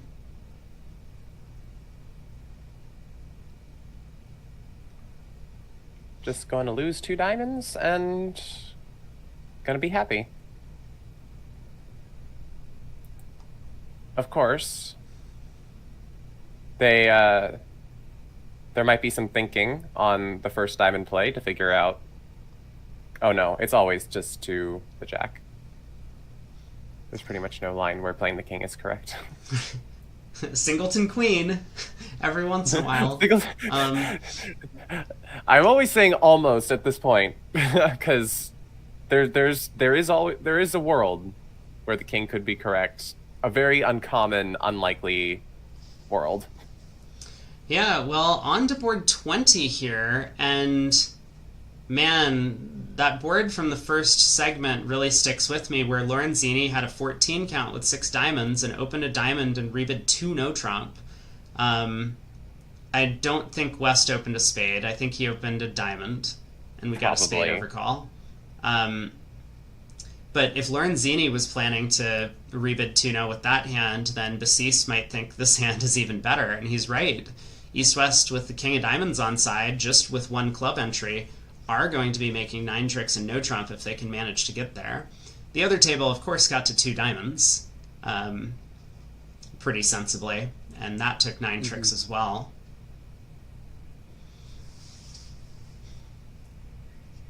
Does he dare? No, 2 diamonds. Yeah. So, I mean, with Lorenzini being a passed hand here, obviously West has a lot less to believe that they have the possibility of a no-trump game. But 2 diamonds passes to Lorenzini. He's just going to let this go. He has a pretty nice hand considering he passed the first time. I'm a little bit surprised he didn't even make a negative double on the first round of the auction. But he has no reason to believe that his side's making much of anything. So 2 diamonds passes around to South, and I think South is going to give this, a double. He does have 13, opposite a partner who overcalled. I would have thought that I hadn't said my piece yet with this hand yet either. Yeah, it's a great hand. This diamond shortness, I mean, you have honor doubleton of spades, and partner could have extra length there, or even ace and 1 might be good enough to give yourselves a chance at making a spade game. So Kranyak has a problem. You hate it when you've overcalled very late and your partner doesn't shut up. And so he tries 2 hearts, which I think is a reasonable bid. And I think this will probably pass back around to Yeah. West, and West presumably will be done. East never took a call on this hand. He's got an ace and his responder. Yeah. Just- Yeah. well, I stopper, mean, he's the got oppo- both major suits, jacks and stuff. So maybe he's just lying and waiting and scheming. He's like, I want them to play in a major, please. He got his wish. The opponents are in 2 hearts, and they probably expect the heart suit to be 3-3, given that East didn't make a negative double on the first round. Mm-hmm. So,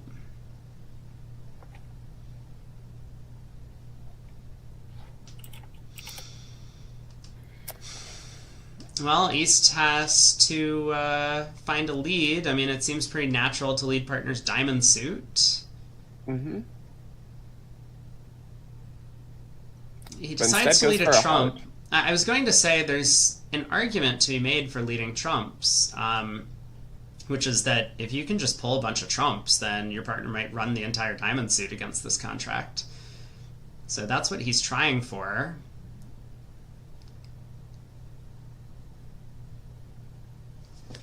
Okay, so Hart's going to go around. West has a decision to make at trick 1. Yeah. Wow. Do you play the ace or do you just let it go? If you let it go, do you kind of still play into that illusion that things are splitting 3-3? Because I find it very uncommon with ace doubleton to be ducking in these situations, because if they just play another heart, your ace is popping out no matter what. Right. Now, with West's long tank at trick 1, it's probably going to be pretty obvious to declare where the ace is. But Yeah. if West hadn't thought for a long time, if West in tempo had played the 3 of hearts, declare might have placed East with the ace of hearts for this lead, despite the opening bid and the silence from East. So he does go up with the ace of hearts, and now he has some thinking to do. Because West might be a little bit worried that North could have better spades, like including the jack. And so if he just returns a heart, Declare might be able to pull trumps and run the spade suit. He might be looking for a way to compromise Declare's trump holding by either trying to play a couple rounds of diamonds, forcing dummy to ruff, or... And it looks like that's what he's ultimately decided on. Ace of diamonds, queen of diamonds. And is there a world where they're able to, just played another heart here, cash their diamond so that the diamond trick doesn't go away on a third spade? I guess he knows that the spade suit isn't going to run, and Declare has limited entries here, especially by playing another heart. It feels very unnatural to block the heart suit. So, and he probably knows, since North did not bid 2 spades as opposed to them bidding 2 hearts, is probably just gonna have the spade splitting 4-2, and I guess he's just playing his partner to have the jack. Yeah, or it's some not that honor. unreasonable. You know, again, he doesn't know that the opponent's hearts are 4-3. The opponents could easily be in a 4-4 heart fit here. True. But as you say, maybe North would have rebid 2 spades with king, queen, jack, fifth. So Declare going after the club suit, runs the 9 of clubs. West will win the king. And at this point, West probably has nothing better to do than to return the queen of diamonds. Yep. I mean, there goes your entry. If there was any hope in playing diamonds, running diamonds, drawing trump and running diamonds, it's not there. And also, we're not sure that basis is on the same side, the same idea wavelength as Lorenzini might be, if that's Lorenzini's plan. Yeah, the hand hasn't felt like it's gone very well for West. The opening heart lead, he didn't want to see that. That kind of picked off his ace doubleton of hearts. He cashed the diamond ace, returned to trump, and now Declare is playing a club, and his king of clubs is getting knocked out, as you say. He's not going to be able to run the diamond suit if he wins this. I mean, obviously he's thinking about ducking, otherwise he would have taken the trick already. And he does duck. Now Declare probably wishing he took that they overtook and then tried to rough a club. Yeah, Declare will still be able to rough a club, so... C spade, yeah. Yeah, now Declare can actually cash 3 spades, ruff a diamond, ruff a club, and we're getting pretty close to making this thing. Wow. But it looks like Declare will end up down 1 on that line of play. If spades split, Declare might actually make this. I think that's the line of play Declare should probably choose. Although, going all the way back to the auction, remember, hearts just have to be 3-3. East never took a call. So, Declare right. might actually pull a trump here. Wow. Do you trust Lorenzini? You know, I take it all back. It's completely safe to ruff a diamond, ruff a club, and then play a spade to the ace, and then check to see if trumps split. So... True. So yeah, I think Kraniak will spot that. Even if he suspects that heart to the king might just pull all the trumps, he's probably just going to take the safe line, and then from there, he'll see trumps don't split, he'll cash as many spades as he can, and he'll get out for down 1, which would be a push against 2 diamonds making. Alright, spade to the ace. Club ruff? Probably club ruff. Club ruff. Diamond ruff. Yeah, I think you ruff a diamond. Mm-hmm.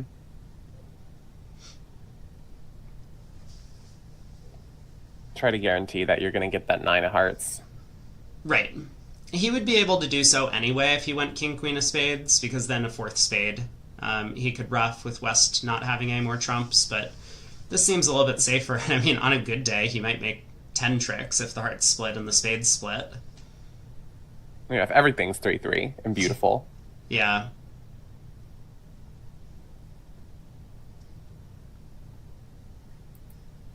Wouldn't that be a dream if everything split 3-3? Wait, I guess I've miscounted the tricks. I got off by 1 somewhere. So, Oh, yeah. yeah. Yeah, 2 more spades and 2 more hearts is just going to be 8 tricks, making 2. This does seem to be the indicated line, though. Again, if hearts are splitting, then we're in great shape. That's not the card. Queen of clubs is not the card to play. I guess it didn't matter. But that was a jump scare for a moment. Alright, King of Hearts gets the bad news in the trump suit, tries to cash spades, and he'll get the good news in the spade suit. So, 6 imps going to Shori, in fact. Much needed because they were getting shut out in the first part of the second quarter. They pick up 6. Beautiful hand. Yeah, nice 13 anytime count. anytime I see a suit like that, I'm like, oh yeah, I'm happy with this. I like this. Yeah, so Kraniak opens a heart. I think at favorable vulnerability, he probably would have chosen a no trump for the preemptive value, but vulnerable, you don't really want to be shading too much, even though they play like a good 13 to 16 in most seats. So heart will pass around to West, I assume.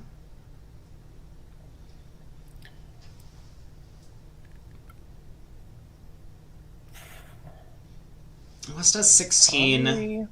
You're probably way too good to balance 1 spade, so West should balance with a double. Just goes with Just the 1 kidding. spade, though. Yep. JK. I was joking. There's 1 spade from West. I don't know. When I looked at that hand, I'm like, this doesn't look like a 16 count. Yeah, for it's, some reason. 5-3-3-2, no 10s, bunch of queens. But it is 16. Oh. Yeah, it is definitely 16. I'm just like, I'm not jumping out of my seat looking at that hand. Right. I mean, one thing I'm not particularly excited about is the fact that I've got 2 queens and North is the opening bidder here. Yeah, finesses are a lot less likely to work in that case. And Lorenzini also opting to go low here, but it is a balancing one spade call, so that makes sense. Yeah, that's certainly the point here from Lorenzini, is that if his partner had overcalled a spade, he probably would have been happy to raise to the 2 level with king 10 third in support, a 7 count, working doubleton. But here, opposite the balancing one spade bid, because partner certainly can't have more than this, and this might already be a little bit thin, or a little bit maximum, overly maximum. Yeah. But he decides that there's no chance his side's making game. Demoy thinking about whether or not to balance back in. He has a nice 6-card club suit, and if he gets in trouble, he can of course run to the 5-2 heart fit. But he does decide to just let one spade go, which I think is a pretty practical choice. If his partner couldn't bid over a spade, no chance that his side has game, doesn't want to risk going for 800 for no reason. So there it is. We're at the 1 level. Kraniak leads a high heart. Again, actually, by West. Not doubled this time, but... No, not doubled this time. Basis was ready for the double. You know, that might actually have been a factor. He's seen the opponents like get aggressive and like trying to double him, and he's sitting there thinking like, you know, if I just have a maximum for my bid, then sometimes they're gonna make a mistake. Yeah, maybe. Yeah. Wow. He's like, come on, guys, double. Do it again. See what happens. I dare you. So after a heart lead, North sees the doubleton club, opts for a trump switch, second round of trumps. Declare now is going to ruff the club.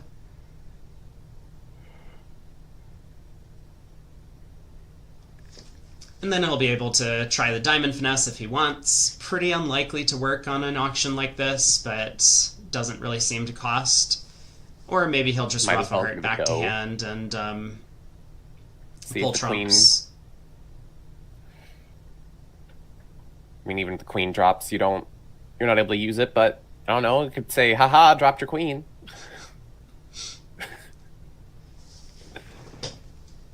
Yeah, so looks like Declare is just going to take 4 more tricks, same 9 that were made in the other room. Mm-hmm. But it is just the question of, do we take the diamond finesse, or do we possibly play for North to have started with King Doubleton? Looks like Declare had a count at this point. 2 clubs, 5 hearts, maybe 3 spades. Couldn't really drop the Doubleton King of Diamonds, so tries the finesse. Making 2, is that the right number? 1, 2, 3, 4... That is not the right number. Should be a push.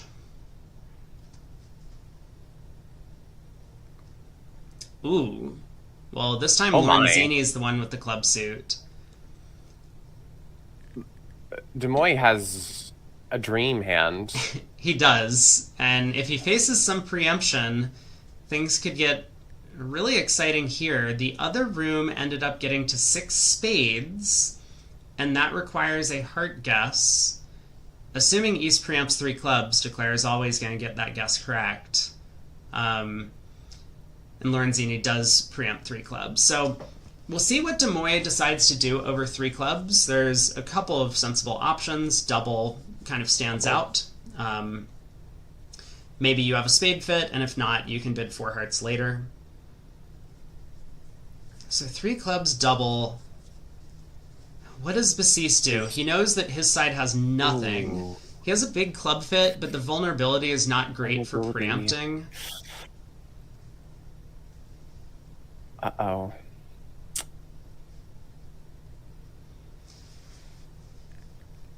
Yeah, he wants to be annoying, but he has to be conservatively annoying because, you know, these guys have a pretty good double trigger. Yeah. Finger. Yeah, that is an important consideration, and so 4 clubs I think is a great bid.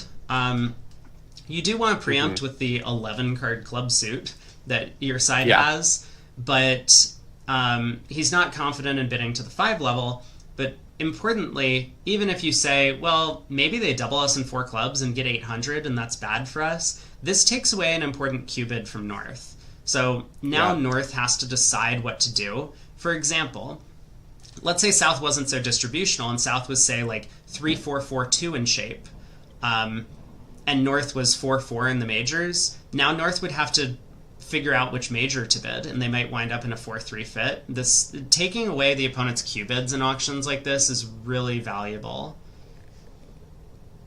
So North bids 4 spades, and it's back to South, and this preemption does make things difficult. So South is going to picture his partner with probably the king of spades. If he can count on the ace of diamonds, he might hope that his partner only has a doubleton heart and think that there's a decent chance of slam, and he does decide to push past the 4 level, 5 club cue. And that's probably going to get, well, I guess you're not completely sure what it is. Right, yeah. You might South has doubled in bid clubs, cue bid the opponent's suit. You don't really know what South's hand looks like, but so North's objective is to just do what looks most natural to him, and he tries 5 diamonds, which makes sense. South bids 5 hearts, which is an interesting choice.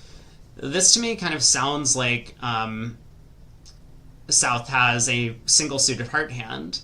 And Craniac makes a great bid of 5 no trump. Partner, I don't know what's going on, but please pick a slam. And so I think Demoy will bid 6 spades here. Craniac did not show over-enthusiasm about this heart suit, so probably just go back to spades. Very likely could have a 9-card fit. I guess it could be an 8-card fit as well, but... Yeah, so I think a really great auction by North-South. Well judged by South to push past 4 spades. There are just way too much offensive potential there. And then the 5 no-trump bid after a couple of steps to the 5-heart contract, allowing them to find the best fit. So, again, back to this idea that after the 3-club preempt, there's no way that Declare is going to get the heart suit wrong, because he's going to get a count on East's hand. East must have at least 7 clubs for this preempt. He'll pull trumps, he'll cash the diamonds before doing anything else, find out East has 3 diamonds, and then he has a count on the heart suit, and the queen will drop. Oh, yeah. Meanwhile, I wouldn't be using those thought processes, and I would be drawing trump, cashing my diamonds, and screaming about in my mind about whether I should take this finesse or not. Probably then just revert to 8 ever, 9 never, and drop the queen. And that works out great. But yeah, a big thing to think about after the opponent's preempt is often the first thing that comes to mind for most declarers is like, can I get a count on this hand? Because when the opponents are silent, you don't really have this information about like one long suit in one of their hands and a specific length of a long suit.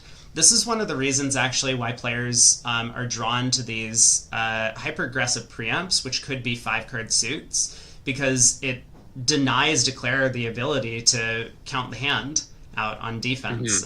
If you could have 5 or 6, then that off by 1 card really does matter. Like if East might have a 6th club here, then he still could have Queen 3rd of hearts at the point where Declare has a guess to make, and he could get the guess wrong. I think at this vulnerability, most players would be more pure about their preempts, and 3 clubs would have 7.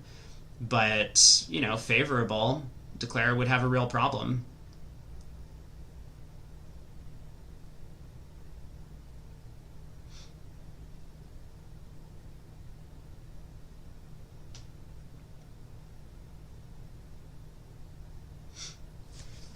So Ace of Clubs lead, and Basis. I think generally when you see a singleton and dummy like this, it tends to be suit preference for what East should do.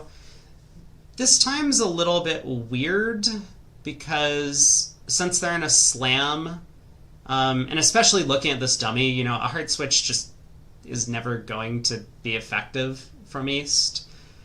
So I guess West is probably giving count in the club suit to let partner know, hey, don't play another club, it'll give a rough slough.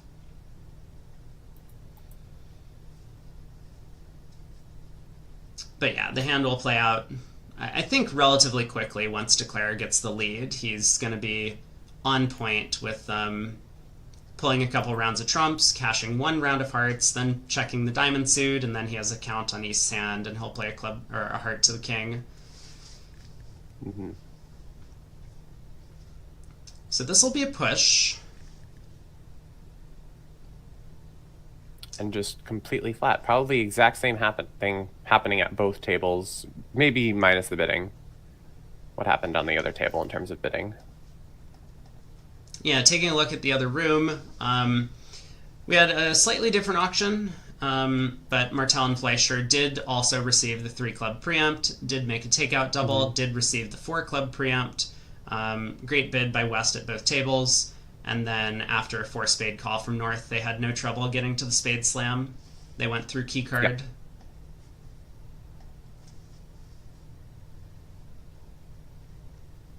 All right, diamond switch to the queen. So Declare can pull a couple more rounds of trumps. He'll be carefully watching when East discards. That 4 clubs is not a spade, even though they're both black. I see Lorenzini was trying to be tricky there, eh? Yeah. So pulls the 3rd round of trumps. Now he'll play a heart to the ace before running the diamond suit. Heart. And then he'll just get this full count on the diamonds before making his guess in hearts.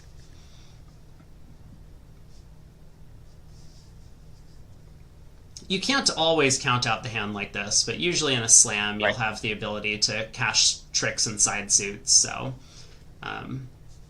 Doesn't even go for it. Yep. He was so confident. He didn't even cash the... I think he did cash the 3rd diamond. That might be an operator error. But, yeah, I mean, sometimes you just know. So... Sidekick. Well, we'll just call that. We'll just call that a sidekick moment from Craniac. Craniac has those far more often than some other people. So, Oh, now Craniac with the major suits, and yeah, more of them actually. Yeah, 11 cards in the majors. He's pretty weak, but I think he's going to be pretty happy to show both of them with a Michael's Cubid here. So 2 diamonds by North. Lorenzini, he has a game-forcing hand opposite their opening bit style with 13, so I think he's just going to be happy to eventually settle into 3 no trump if he can't find a sizable penalty. But he starts with double. This could be different from a bunch of partnerships. I think the common expert standard way to play this double nowadays is that it's negative. Which is what he has. He has both minors. A while back, people would treat this as like an unusual over unusual scenario, and the double would be penalty oriented against the major suits. But I think that's fallen out of favor. South redoubles.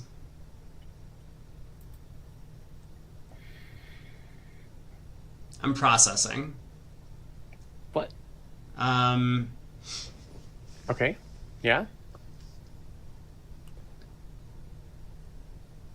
And North bids 2 hearts. What? Is redouble bid your worser one? I don't think that's it. I am,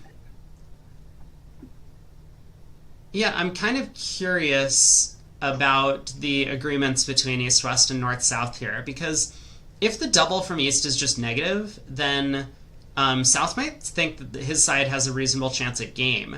I know he has a lot of values in the minor suits, but partner making a vulnerable Michael's bid often is going to have a bit more than a 5 count. So, like, if the spade hook works and his partner really is 6-5 a lot of the time, like, partner on ace, queen, 6 of spades, like king, jack, 5 of hearts, you might just wrap 4 hearts, if that's partner's hand. So, Anyway, so South redoubled, North bid 2 hearts, East doubled. It sounds as if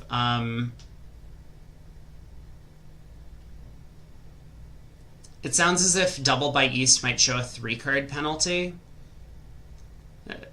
Pairs have certain agreements trying to, protect them from a law of total trick standpoint here, where East would be able to pass with shortness or length, expecting partner to reopen with a double if East's first double was like penalty oriented. I'm not sure. I'm guessing. But it sounds as if West is pulled because West didn't expect that they had a good plus score coming against 2 hearts, and I think he's right. So 2 spades, presumably showing a stopper. I think Lorenzini is just going to bid 3 now.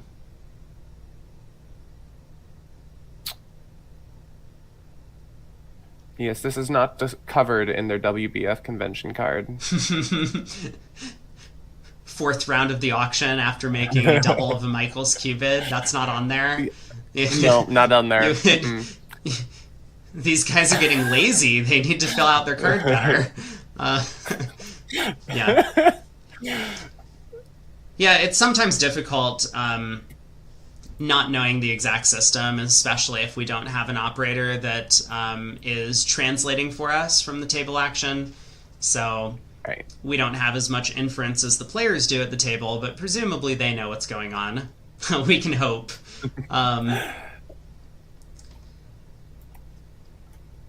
But then again, the operator's job, I haven't done it yet, but there's a bunch of things flying around all over the place. So I am always amazed if they're ever able to get an explanation out on the table of what things are. Yeah, it's tough. I think most of the players at this level are relatively happy to share explanations and stuff with the operators because they understand that it's kind of a tough job. But yeah, as you say, like, it is relatively difficult sometimes to interrupt the players during play and ask for an explanation. I mean, I can't imagine that operators would do that, but I do know, or would expect Lorenzini and Basis and Kraniak and Demoy, who've been here many, many times, to at least be open to sharing their written notes with the operator. Okay.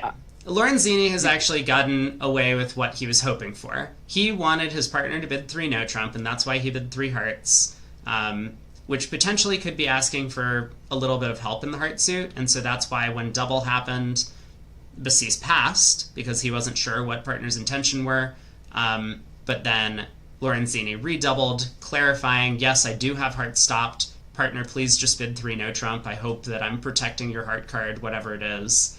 And so Kraniak will get off to a heart lead with Demoy doubling to clarify, yes, please, partner, lead the suit. And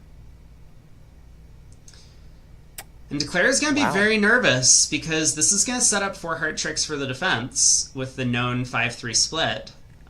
If North had any entry over there, then they were going to be able to beat this thing. But I mean, North could have the ace of diamonds, but if that's the case, then there's nothing.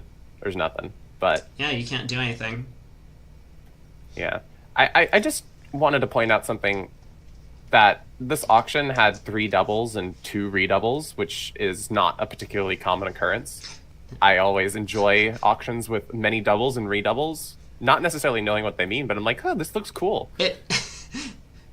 It is definitely fun, and fortunately for the players at the table, I will say, I think they have a pretty good guess as to what all of these doubles and redoubles mean. But yeah, it's not something you see every day, for sure. Okay, so 3 rounds of hearts have been played. Knock out that ace of diamonds. Alright, let's get a quick cursory count of tricks, because Declare takes a heart, they've got 2 spades, they've got 2 clubs, they have 3 diamonds, that would get them up to 8.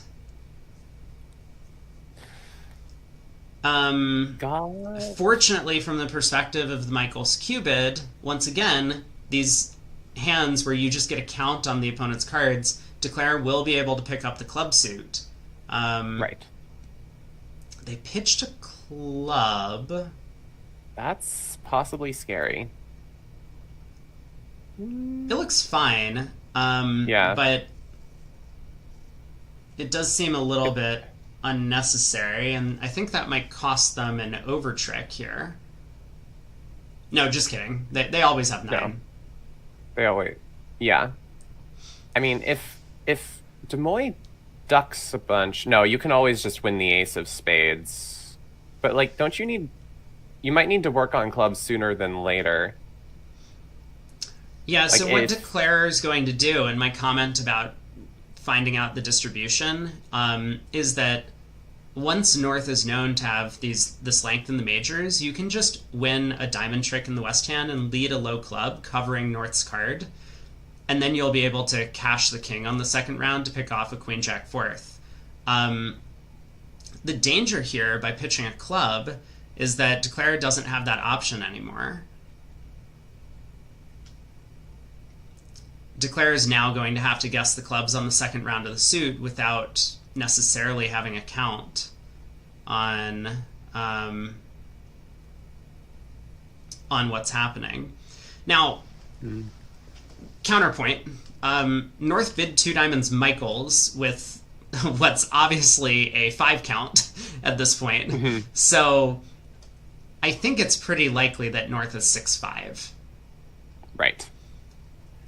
But there is some danger in Declare kind of losing access to getting as much information as he needs to pick up the clubs in a natural way. Like if West had pitched a spade instead of a club, and maybe he did, maybe there's an operator error that's happened and we haven't, we'll get that corrected hopefully. But then he would be able to, for example, win the ace of spades here and lead a low club to the 10, then cash the king of clubs, see North show out, and then be able to take the club finesse safely. All right. Spade to the jack, queen, and king. King of clubs. It looks like he's decided North is 6-5, so king of clubs, club to the 9. Demoy's best play is to play the 7 of clubs, and Declare is in the tank, and uh-oh, Thomas. I think he's regretting his earlier discard choice.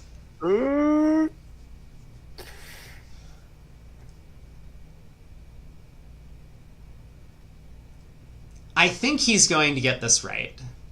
Because, I do too. Again, the chance that Cranyak, vulnerable, opposite a past hand partner, would just bid on queen 10 fifth, king 10 fifth, and out, or, even with queen doubleton of clubs, that seems a bit much. So I think he's going to trust the auction here a little bit. But man, he really made things harder on himself with that discard on the third heart.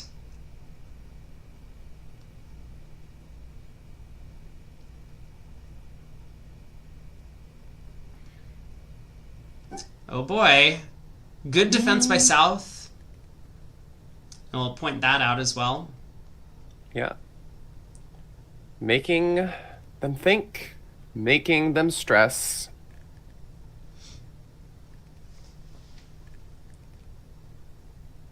So finally an opportunity for Fleischer if Bassis does get this wrong.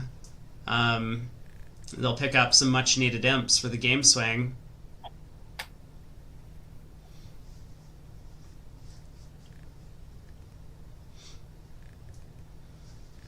These events are so tough. You just can't do the right thing on every board. I'm not going to say that fatigue has set in yet for East-West, but you can't be perfect. There's just no way. So, Bassis obviously regretting his decisions earlier on the third round of hearts. But you got to play out the hand the best you can from here. Big choice. Oh, Big choice. I'd be so scared at this moment. I'm like finessing into the danger hand, and it just could be your only way to make. Well, not necessarily. On the lay of the cards, it's the only way to make, but if North held Honor Doubleton, drop it, then play another club. Big moment. I think this is a really important moment in the match as well. Shory's playing at the other table with Wolpert, and this will be their last set. Fleischer and Martel still have one more to play after this. If Basis gets this right, I mean, not only will that be a big sigh of relief, and he gets it wrong! Oh no! Wow. So yeah, now he's going to be killing himself over that club discard earlier, which he wouldn't have needed to make this guess if he had just held on to that fourth club in hand. And it is a match within 18 imps now. Yeah, 18. I guess conditional on whether or not board 21 was scored wrong. We might have another imp going over, but 19, probably. Yeah, but so West gets to open a no trump on this hand. Overcalls. Is it just going to go pass, pass, pass, or is Des Moines going to come in? No, too flat. No. It just... Yeah. Always in balancing seat, you need to consider something, but this is not a hand to act on. Most systems over a no trump tend to work quite well if you have a 6-card suit or at least 5-4 between two suits, and Des Moines has neither of those here. So no trump, I'll pass. North gonna get off to a heart lead. They beat this 3 in the other room, which feels like an awfully large number of tricks. Well, I mean, nothing works here, does it? Maybe the closest thing to working here is the spade suit. But the hearts are gonna run on you. The diamonds are ugly. King Jack of clubs offside. Ew.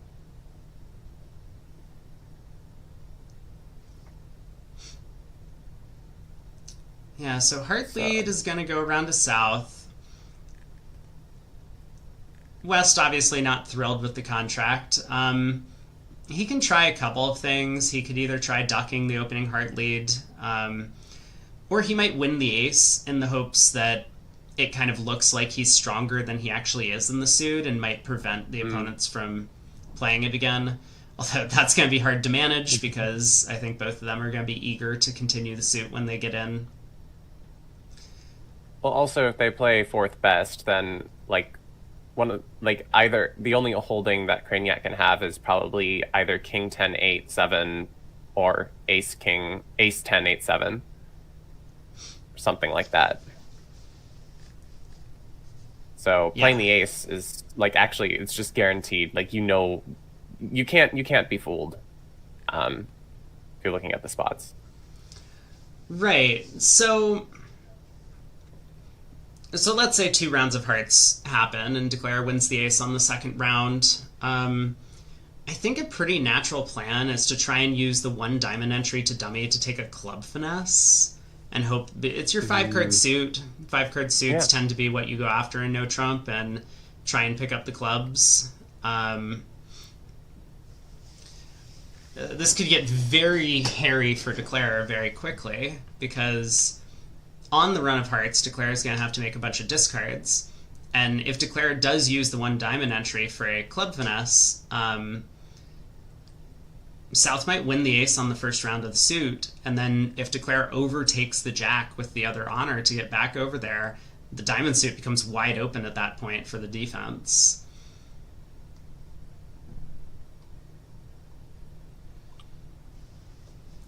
But first off, we got to get through trick 1, and Basis is certainly staring at this, hoping that there's some chance to make Maybe his best chance to make is he's going to need 4 hearts, but maybe if there's a stiff spade on her, he could lay down the spade ace, and I mean, not only would that give him 3 tricks in the spade suit, but it would also give him a bunch of entries to the east hand. So maybe that's kind of the miracle you play for.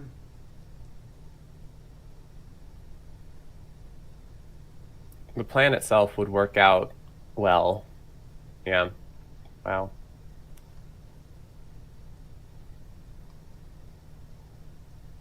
Yeah, if Declare does that, They so the defense is going to have 2 spades, 4 hearts, a diamond, and 2 clubs. Sounds like 9. Maybe that's what happened in the other room. Oh, actually, I'm being told that's what happened in the other room, so that seems very possible. Heart lead, 2 rounds of hearts, Declare duck the first, and just went ace of spades and a spade. That's, Yowza. I mean, yeah. Yeah, and then strong defense. South got in with the second spade and switched to a high club, setting up partners' club tricks. So, Wow. And if you do that,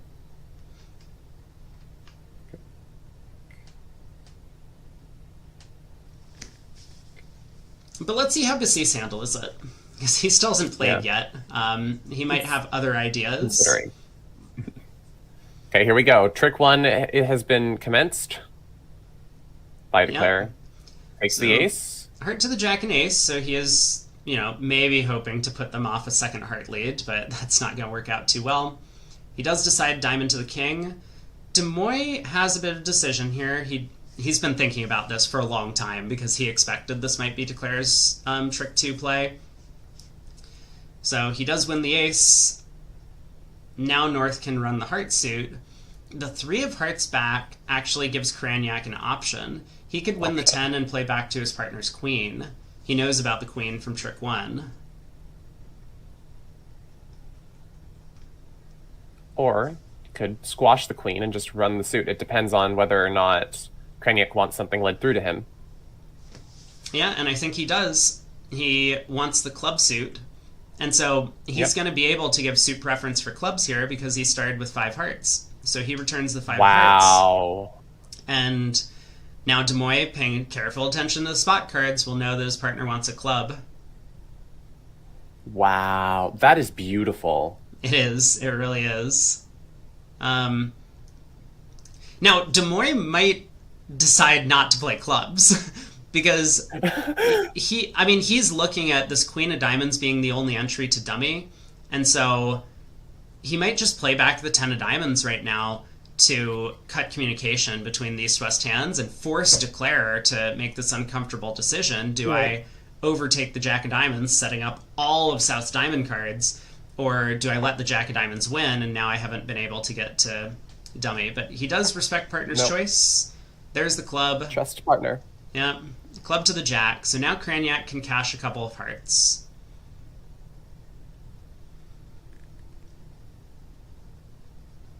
And then Kranyak can exit a diamond himself. Right? Yep. Now Declare is going to have to make some painful pitches. He will. He obviously can't afford to pitch 2 spades. That would let the defense play spades, but he might discard a spade and a club. This club discard is really cheeky from Bassis. I think a lot of times Declares will pitch this, like the last card in a suit from dummy that they want let into themselves, because it will look to the defenders like, oh, if we don't take that ace right now, then it might go away. But yeah, I don't think North is going to be fooled. So heart, we do see a diamond pitch from East. South throws a club, kind of confirming the club count a little bit. He switched to the 8 of clubs earlier, presumably second and fourth through Declare.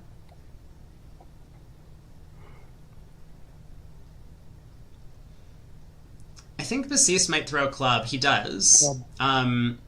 he, as well as everyone else at the table, is aware of that five of hearts play earlier from Cranyak asking for clubs. So Basis knows that the king of clubs is offside and not really working out for him.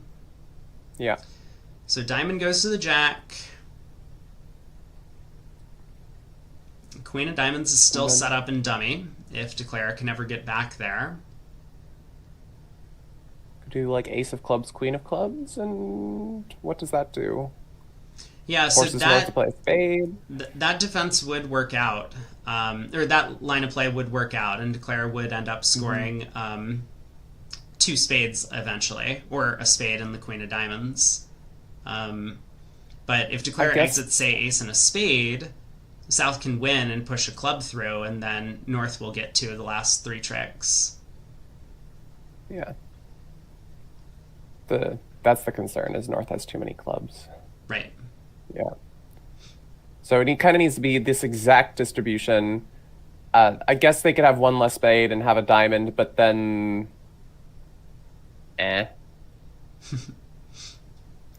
It's... Now you're playing it instead of the opponent's playing it, which is never fun.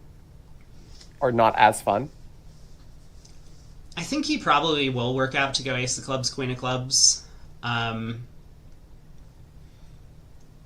Because if South shows out on the ace of clubs, we could then possibly revert to, say, ducking a spade, and then if South happened to have king, queen, third, South might be unplayed at that point, having stripped his clubs. There's a lot of guesswork for Declare to do about the distribution, because neither North or South has showed out in either clubs or diamonds. So Declare doesn't really have a complete count. He can't really know what's going on the hand, but I think he'll probably get this one cracked.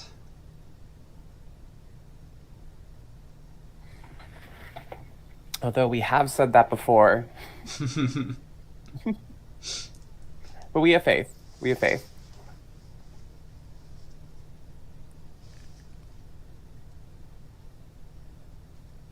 Yeah, I don't think he's unnerved necessarily from board 23, but it still might be in the forefront of his mind that he just went down in what otherwise really should have been a cold game, and cost his side 12 imps. Yeah, the mental on that kind of stuff is so hard to just push away out of your mind. Yeah, it's challenging because there's a lot of pressure in these matches to perform well. And as you get deeper in the event, you really don't want to get knocked out. You have a chance of winning. I mean, for these guys, they're 74th national championship, but for some teams, it's not that many. And it's just tough all around. I mean, we're human. We falter sometimes. Well, Basis is thinking through this very carefully.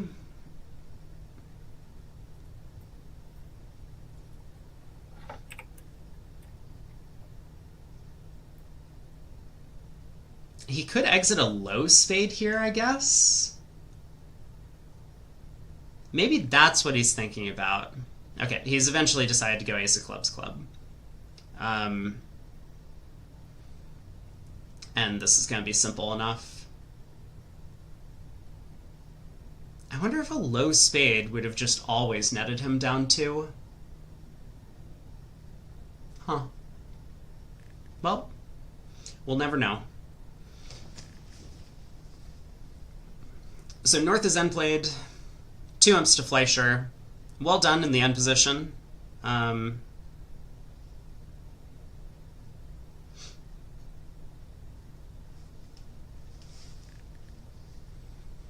On to board 25. We got 6 boards to play in the set. This one looks a lot tamer than the previous couple of boards. Hopefully not too much to think about North-South. North gets to open a spade. East might overcall 2 hearts, but I don't think he will, not at these colors. And North-South will just bid up to a spade game. Ace of hearts on side, ace of diamonds on side. Oh, I apologize. These can make a takeout double. That's a lot safer than a 2-heart overcall. Yeah. So redouble by I want south. a 10 or 9. Some values here. West will bid 2 hearts. I mean, East is happy to see the 2-heart bid, but definitely is not going to push his luck. You're still vulnerable, and you still are playing against Kragnac and Demoy, who do like to double people. They do, yeah. I mean, This vulnerability is a real scare. And on this lie of the cards, 3 clubs, 2 spades, a diamond, and a heart. They could just collect 500 right here. isn't that kind of what this double is? Is this penalty or takeout? I thought that the redouble generally is like, I want to penalize at this point. Yeah, so redouble is points. And again, not being familiar with their system, I don't know exactly what the double is. Right. But as mentioned on the previous board, sometimes these doubles will show a specific trump length so that you can make sure that you Right. get them when they've violated the law of total tricks, and you make sure that you don't go against the law on other hands. So this might be like a 2-card double, for example. Not sure. Well, they've opted to bid 3 hearts now, and staying away from 3 no trump. Yeah, they have the spade fit, so South, of course, just decides to bid 3 hearts, and North, not really knowing what partner's doing, makes the most natural bid, which is 4 clubs. He has some clubs on the side that he hasn't showed yet. So 4 spades by South. North will be happy to play here. He has a minimum.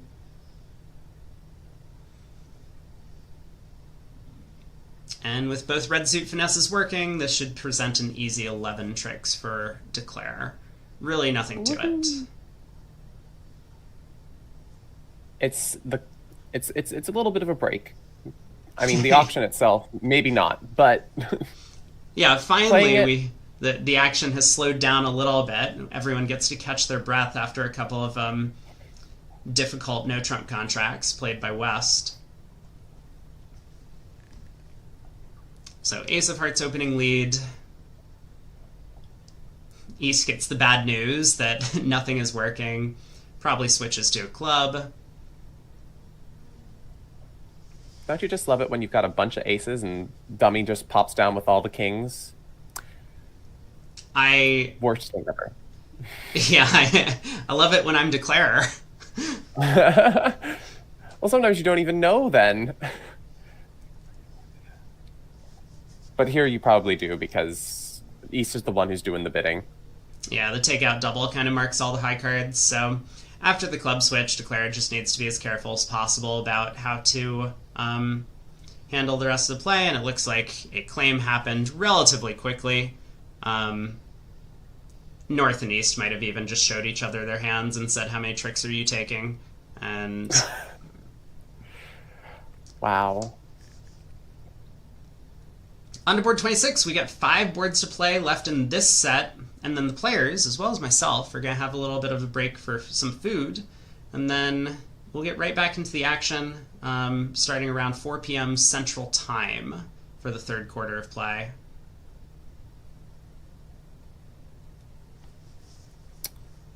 One club.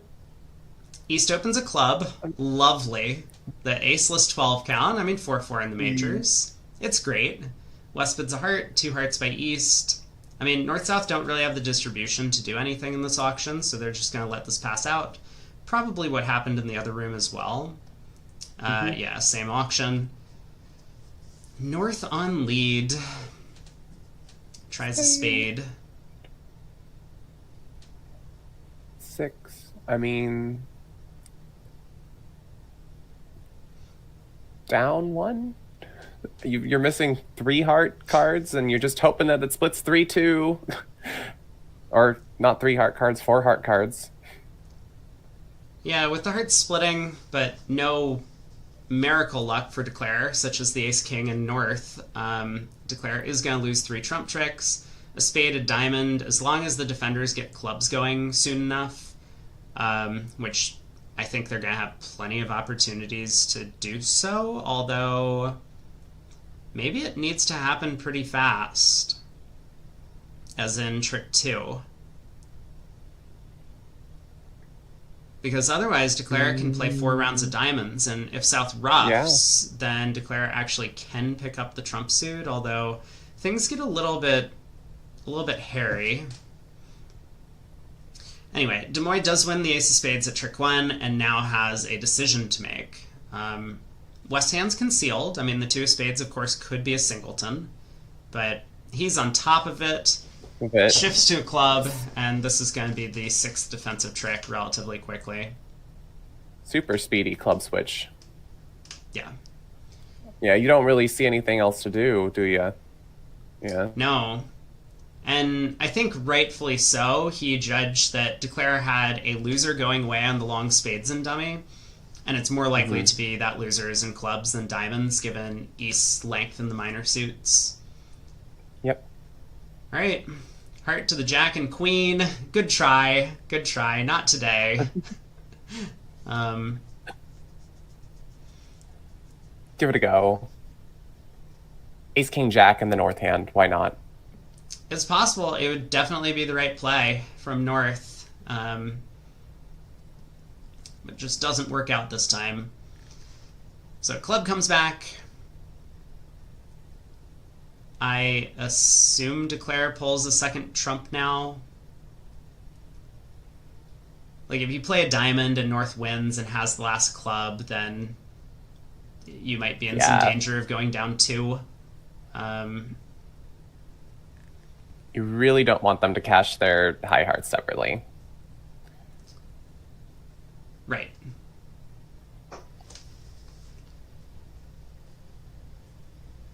Of course, if hearts happen to be 4-1 and you play another trump, then that's also bad for you, so I understand Declare kind of taking pause right now. Maybe he'll just play a diamond.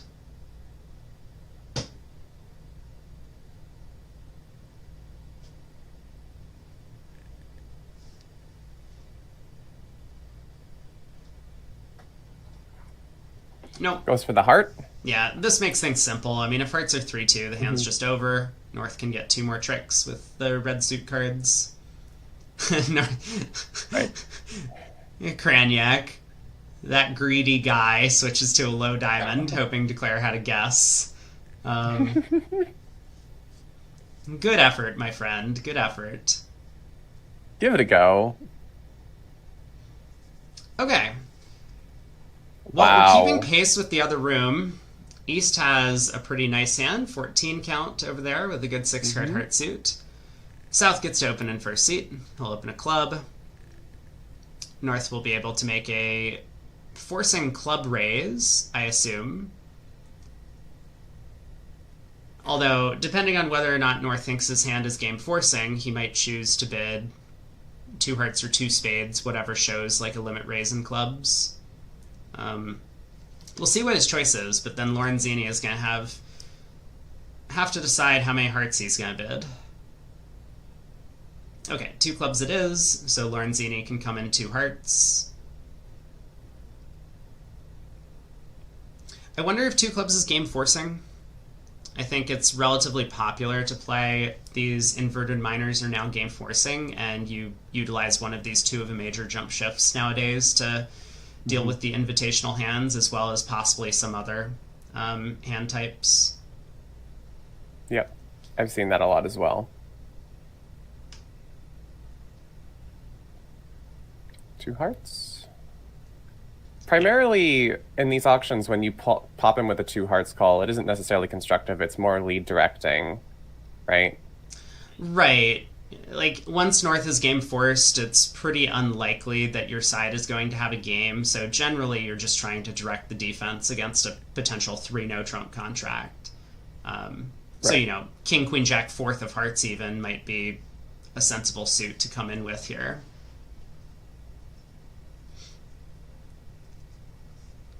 Your partner is not going to bury you. No. And if they were going to, this is not the hand to do it. So, No. 2 spades by South, just bidding his 4-card major.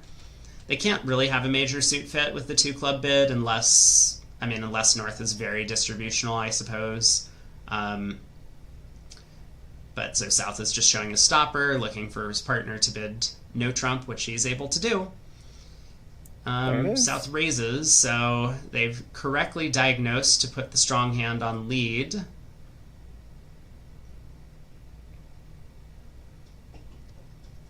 Clubs split, although on an auction like this, Declare might not necessarily pick up the suit.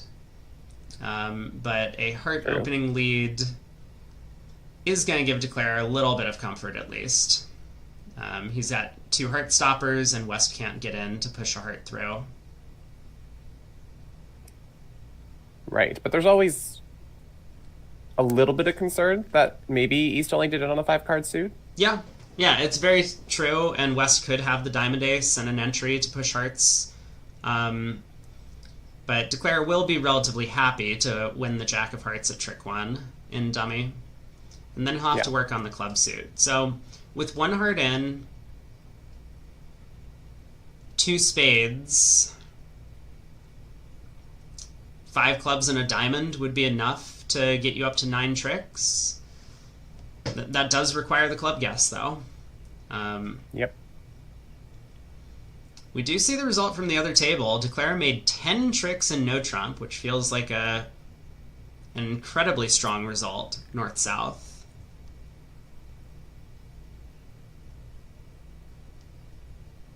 Yeah. Wow. So how is Declare going to handle the clubs? I think you have to play on clubs immediately. You can't really mess around, otherwise the opponents might have time to play diamonds and set up some tricks in that suit.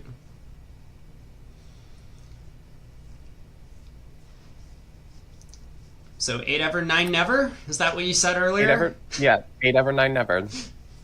We're trusting the 8 ever, 9 never, right? There's no discovery plays to be made here, yeah? As you said, if you mess around too much, you might find out. Yeah, the thing about this is that any small indication from the auction could really swing things, and this 2 heart bid might be enough to cause Declare to go wrong in the club suit. Right. Now, with that said, I think Declare can still make it if he misguesses the clubs. But let's see what happens on this trick. Big moment. Jack of clubs. He does take the hook. I think this is probably the right play. And I agree. Yeah, so club goes around to the queen. Now, Lorenzini hasn't necessarily gotten a lot of information from his partner. They might be playing Smith signals, but it's not even so clear that West would give a Smith signal in the club suit here, in favor of just like playing some low cards and hoping Declare misguesses. But if he does, then Lorenzini will know not to cash the heart ace. If he cashes the heart ace, then he's going to Declare can just lead a diamond up to make the contract.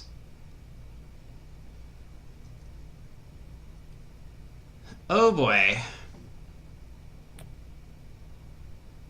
So Craniac, I think, will still be saved. Because with the diamond suit blocked, he should be able to throw East in to get a heart trick at the end of play. Or East might do his best to unblock the Queen of Diamonds and the Jack of Diamonds will score.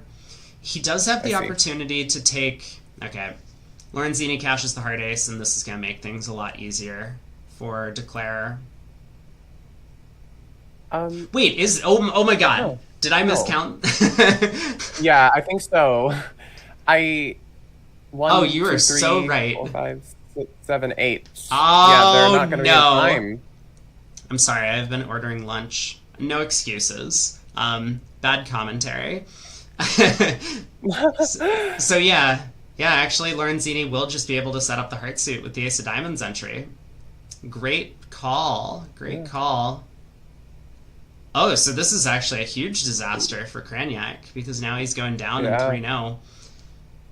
Oh boy. And we get another bad 3-0 swing back to the other side. Fleischer gets it this time. Yeah, so this is, after a bit of a run from the Shori team midway through the set, this is going to be another big pickup for Team Fleischer here by making 3-0 trump in the other room. I'm going to take a quick look at the play over there. Oh. Oh? Well, Declare had no inferences in the club suit, or not the same inference, because West was the one who Right. overcalled in the other room. Ooh. So, despite the hard opening lead, Declare decided to play the clubs kind of in the natural way, given that West had overcalled. Yeah. And so then he was able to just simply run the club suit. He didn't have any danger of misguessing the spades because of the one spade overcall. These late overcalls really can come back to bite you. And I know that over the course of this week, we've seen Shori do that a couple of times, and sometimes it works out great. He did earn himself 4 imps on the very first board of this match, back on board 1 earlier in the first set with a late overcall. But here, it might have burned him a little bit, because this natural auction that North-South had, especially with the 2-heart overcall, I think got Kranyak to off to the wrong line of play. So he's going to run the club suit, and I mean, he may end up going down 2 here, given that his best chance is probably going to be to take the spade hook. Mm-hmm. Although I guess East is potentially getting squeezed out of a spade.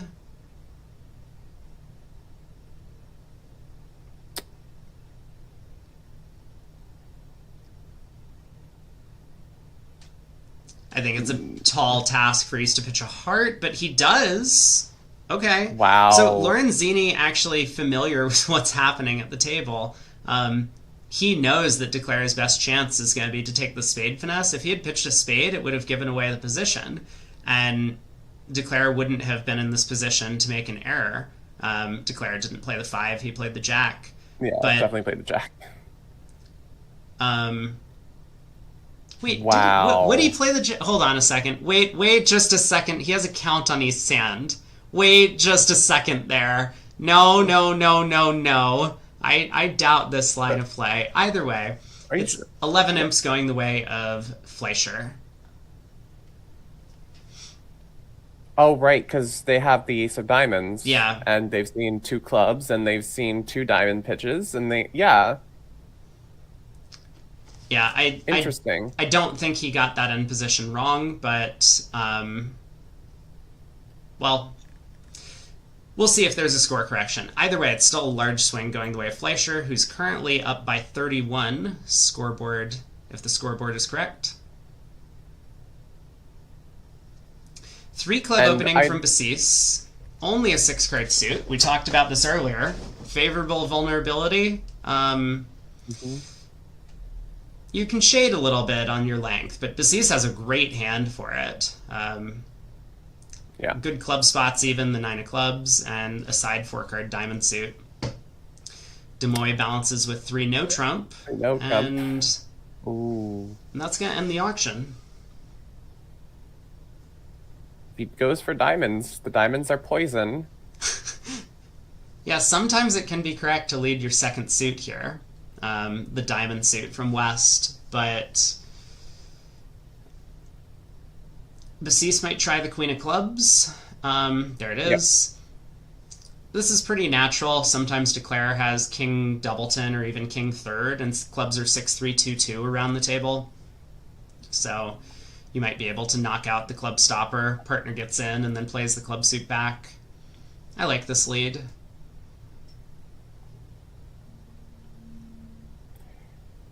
In this case, Declare is going to find out the clubs are 6-1. But now what? Just start working on hearts? I mean, that would be kind of psychic.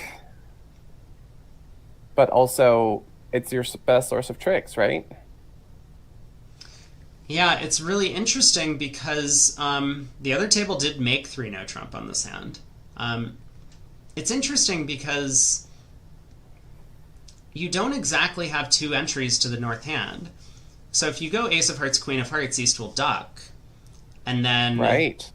The spades are not built in such a way that you can actually get over there as long as East ducks if Declare leads the queen of spades out of hand. So Right. it might be a little bit difficult to get the hearts going. Declare might eventually have to fall back on the diamond hook. I mean, outside of the diamond suit, if you take 2 hearts, 2 spades, and a club, that's only 5 tricks. You're still going to need 4 more. So he does start ace, queen of hearts. This is pretty natural, but East will duck. Strip squeeze, maybe? Like, if West has to pitch enough clubs. Yeah, the real question, though, so that's a good idea to think about that. But the real question is going to be, how do we know the diamond queen isn't just on side? And you don't. True. It's going to look a lot more natural to Declare to just take a diamond finesse at some point, and West will get in to cash all these clubs. I'm going to take a quick look at what happened at 3-0 in the other room. Same auction, but West over there ended up leading the 5 of spades. And at that point, Declare, I think, was in pretty firm control. A spade went to the ace, but now Declare does have 2 spade entries. He switched to clubs, but West ended up cashing a couple of clubs, even setting up the king in Declare's hand. And Declare ends up with 9 tricks, just taking 4 hearts, 2 spades, 2 diamonds, and a club. So I think a real opportunity for Fleischer in this room to show off running away. Some very strong defense.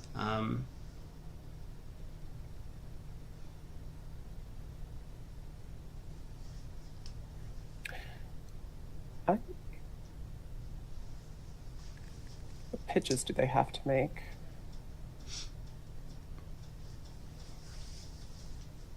So yeah, as Kai's alluded to the possibility of a strip squeeze, if you're a student of the game trying to familiarize yourself with some of these more challenging or exotic end positions, being able to count your winners and losers is kind of a prerequisite towards understanding squeeze play.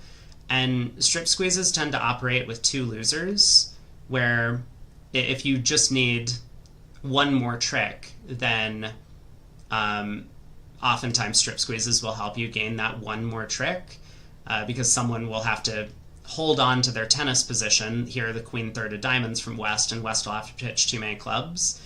But unfortunately, in this case, Declare only has 7 tricks. So he could play for a strip squeeze to get out for down 1, but that would not be enough to make the contract, unfortunately. So yeah, if you're trying to brush up on some squeeze techniques or other sorts of end positions, being familiar with how many tricks certain squeezes or end plays or such like that can gain is really helpful. And then just counting your high cards. So I think Declare is just going to run the Jack of Diamonds at some point. Maybe he's going to try and be careful to, not lose too many tricks when that does happen. But ultimately, I think he will have to just run the Jack of Diamonds into West, who's going to cash quite a few clubs. Yeah, the goal is probably going to be to get West to pitch as many clubs as possible before the diamond finesse gets taken. Yeah, if he can manage to do that, that would be a good plan. Although, I think it's just kind of reasonable to, if this trick wins, just lead the Jack of Diamonds immediately. Because Declare needs to set up 2 tricks, just the diamond finesse is not enough. You're going to need that long diamond as well, or to score 1 of the extra hearts if you can manage that. And so, if diamonds happen to be 4-2, you really want to lose the diamond trick to East. So you lead the Jack of Diamonds, hope East plays the queen, and then you duck in hand. And that will allow you to score 4 diamond tricks when the diamond suit splits no worse than 4-2. So I suspect that's probably what Declare is going to do. Demoy sitting south. If the Jack of Spades holds, and if it loses, then I guess we'll see what Lorenzini does next. He switches to diamonds. This is really important. If he had played back a major, because Demoy had unblocked that 9 of spades from hand, really good play, he would have had 2 spade entries. That 8 of spades would have been an entry, then he could set up the hearts. So, really well spotted by Lorenzini to not play back a spade. There's the diamond switch, and that has to sink Declare's heart. Yeah. You know, you never expect the defenders to just switch away from a queen like this, but there's not much he can do. I mean, there's also the fact that East doesn't have much of an option. They would still be doing this even if they have the queen, most likely. Right. I think East probably would have ducked if East had the diamond queen to avoid being end played. True. So yeah, the fact that East won the ace and then played a diamond, Declare is going to say, okay, I guess I guess we're not making this.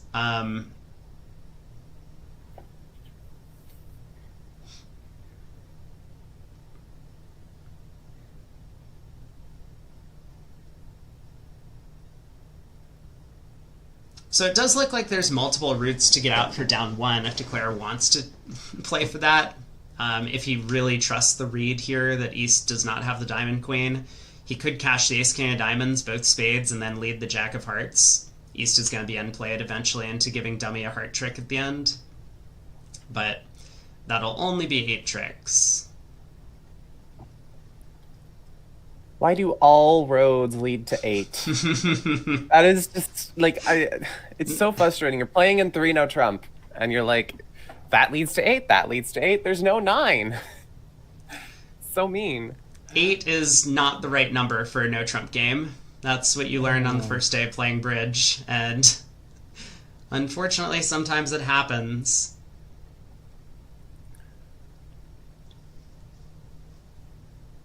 Alright, Declare is up with the ace of diamonds. He doesn't unblock the jack, so interesting. I think we are about to see. Well, I mean, he might try the queen of spades.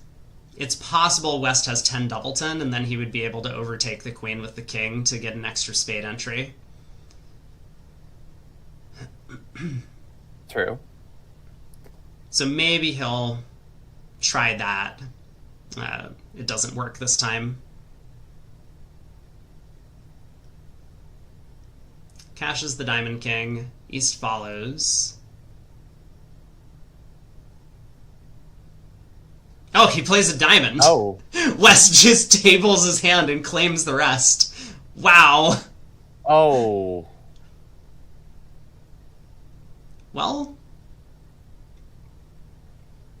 this could have gone better.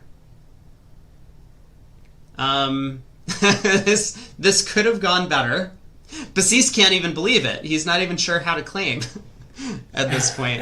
But wow, so this is going to be down 4. Oh my.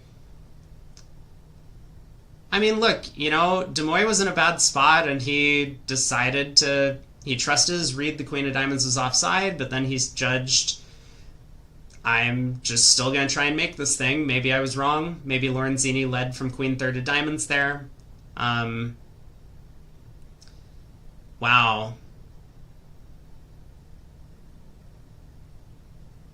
I mean, the goal there was to try to drop queen doubleton offside, most likely. Oh, you know what? Okay, yeah, this was just pointed out to me by a spectator that Basis really doesn't want his partner to win this trick. And if Declare happened to have ace-king empty fourth and Lorenzini had 10 third, then playing the 9 would have cost the contract, in fact, because he would have gotten no club tricks. His partner would then be end-played in both majors, giving Declare access to the heart suit and dummy. So he... That's fair. That's fair. Then again... I can't possibly imagine how Declare would have taken that line of play, but Basis just decides to scoop up his plus 300 and be happy with it. That's very funny. I'm sure they're all having a great old laugh at the table. We're on to board 29 though. So 14 imps that time for Fleischer. It didn't really cost them much to get 300 versus 400. So no trump, 2 clubs, Stamen. Note that East didn't even take a call in the auction. 6-5 in the red suits. 2 diamonds. South presumably just bids 3 no.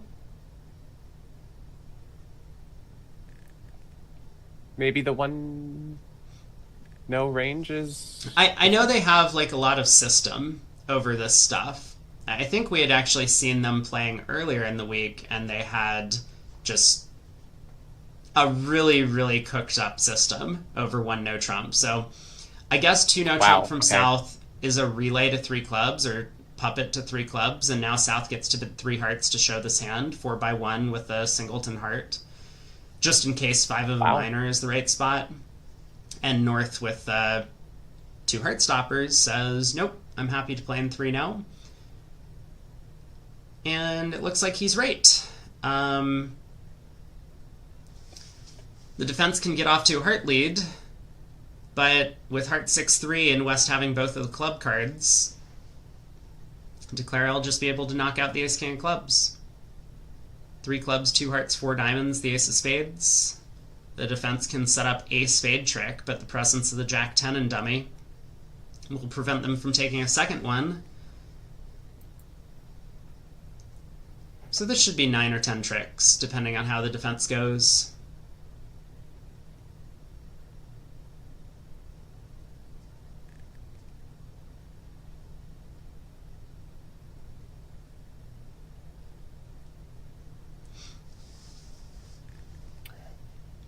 Queen of Hearts lead.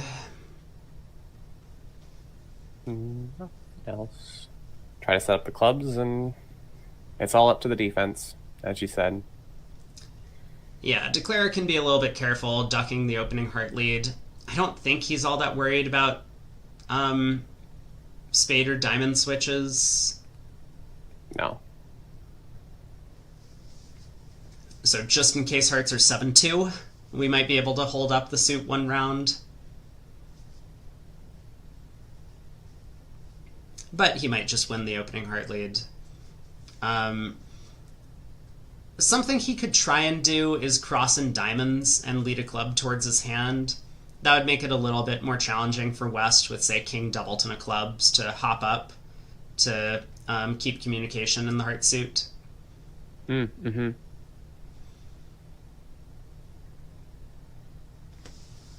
All those little chances. Yeah.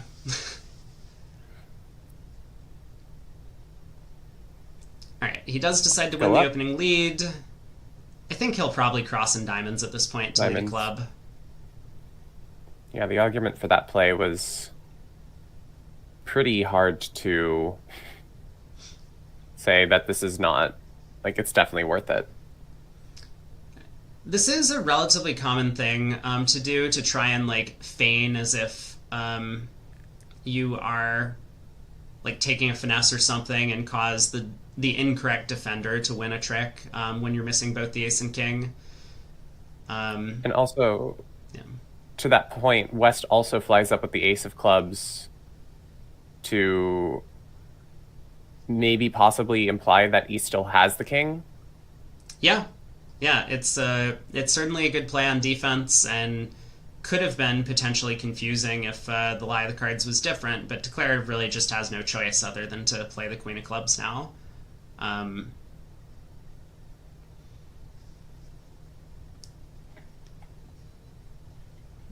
once West wins, he's going to be relatively happy, and especially considering West has no more hearts to play. So good try by West, but the defense not getting spades going, they don't save the match point, or the imp. King of Spades switch comes a little bit too late. 10 tricks, push board, and we're on to the last board of this segment. So after halftime, the players will have about an hour break, and we'll be back for the third quarter of play.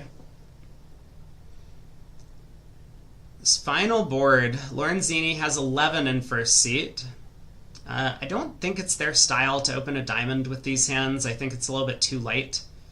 Aceless, no majors. But it's got to be tempting. But nines? Yeah, nines can be worth about, a 1/6 of a high card point, I think, is the value. East does open a diamond, though. It's definitely the nines. I do like the diamond opening bid with so much strength in the suit. It's very lead directional, especially if your one diamond is natural as opposed to like a precision style. We get a heart overcall from South. North begets a bit of spade. Looks like they're going to be able to find the spade fit, and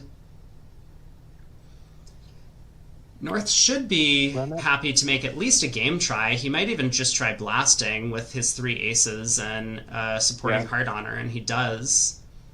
Did it. And you just got a club loser and 2 diamond losers that are very likely just going to be pitched on hearts. And, well, I guess you've got 3 club losers, so there's a little bit more work to do than I'm initially saying. Yeah, so how does Declare play as carefully as possible here? 3 hearts, 5 spades, and a diamond is only 8 tricks. So if Declare chooses to ruff a club and dummy, that would get him up to is 9 tricks. That would get him up to a 10th. Yep. And he might just go that route. You could instead try to set up the hearts, and given that they're 4-2, you could do that and then pull 3 rounds of trumps ending in dummy, but that would be a little bit risky. Spades could be 4-1. He wins the ace of diamonds and ducks a club. I presume that would be my line. I love roughing things in the shorthand. It's a great way to score extra tricks. Yeah, ducks a club. So he gets to cash 2 diamonds, but that will be the end of play. Declare just needs to be a little bit careful about how he handles potential bad spade splits, but he'll be fine. He has all of the honors. Every single one, even if you consider the 10 to be an honor. Well, don't go saying it's not to a bunch of the rubber bridge players. Oh, I'm certainly not. I'm saying I'm keeping things open here. I mean, it sounded like you were considering nines to be honors earlier. Well, I mean, I just like nines. That's all I can say. What, you got tennises? You got nonuses. Nonuses. I like that. Nonuses. All right, Lorenzini looking things over, but he'll cash a couple diamonds, and then I think the play will be pretty quick from there. So with this being a push to end out the set, Fleischer picks up another nice result on their scorecard to currently lead by 45 at the half, but there's still 30 boards to play. So anything could happen in the second half. Wolpert and Shorey will be sitting out for the remainder of the set, but it's going to be an exciting finish, one way or another. 2 really strong teams fighting for just 1 spot in the semifinals tomorrow. So exciting.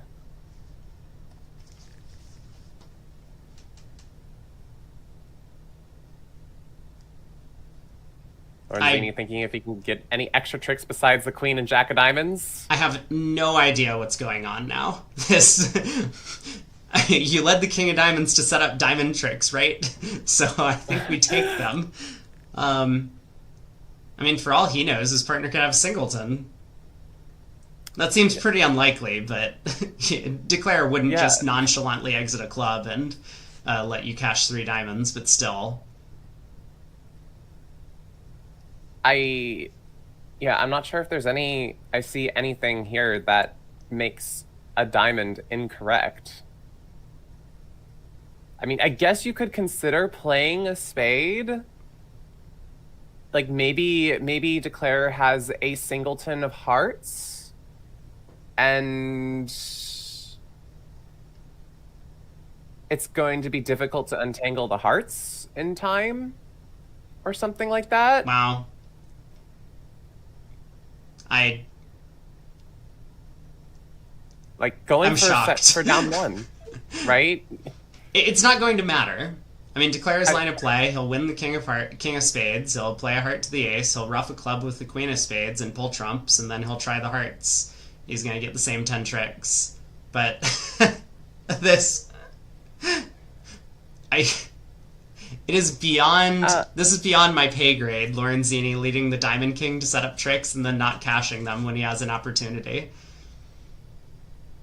Right, you can't overtake. There's nothing. I'm like, is there a chance at overtrick? No, you don't have enough entries to ref both clubs and draw all the trumps. Yeah, so club ruff with the queen of spades. Now he'll cash the king, heart to the ace, and then ask about the heart position. The defenders will say, I have jack fourth. So 10 tricks. But as mentioned, a push to close out the set. So we'll be taking a bit of a break, and then we will be back for the third quarter of action in just about an hour.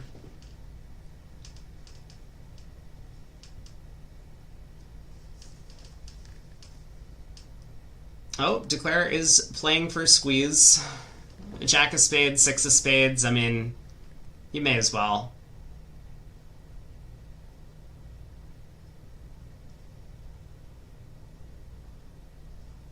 But Cecil pitch the, I think he'll pitch the ace of clubs, but he might have ended up getting end played there if he didn't. Anywho, thanks for tuning in, everyone. Come back in an hour for some exciting third quarter action. See you later. All right, chat. How did we do in the commentary department? My food's not here yet. My food is not here yet. The chef says Shori's still gonna win. Believe in Hurd and Bathurst. What's going on in the other matches? Goldberg over Dinkin. Let's head over to Bridge Winners and see. So Goldberg up by a little bit. Street over Zimmerman. Dude, what happened in this set? 60 to 55? No, 60 to 45. 60 to 45. That's so many imps. Fleischer way ahead of Shori. So there's the one imp back that we had seen. Oh, my face is not on screen. Hold on a second. I can fix that.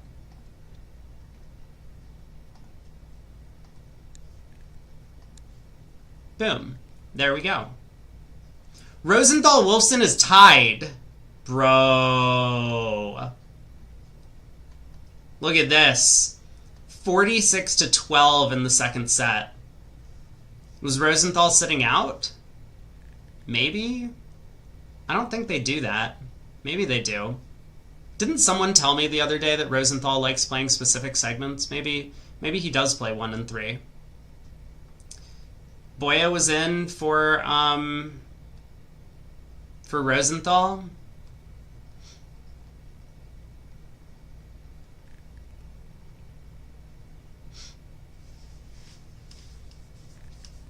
Well, a couple of close matches other than the one we've been following. I think we're going to move away from this match. Maybe in the fourth quarter, if it's closer, we can come back and check it out. Is Cedric the slowest player on the tour?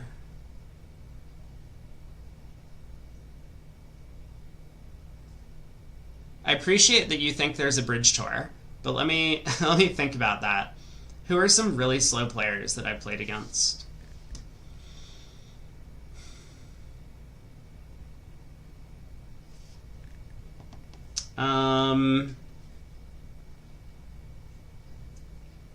Rosenberg's slow.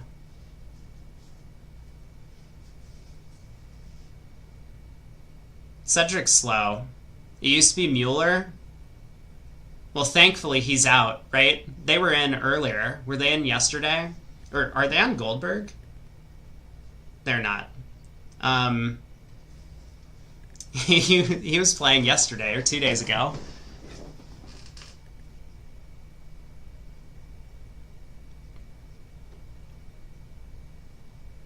Rosenberg's very slow.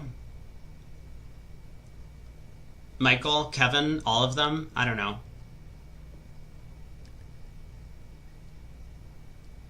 I'm going to say yes. Yeah, Lorenzini is the slowest.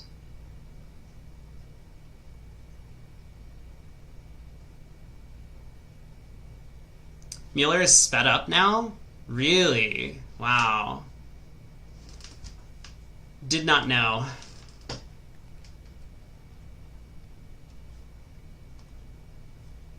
Alright, do we have any drama on bridge winners? Should I refresh? I'm sure there's some drama. By the way, our boy Aaron won the mixed pairs.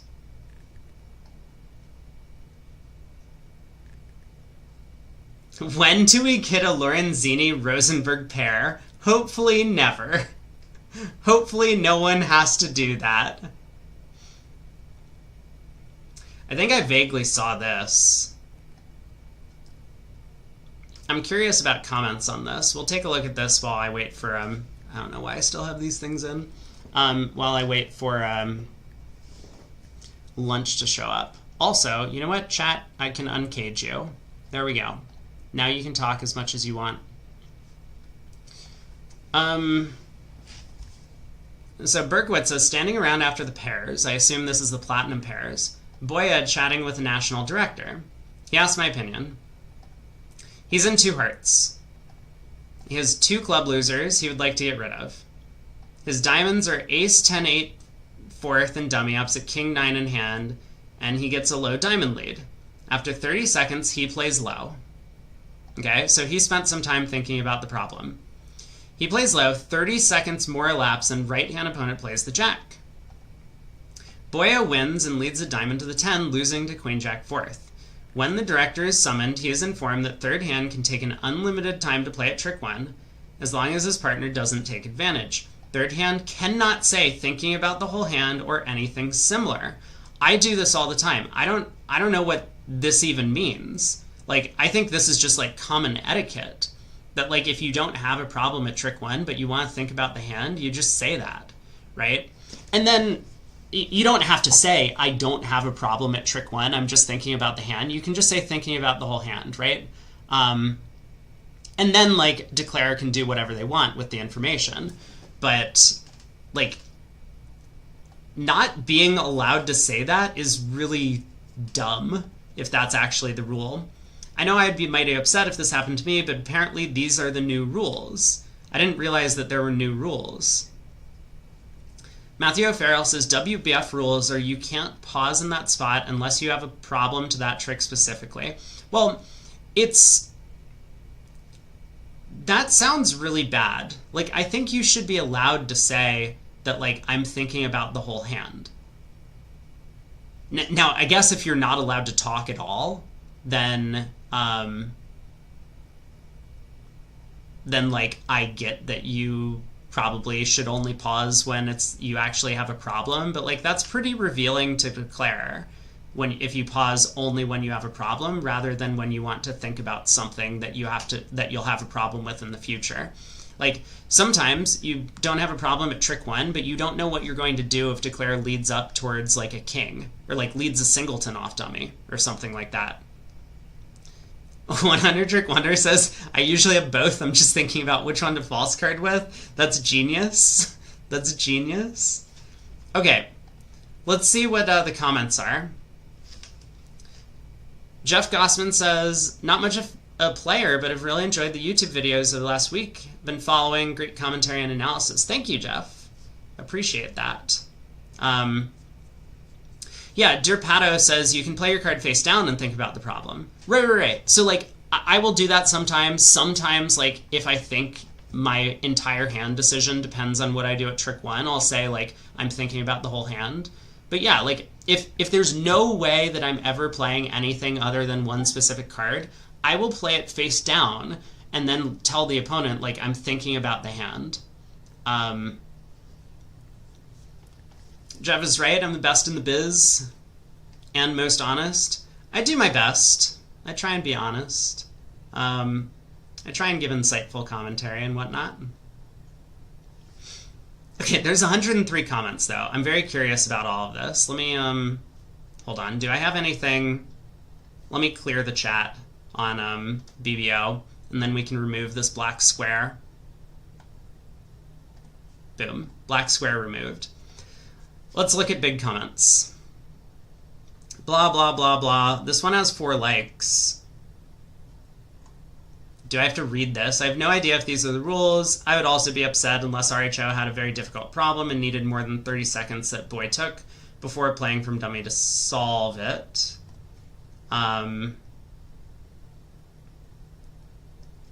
It's possible that RHO anticipates winning the trick and is deciding what to do next. Huh?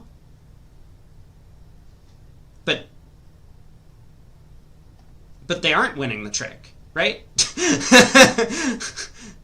Oh, they could be, but like still, if you don't know if you're winning the trick, you just play the card.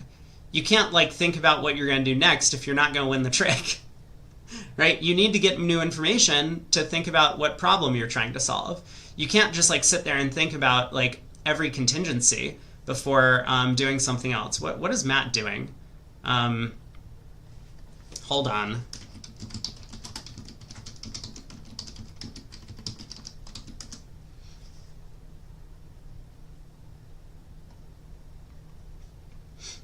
Okay, hold on. I don't see why the consequence would be that you're restricted by the time declared needs when you played a trick 1. Okay, anyway, let's look for more upvoted comments. 8. Nothing about this is new. It's standard practice, has been for a while, and should continue to be.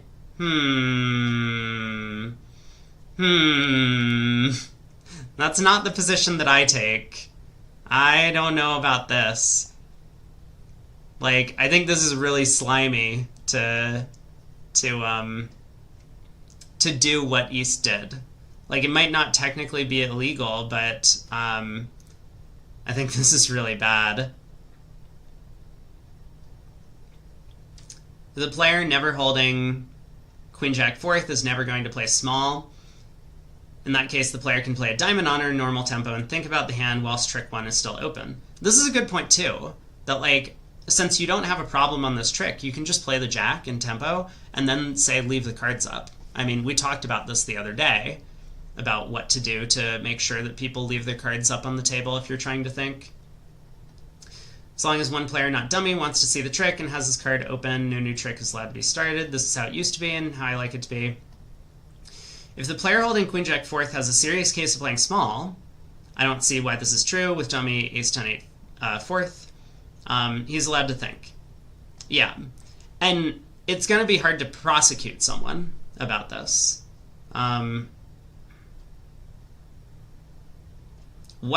This is obviously incorrect. No one listened to this guy. If my opponent started the next trick before I had finished, okay, yep.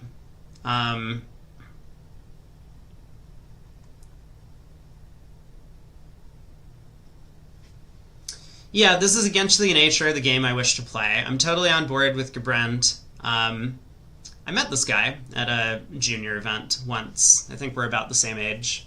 So, he has some good takes.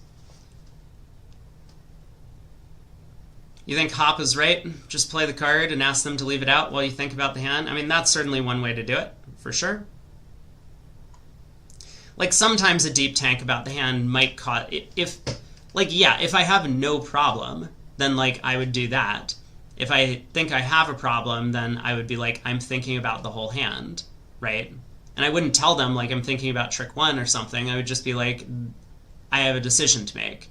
Like, even if my play at trick 1 is, like 80%, I know what I'm doing, sometimes thinking about the whole hand will cause me to do something else. And then declare should be allowed to take that information as they will, where sometimes my thinking about the whole hand is because I'm thinking about trick 1. Sometimes it's because I'm thinking about something down the road. But at least I'm not, like, leading them astray with my comment about, like, I'm thinking about the whole hand. I'm not like, I'm thinking about my play at trick 1 and then I play the jack, right? That would be real slimy, which is what happens here. I'm gonna pick up my food. I'll be back in like 15 seconds.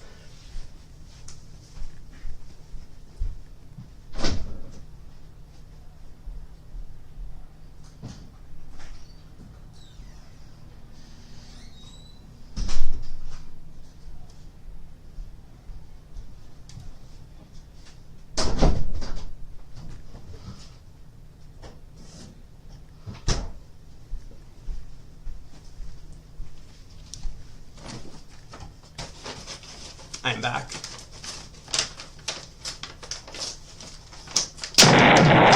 Oh, I'm sorry, It's Chip. 2025, I turned this thing off. the best. Hold on a second. Wait Hold on to a be second. right on the Just internet. wait. I'm refunding your points. Is to state something very But I turned off the confidently. TTS because I actually couldn't even hear it. I didn't even have my earbuds in. Yeah, I turned it off because we were trying to record stuff since BBO had asked me.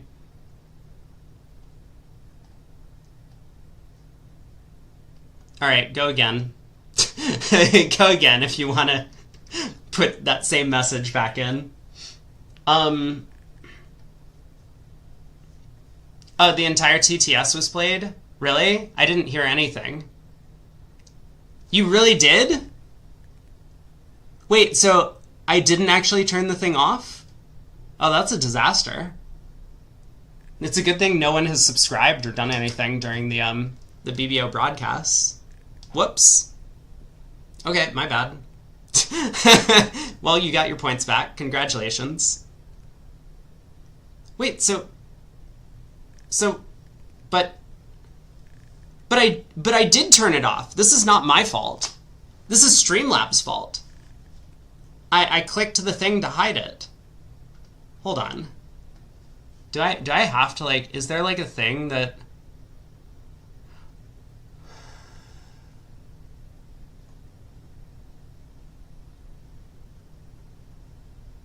This is awful and stupid if I have to delete the entire thing rather than just clicking the don't show up button.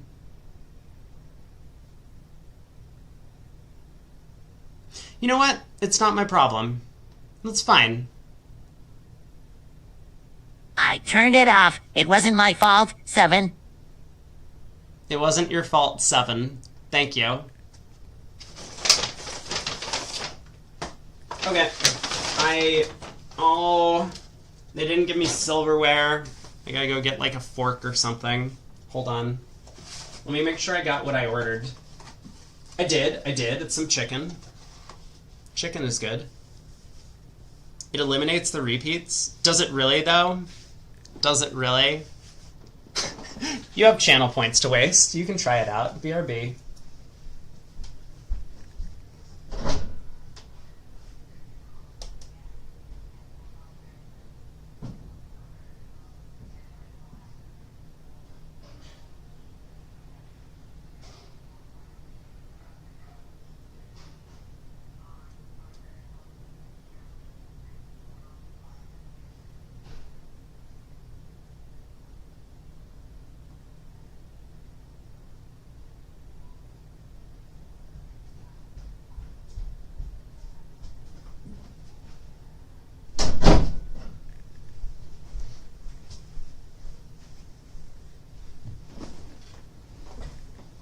I'm back. I have TTS turned off now? Huh?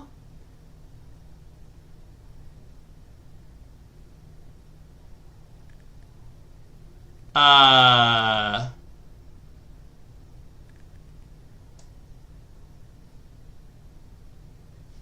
didn't do anything. Oh, it's on cooldown? Okay, well, anyway. I guess no face cam while I eat, as usual. Let's continue looking through this thread because I'm curious about what's going on. Blah, blah, blah. I'm basically... Okay, Jeff Hampson.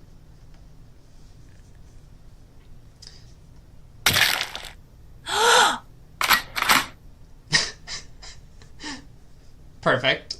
Perfect. The Among Us kill sound. Okay, Jeff Hampson says this is an extreme example, but the notion that third hand must play immediately once declare has called is simply wrong. I agree with that. Third hand can and should think about the entire hand for a reasonable amount of time before playing a card to trick one. No inference should be gained by declarer or other defender by time taken at trick one. That said, this hand had no complex elements to it. The defender knew he was either winning trick one or declarer was likely finessing into him at trick two, and he was disguising his play. It's difficult for non-elite players to be able to judge just what has happened in a situation like this. I'm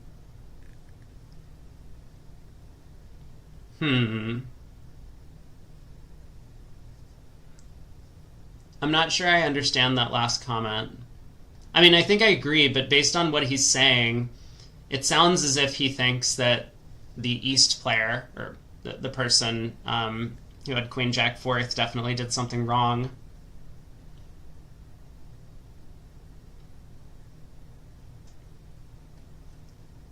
Andy Bowles says, I don't know the hand, but it's also sometimes difficult for elite players to judge what a non-elite player might see as a problem. This is true, and that makes things relatively difficult. This is why directors poll peers of yours for bidding decisions. Because if every pro player is like, oh, of course I double in this situation, but everyone who has like your number of master points and your level of experience is like, well, I would pass, then if you double, that might be taking advantage of UI, right? Because all of your peers are not doubling, even though it's the right bid based on expert, decision making.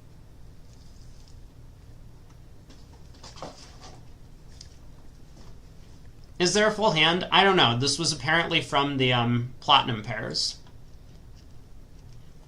But, I mean, I trust Hampson's analysis that, like, this guy has... This player had nothing to think about.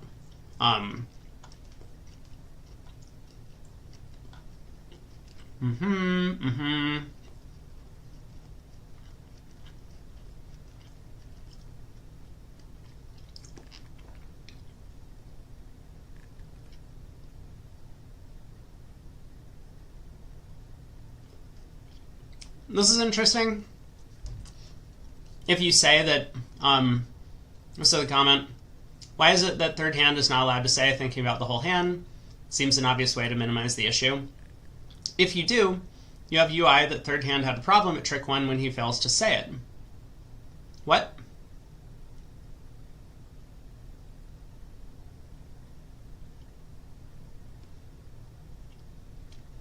I guess the point is that, like, if you think for a while at trick one and don't say thinking about the whole hand, then you were thinking about trick one. I don't really understand the problem with that. That just seems to give away information to declare. What's the UI that partner gets from this?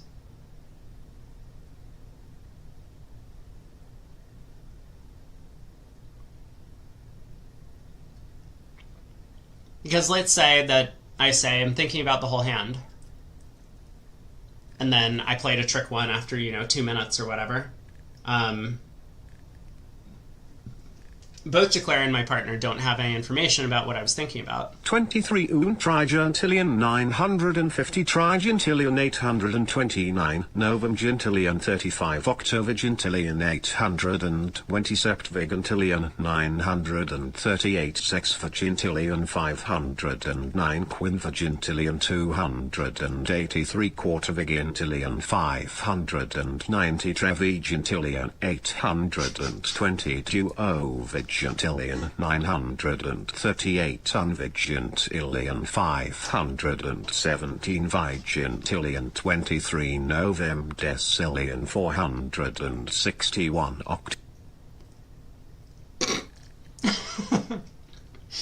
Well, it almost got all the way through. It was a good effort. What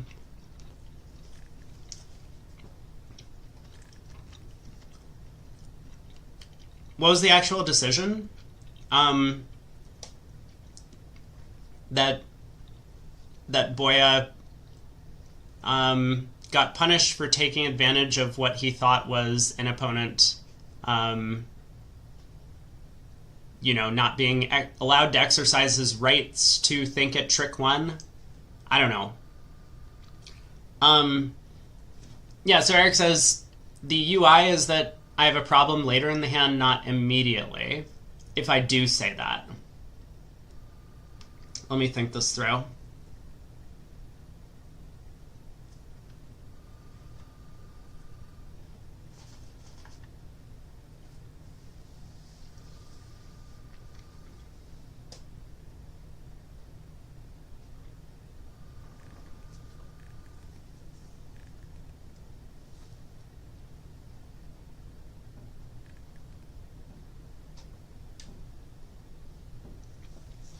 I can see a little bit of a case, but you don't always say it.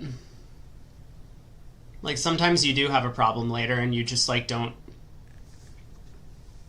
mention anything because you think, like, you'll be able to take the time over the next couple of tricks. You just play at trick one.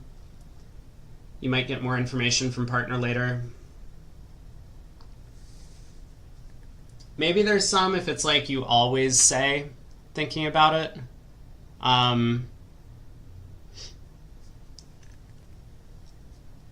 Yeah, so it sounds like Shady Force games that most people agree with you, but in this one specific instance, there was definitely some gamesmanship going on, where the player had no problem at trick one and had no problem the rest of the hand, and still spent a long time at trick one thinking.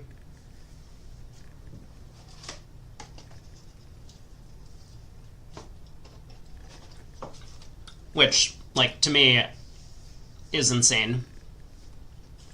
But it's not persecutable because, people can just say, well, I thought I had a problem.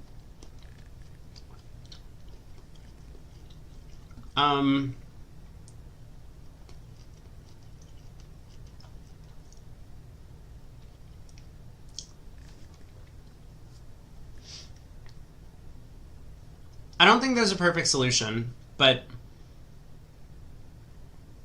my personal preference would be to do it the way that, well, Boya, myself, and David Berkowitz seem to think, which is to allow players to, like, let you know if they have a problem, or to clearly indicate where the problem is, so that Declare doesn't, misdiagnose, like, the thinking. Like, I don't want to tell Declare where my problem is, but I want to be able to think in such a way that no one knows what my problem is. And it seems like, I mean, obviously in this case, I think the player should not have been allowed to think a trick one, and I think should be penalized. But where do you draw the line is a little bit more difficult to say.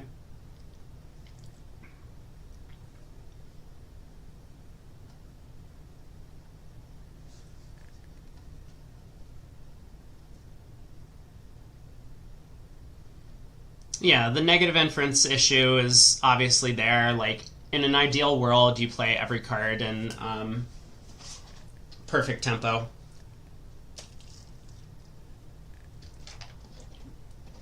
But that's impossible, right? So, technically, you could say that there's always unauthorized information being conveyed, since every once in a while you do think, right?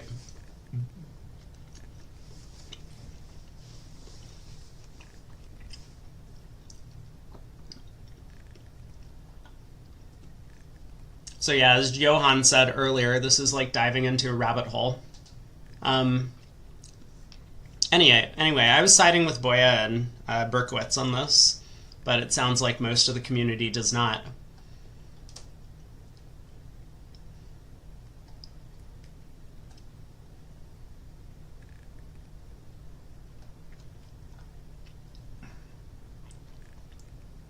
Oh, Matthew sent a thing from last year, right? Let me go find that.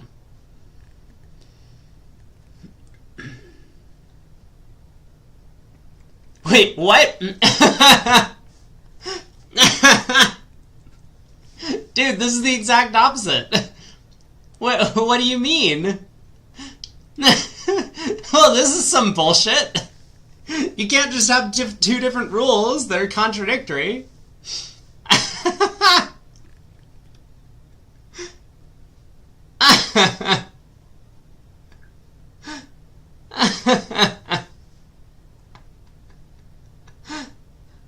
Oh my god. Well, this is some nonsense.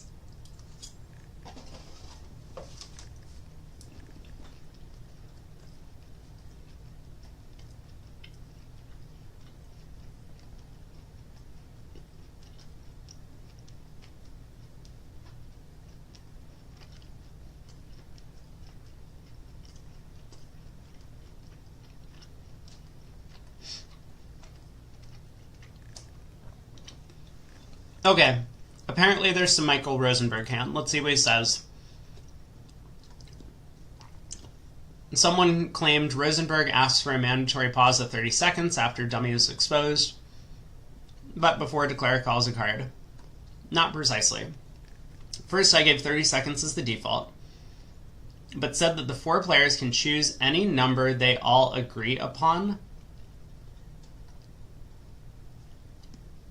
Secondly, it's not mandatory. Declarer can play earlier from dummy if he wishes, but then loses his right to ask for redress as long as third hand plays any time within the 30-second time. I never understand what Michael Rosenberg is talking about in any of his posts. Any of his posts. This is like some legal jargon mumbo-jumbo that... I mean, can we just talk in plain terms rather than trying to write this in the form of like a rules lawyer? Thirdly, declarer can think longer than 30 seconds as long as they have a bridge problem about which card to play from dummy. Fourthly, I mean, how would anyone remember any of these rules? Like, this is not in the spirit of the game. I think I tend to be on the side of like, let's just use good moral judgment about what the spirit of the game is and play that way. And most players are like, well, if it's in the rule book, I'm allowed to do it. So they want to take advantage of, loopholes in the rules to gain an unfair advantage over the competition. And I don't like doing that. Boya doesn't like doing that.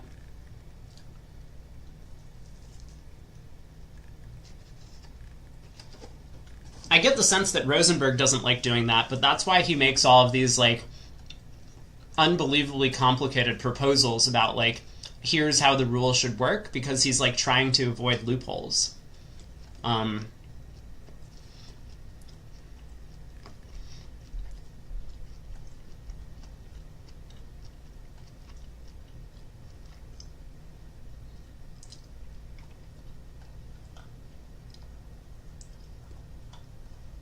Lots of comments on this thread. Oh my god, there's so many comments.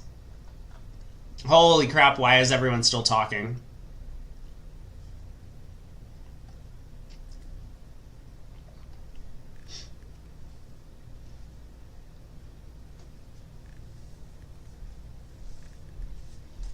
Yeah, I agree with you, Eric. And unfortunately, I think that's just the way of the world. That it only takes one bad apple to spoil an entire bunch.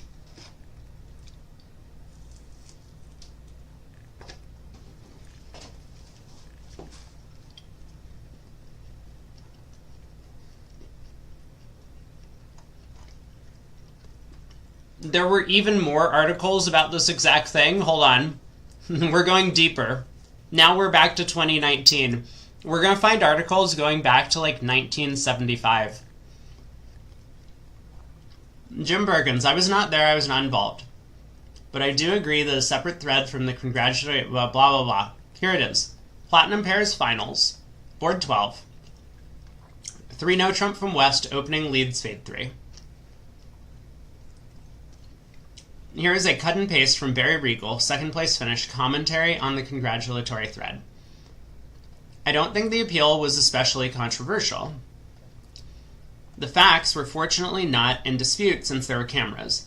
Zia had Queen 8 in hand, facing Ace 10 7-6, after the opening lead against 3 no trump of the 4 in that suit.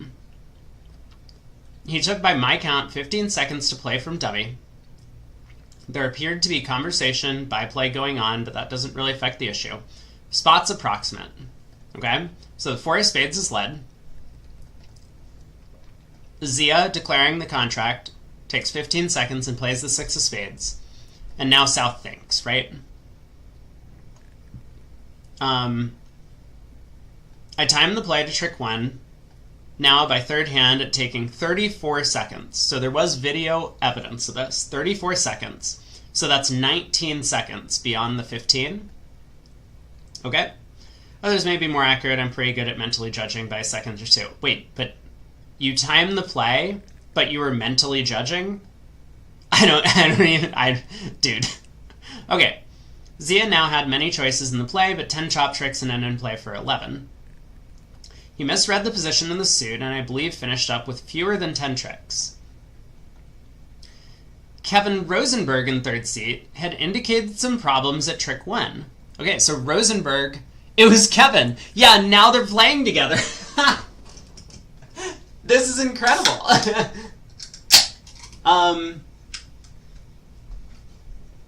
Okay, as I saw it, he took out the spade 2 after 15 seconds and never changed his mind, but he put it back at the end of his hand, while thinking, then maybe did that a second time. We all know he is a thoughtful and even agonizing player.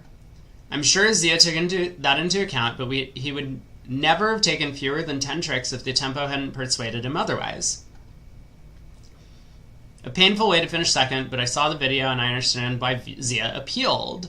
I'd surely have done the same as him. I am fairly sure without the tempo break, he would have achieved a better result on the board than he did, and the margin was initially smaller than 1 match point at the top time with the top 13. I could have understood a ruling of no adjustment, but any adjustment would, as it turns out, surely have been enough to overturn the result. What really peeves me is that I was still probably one of the only players in the room not to have a Stayman auction. Okay, whatever. No one cares.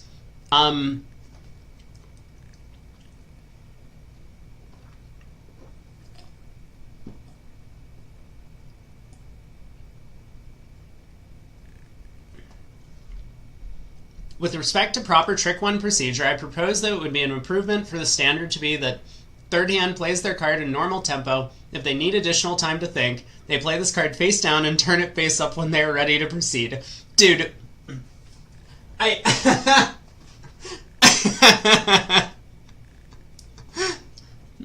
why not face up so everyone can think? Agreed, playing cards face down is incredibly annoying and has no upside. Hold on, 28 likes. This has to be a good comment. So why should declarer be allowed to think before playing from dummy, and third hand be forced to squeal about whether he's thinking about trick 1 or subsequent tricks? There's no UI if a defender thinks at trick 1, if they always think at trick 1. True. But this slows down the pace of play considerably. In an ideal world, this should not be... Like, this is accurate, but this is not an ideal world. You don't want to slow the pace of play down on every hand, because then you run out of time for the important decisions, right? Really important to, like, save time for the important decisions. So, if I can save 30 seconds on 3 boards of a set by just not tanking at trick 1 for 30 seconds because, you know, I'm supposed to, like, convey no UI, then I have an extra minute and a half to think at other points in time. Not necessarily on these hands because they don't matter, but on hands where I actually have problems. Yeah, the important decisions, like running the jack of spades into the stiff queen. Exactly. You get me.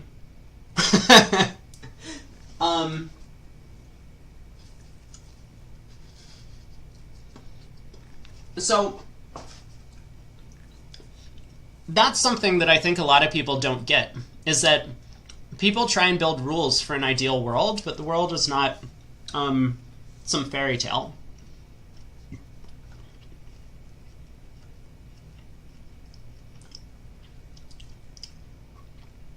Kit says, assuming Declare doesn't play instantly from dummy, I think third hand should try to play in tempo, and should definitely do so with no problem on that trick.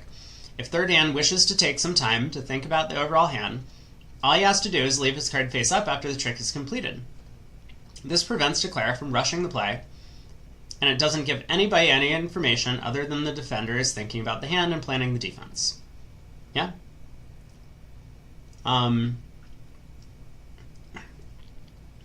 As long as I've not turned my card over, trick 1's not complete. If Declare leads to trick 2, so what? You just tell him your card from trick 1 is not turned over. This is another problem. We talked about this. I mean, in club games, this is a bigger issue. In the national events, it's not. For the same reason, opening leader should not turn his card over until he's taken the time to plan the defense. I'm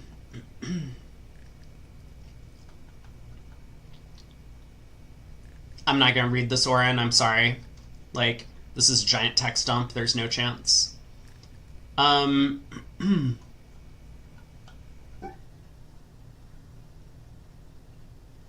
In club games, Declarers always try a rush. That's true. Yeah, they do.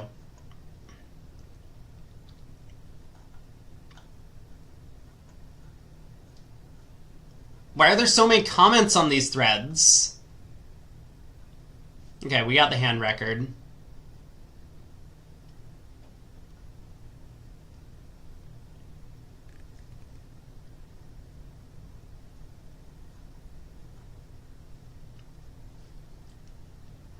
If I called the director because I misplayed the hand due to opponent's tempo, I would be told to pound sand. I don't even know what that means. This sounds like an Australian thing again.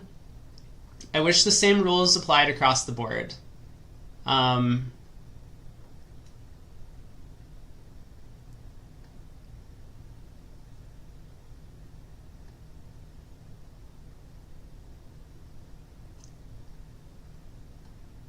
I don't even understand this comment.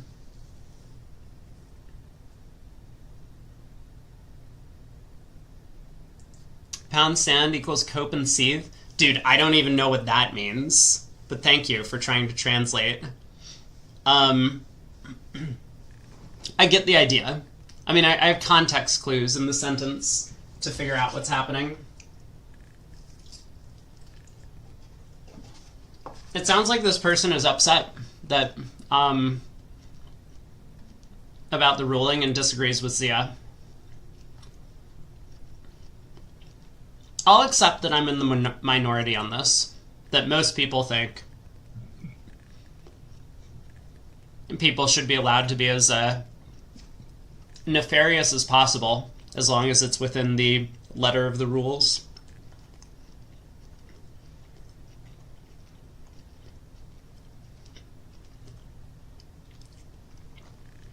Holy crap. This is a lot of likes. In England, TDs have specific guidance on this issue. That's interesting. Hesitating with two... Holy shit. They have a hesitation with two small cards play in their book. Pausing to consider whether signal is an infraction. Under law, blah. The player has failed to be particularly careful in positions where variations in tempo may work to benefit their side, and to do so is not usually considered a demonstrable reason for the purposes of the law. So, it sounds like in England, in the EBU, hesitating with two small cards is a penalty. Pause by declare before playing from dummy should not give rise to the possibility of an allegation. Pause by third hand. Whether or not declare plays quickly from dummy at trick 1, a pause by third hand should not be considered to transmit any UI to partner, nor to convey potentially misleading information for declare. No disclaimers necessary. Freedom for third hand to think about the deal generally at trick 1 applies irrespective of their holding. Thus, for example, it is perfectly legitimate to think about the deal generally at trick 1, even if third hand holds a singleton and suit led. As a consequence, TDs should not entertain claims that declare has been misled by pause from third hand at trick 1. So if South thinks without removing a card from his hand, the TD will not adjust. However, where South removes a card from his hand and replaces it, leading the declarer to think the thought is about the trick 1 play, we might adjust. Okay.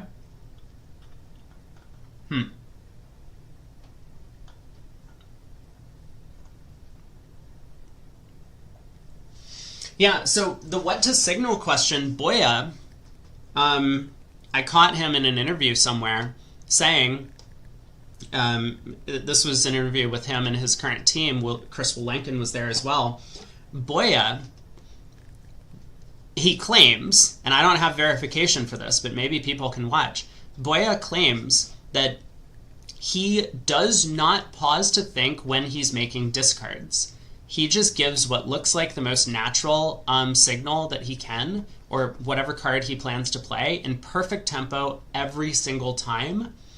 And again, I haven't caught him on this, but his point is that he wants to avoid giving UI to his partner in any possible way so that he will never be called for it in this situation, even if it means that sometimes he has a problem and he doesn't get to think about the problem. So I tend to be on that side. I mean, I don't do that, but I'm fully in his camp that that's how I think the game kind of should be played, is that not necessarily that extreme, as Boya says, although I would be very much in favor of changing the rule to that, but to the extent where you're not going out of your way to try and game the system, where you're trying to actually play a competitive game with other people and try and beat them by making better competitive decisions, as opposed to trying to swindle them by taking advantage of a gray area rule.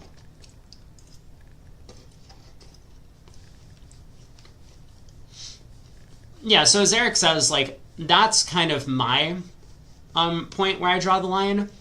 Declare is running a long suit from dummy. I will pause to think about every discard I make, and then I will tend to make them in tempo.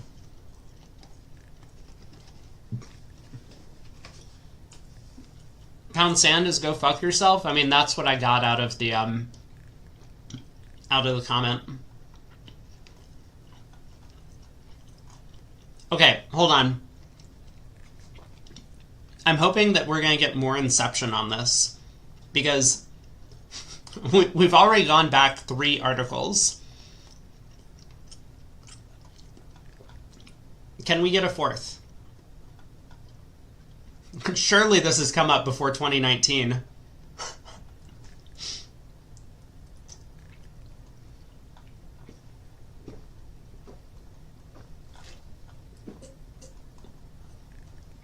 Okay, I'm done scrolling. We got 12 minutes.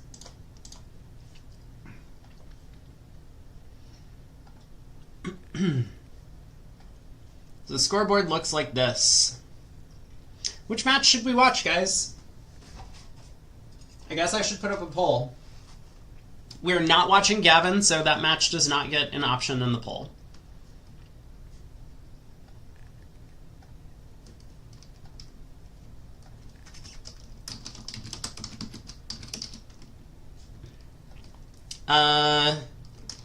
The Zim, the Dink, and the Wolf. Boom. These are our options.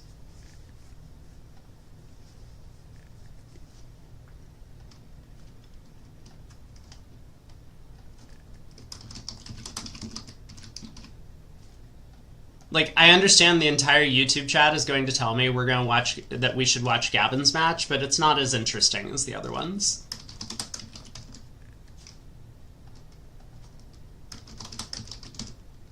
And we already watched them for 2 sets today.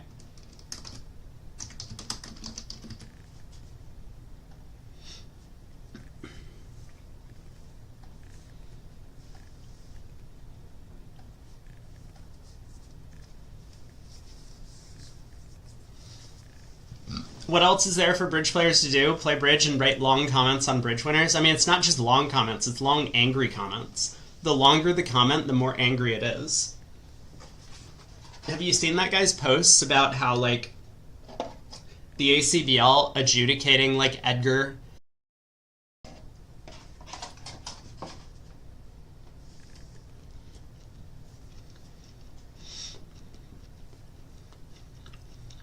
F?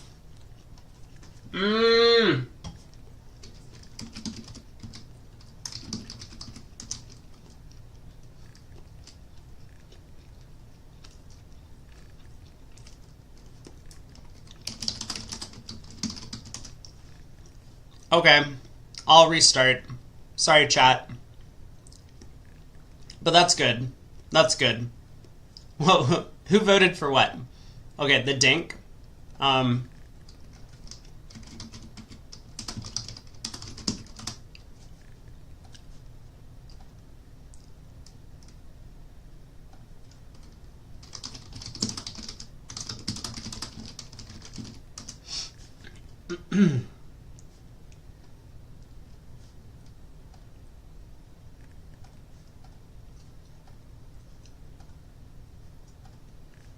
Okay. BRB.